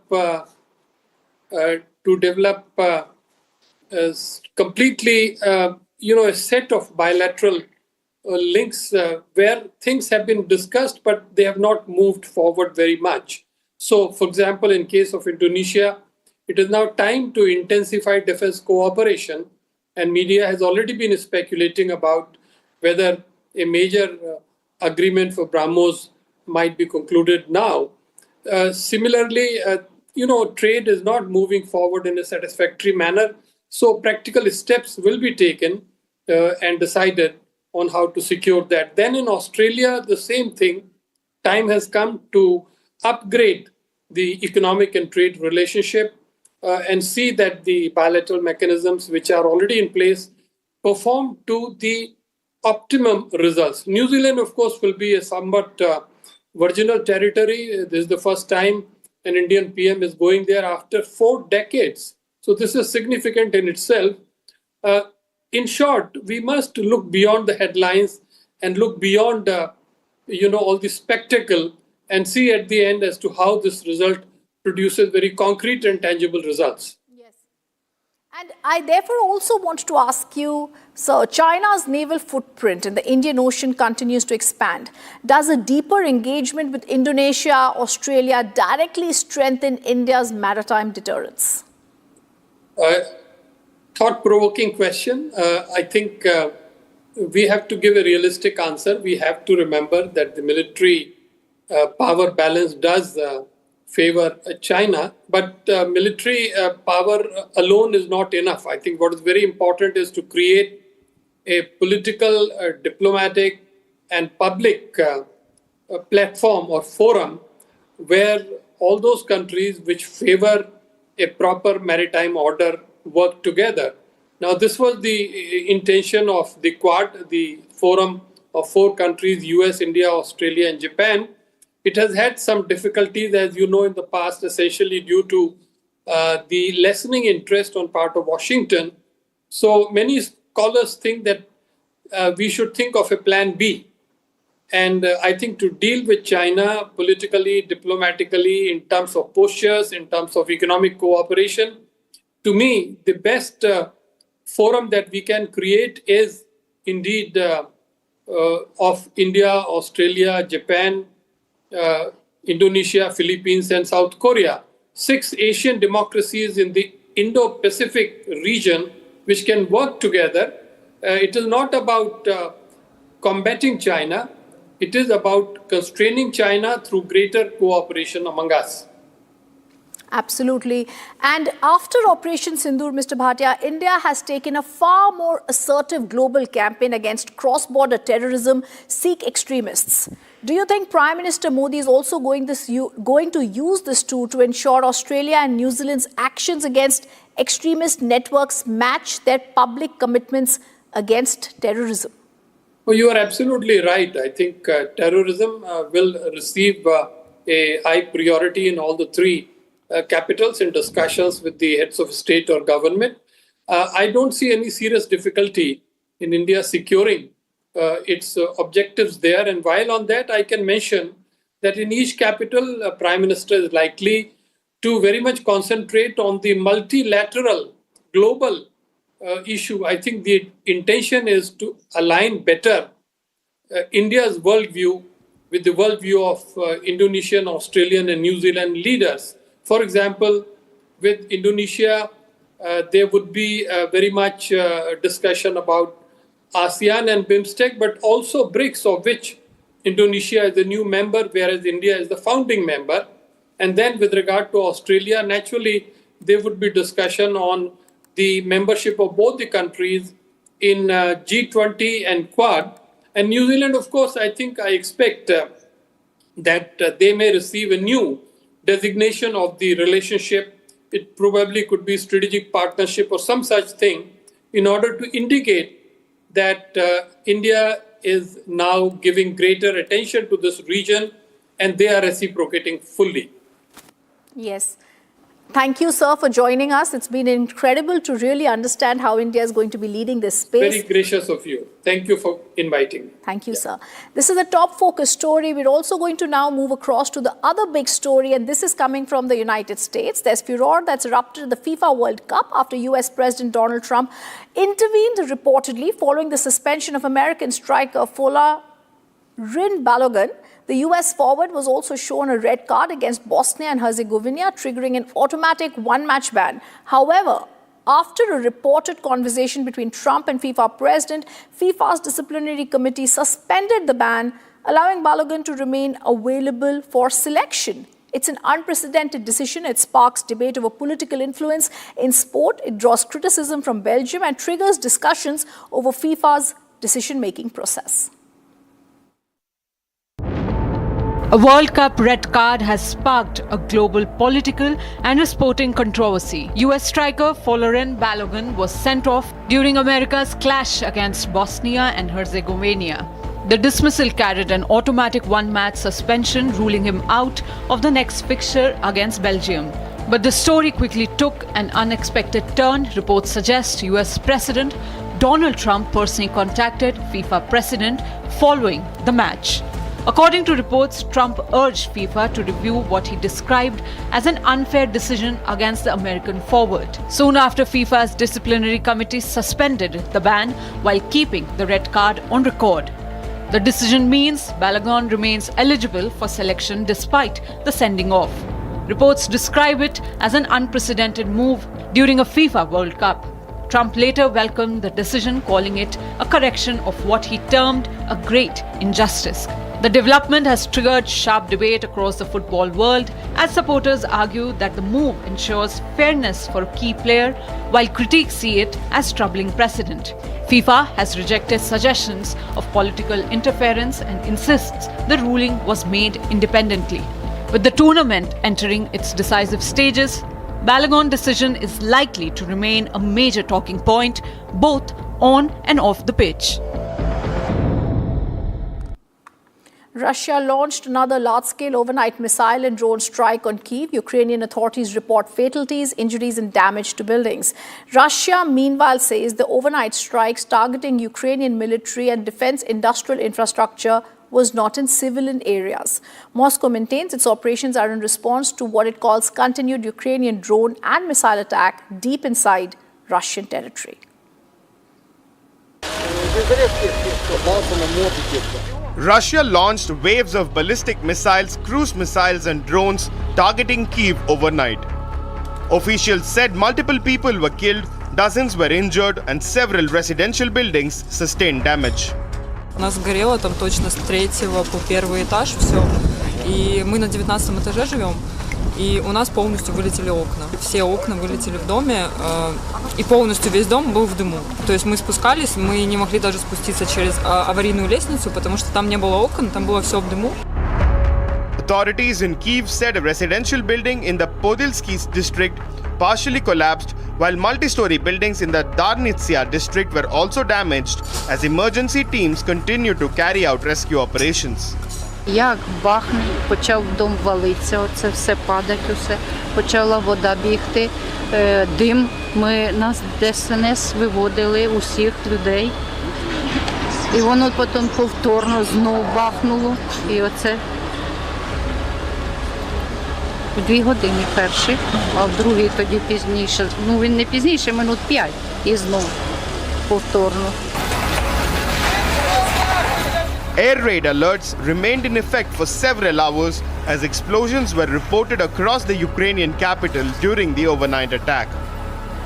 Зібралися спати, а потім тривогу об'явили. Я взяла дитину і кажу, пішли в укриття. Вона каже, я не піду. А я її просто, можна сказати, змусила. І ми тільки вийшли на вулицю і почали гепати. Ми просто ледь встигли, ледь добігли туди без укриття. І воно просто так стало гепати, що там в укритті просто стало сипати на голову.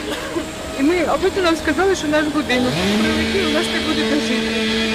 А це прийшло дивитися під будинком.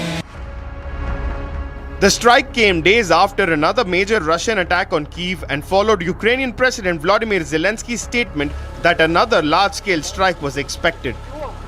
Ще одне, є знов дані розвідки про те, що росіяни готують новий масований удар. Це в дусі Путіна одразу після Дня Незалежності Америки і перед самітом НАТО в Анкарі. Росія хоче додати зла і вбити людей. Будь ласка, бережіть себе, зважайте на сигнали повітряної тривоги. Russia has repeatedly stated its military operations are aimed at degrading Ukraine's military capabilities and strategic infrastructure as retaliation to repeated Ukrainian strikes on Russia. Moscow also claims Kyiv continues its drone and missile attacks on Russian territory, including strikes on energy and oil infrastructure.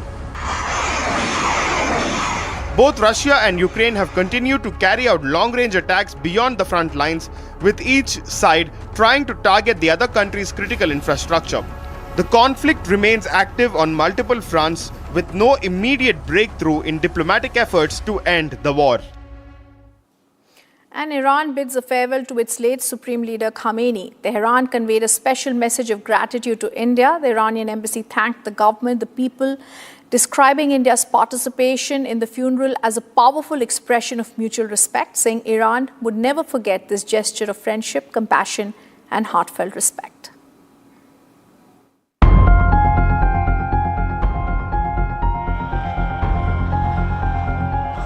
Thousands of black-clad mourners poured into the streets of Tehran as Iran held a massive funeral procession for Supreme Leader Ayatollah Ali Khamenei. Khamenei's flag-draped coffin was carried through the capital alongside the coffins of family members killed during the conflict that erupted earlier this year. The procession stretched across major roads in Tehran, with authorities shutting down parts of the city as crowds gathered in huge numbers. For Iran's leadership, the funeral has become a powerful display of national solidarity at a time of heightened regional tensions. حضرت آقا 47 سال جونش رو برای مردم داد. اما اوچه گذاشت. ما کمترین کاری که میتونیم اینه که تجدید نازده خود و خانواده شرکت کنیم. But alongside grief, there were also visible signs of anger and demands for retaliation as protesters carried banners targeting the United States and Israel. The funeral comes as Iran continues negotiations with Washington over a long-term settlement following the conflict that claimed the 86-year-old leader's life. Yet many in the crowd made it clear that they want those responsible to be held accountable. مهمترین خواستمون اینه که داغی که به دل ما نشسته با قصاص قاتلای رهبر شهید تا یک حدی کاملا نمیشه تا یک حدی بتونه التیام پیدا کنه. Calls for revenge echoed throughout the procession, with mourners vowing that Iran would not forget the death of its supreme leader. Images from the funeral showed crowds carrying portraits of Ayatollah Ali Khamenei, Iran's new supreme leader Mojtaba Khamenei, and Islamic Republic founder Ayatollah Ruhollah Khamenei. Iranian President Masoud Pezeshkian also joined mourners as the procession moved through the capital amid tight security. The funeral ceremonies are expected to continue for several days before Khamenei is laid to rest in Mashhad, his birthplace. Wildfires continue to rage across southern Europe as extreme heat and dry conditions fuel blazes in Spain, France, Portugal and Greece. Thousands have been forced to evacuate with homes, forests, protected natural areas under threat. Firefighters backed by aircraft are battling multiple fronts as authorities warn that soaring temperatures and strong winds could worsen the situation.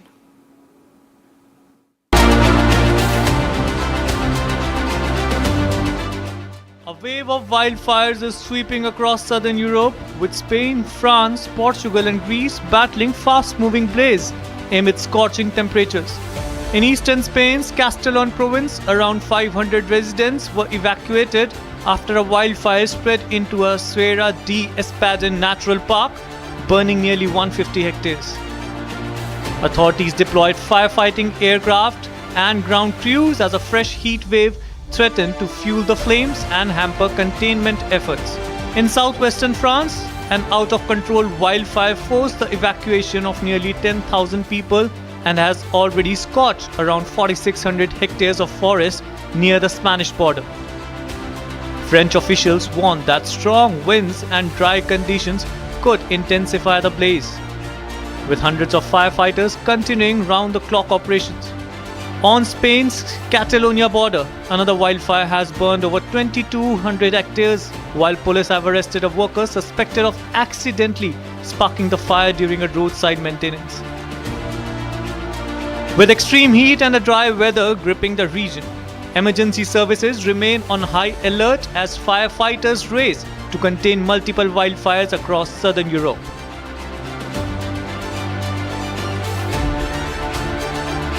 Thank you for joining us on Republic Global. On the other side of a very short break, my colleague Niranjan gets you the bigger Republic investigation on Meta, Instagram, Facebook's defiance and refusal to shut down child abuse, exploitation, messages and material on their sites. Stay tuned for that.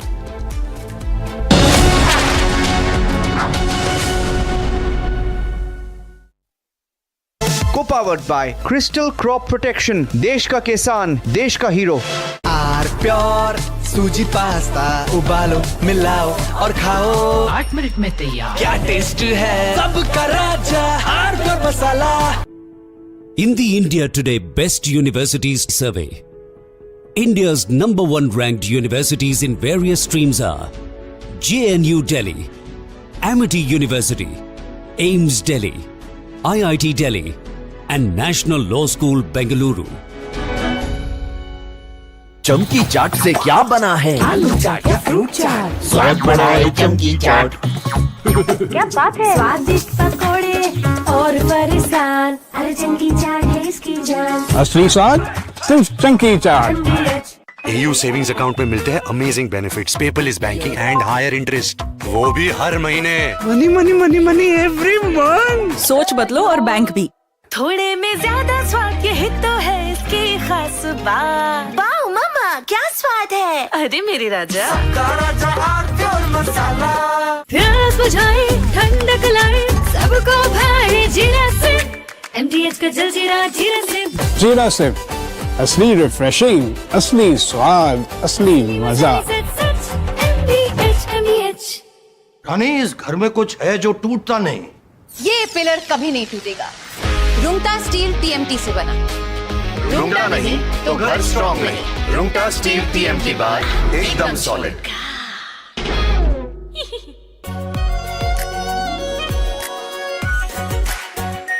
Are pure shahi paneer masala, delicious, healthy everyday. चमकी चाट से क्या बना है? Sandwich लस्सी और छाछ। हर घूंट में चमकी चाट। ड्राई फ्रूट और दही बड़े। चमकी चाट से स्वाद बढ़े। असली स्वाद सिर्फ chunky chaat.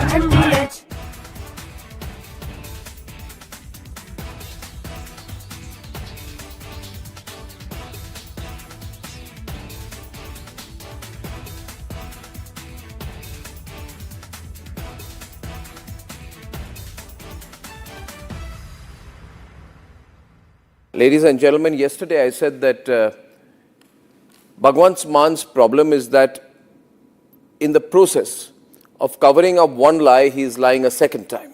So to cover two lies, he lies a third time and a fourth time, and now he's in a big trap. He is doing everything possible to save his job, but it's going to become more and more difficult for him. Plus, I think he has some very foolish advisors. You see, this controversy is about a younger Bhagwant Mann. He's about 52 years now, 52 or 53. And the video apparently goes back to the time he was 39 years old. This is a video he's released. Let me first show you the other video.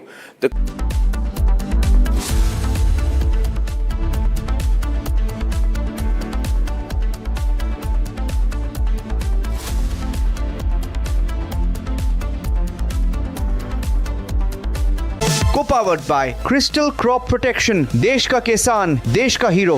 Are pure सूजी pasta, उबालो मिलाओ और खाओ। 8 minute में तैयार। क्या taste है, सबका राजा R pure masala.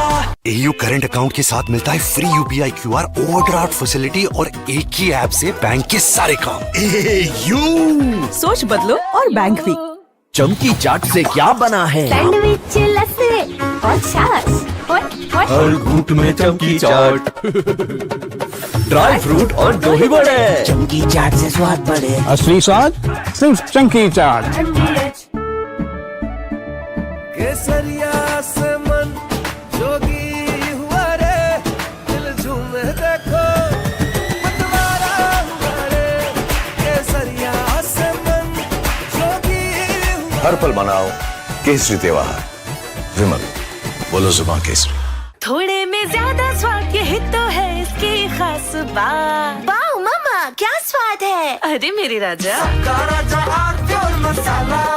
AU current account के साथ मिलता है free UPI QR overdraft facility और एक ही ऐप से बैंक के सारे काम। AU सोच बदलो और बैंक भी।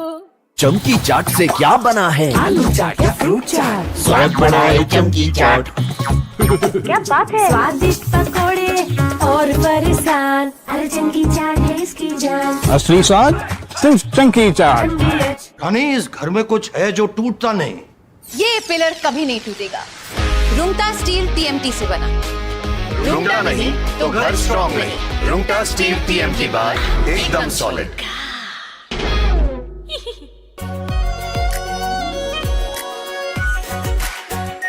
Are pure shahi paneer masala, delicious, healthy everyday. चमकी चाट से क्या बना है? आलू चाट या फ्रूट चाट। स्वाद बनाए चमकी चाट। क्या बात है, स्वादिष्ट पकोड़े और फरसान, अरे चंकी चाट है इसकी जान। असली स्वाद सिर्फ chunky chaat.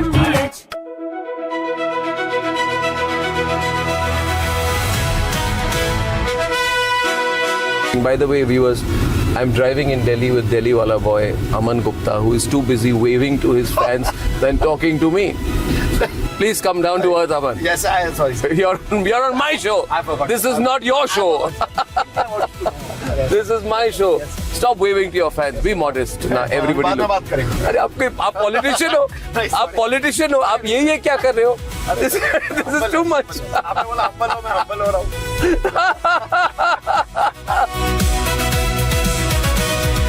You became very famous during Balika Badhu. At that time, there was a huge amount of fame and focus, right? There was. People must be writing about you. The paparazzi would have written about you. There were no paparazzis at that time. You're not that old. Don't No, I mean it. There were no paparazzis. You were no paparazzi at that time. There were no paparazzis. This has happened now? This is There was no Viral Bayani then?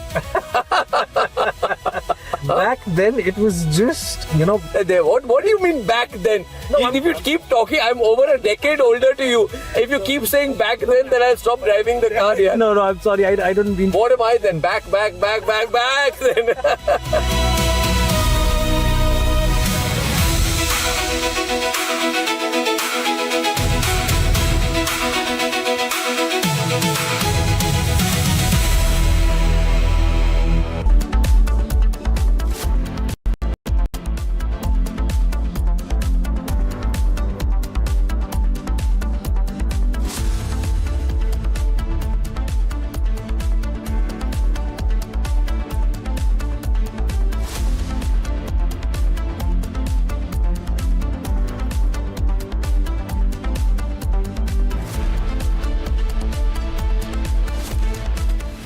From Asia's largest news headquarters,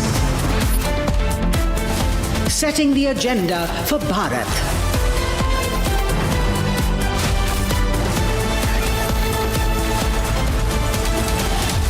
You're watching Republic.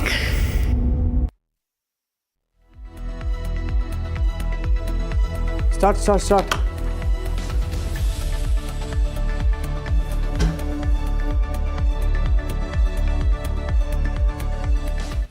From Asia's largest news headquarters, setting the agenda for Bharat.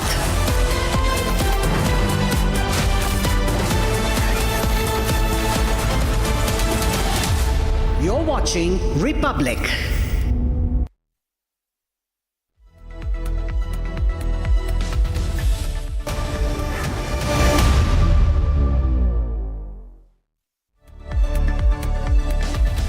Thank you for joining us on This Is Exclusive, ladies and gentlemen. We here at Republic TV have been investigating the Meta child abuse scandal. Meta has run into trouble across the world for being a platform for child sexual abuse content.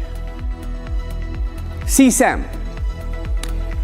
And the government of India has pulled up Meta, and despite being pulled up by the government of India, Meta has not acted. Meta has not acted on the content which is available, freely available. By the way, as of this evening, it is still available. Republic did an investigation, and what showed up rather in the reels, we'll tell you all about it, send shockwaves at least across our newsrooms. We'll tell you all about it in the next few minutes. Here are the headlines.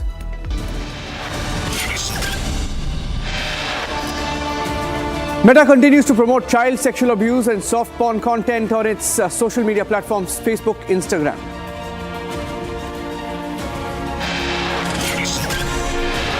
Meta openly defies the Indian government's guidelines, continues to push child abuse content.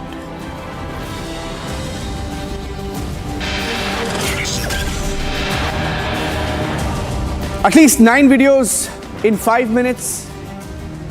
We will tell you how the algorithms continue to push child abusive content on Meta.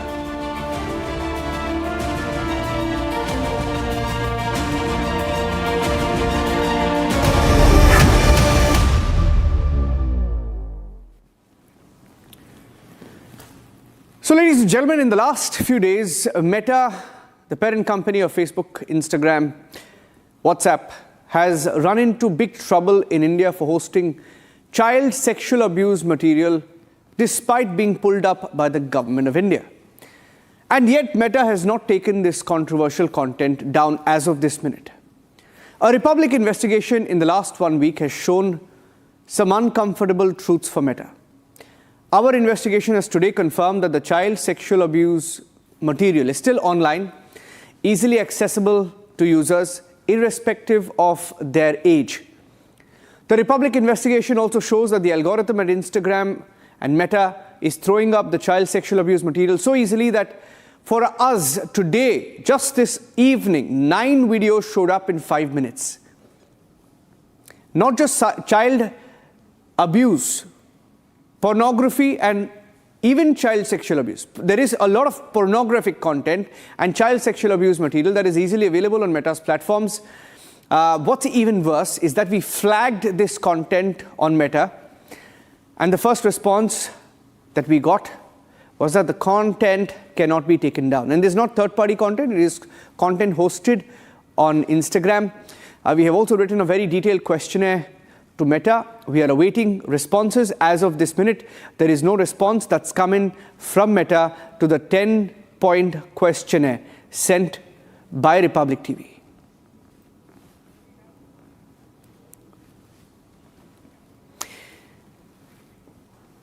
Okay, let me first up introduce Mr. Pawan Duggal. Pawan Duggal is one of India's leading cyber experts. Mr. Duggal, thank you for joining us here on Republic this evening.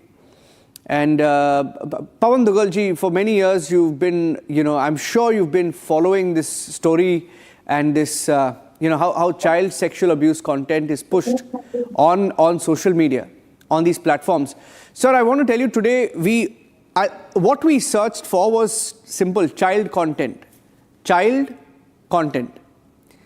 And when we searched for child content, in about 5 minutes of all the reels that showed up, 9 videos were of child abuse. And then apart from that, ads that popped up of pornographic content as well. So what it confirms is that platforms like Meta continue to defy the Indian government. They were pulled up last week, but it's not been brought down.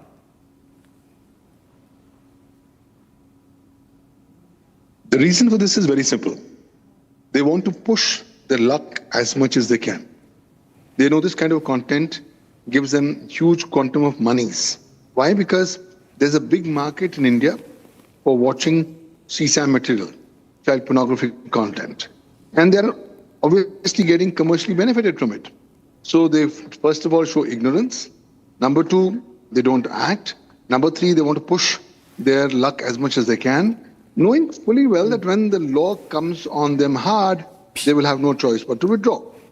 But then what they are now not failing to understand is that when you are, despite the directions by the government, you're continuing to do what you are in gross violation of your statutory obligations as an intermediary under Section 21W of the Information Technology Act. Mind you, the IT Act says if you are an intermediary, you shall not publish, transmit, host, disseminate any information which includes child pornography or obscene content.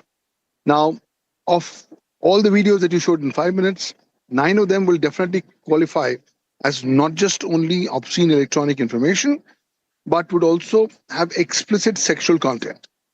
That being so, you have to understand that this is already an offense under Section 67 and 67A of the IT Act.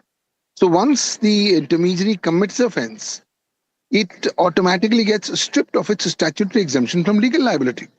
But I think because Meta believes it's very, very big, Meta believes it can do what it wants to do, and Meta has got away with all its earlier exercises, that's a reason potentially why they are not just acting. I think the time is now, and the onus is now on the government, that if it can actually strip them of their statutory exemption from legal liability, which is a mandatory obligation of the government under law, under Section 79(2)(c) of the IT Act. And once that's done, a barrage of legal exposure would come towards Meta. That's then they will then start understanding the ambit, scope and applicability of the Indian cyber law, and then they will try to ensure compliance. Right now, till such time, they don't get a big stick on their neck, they're not going to be acting. So the onus is coming back on the government. You will have to now start coming up with cogent, effective action against not just Meta, but all intermediaries who in any case are required to ensure that they don't publish any CSAM content. And if there's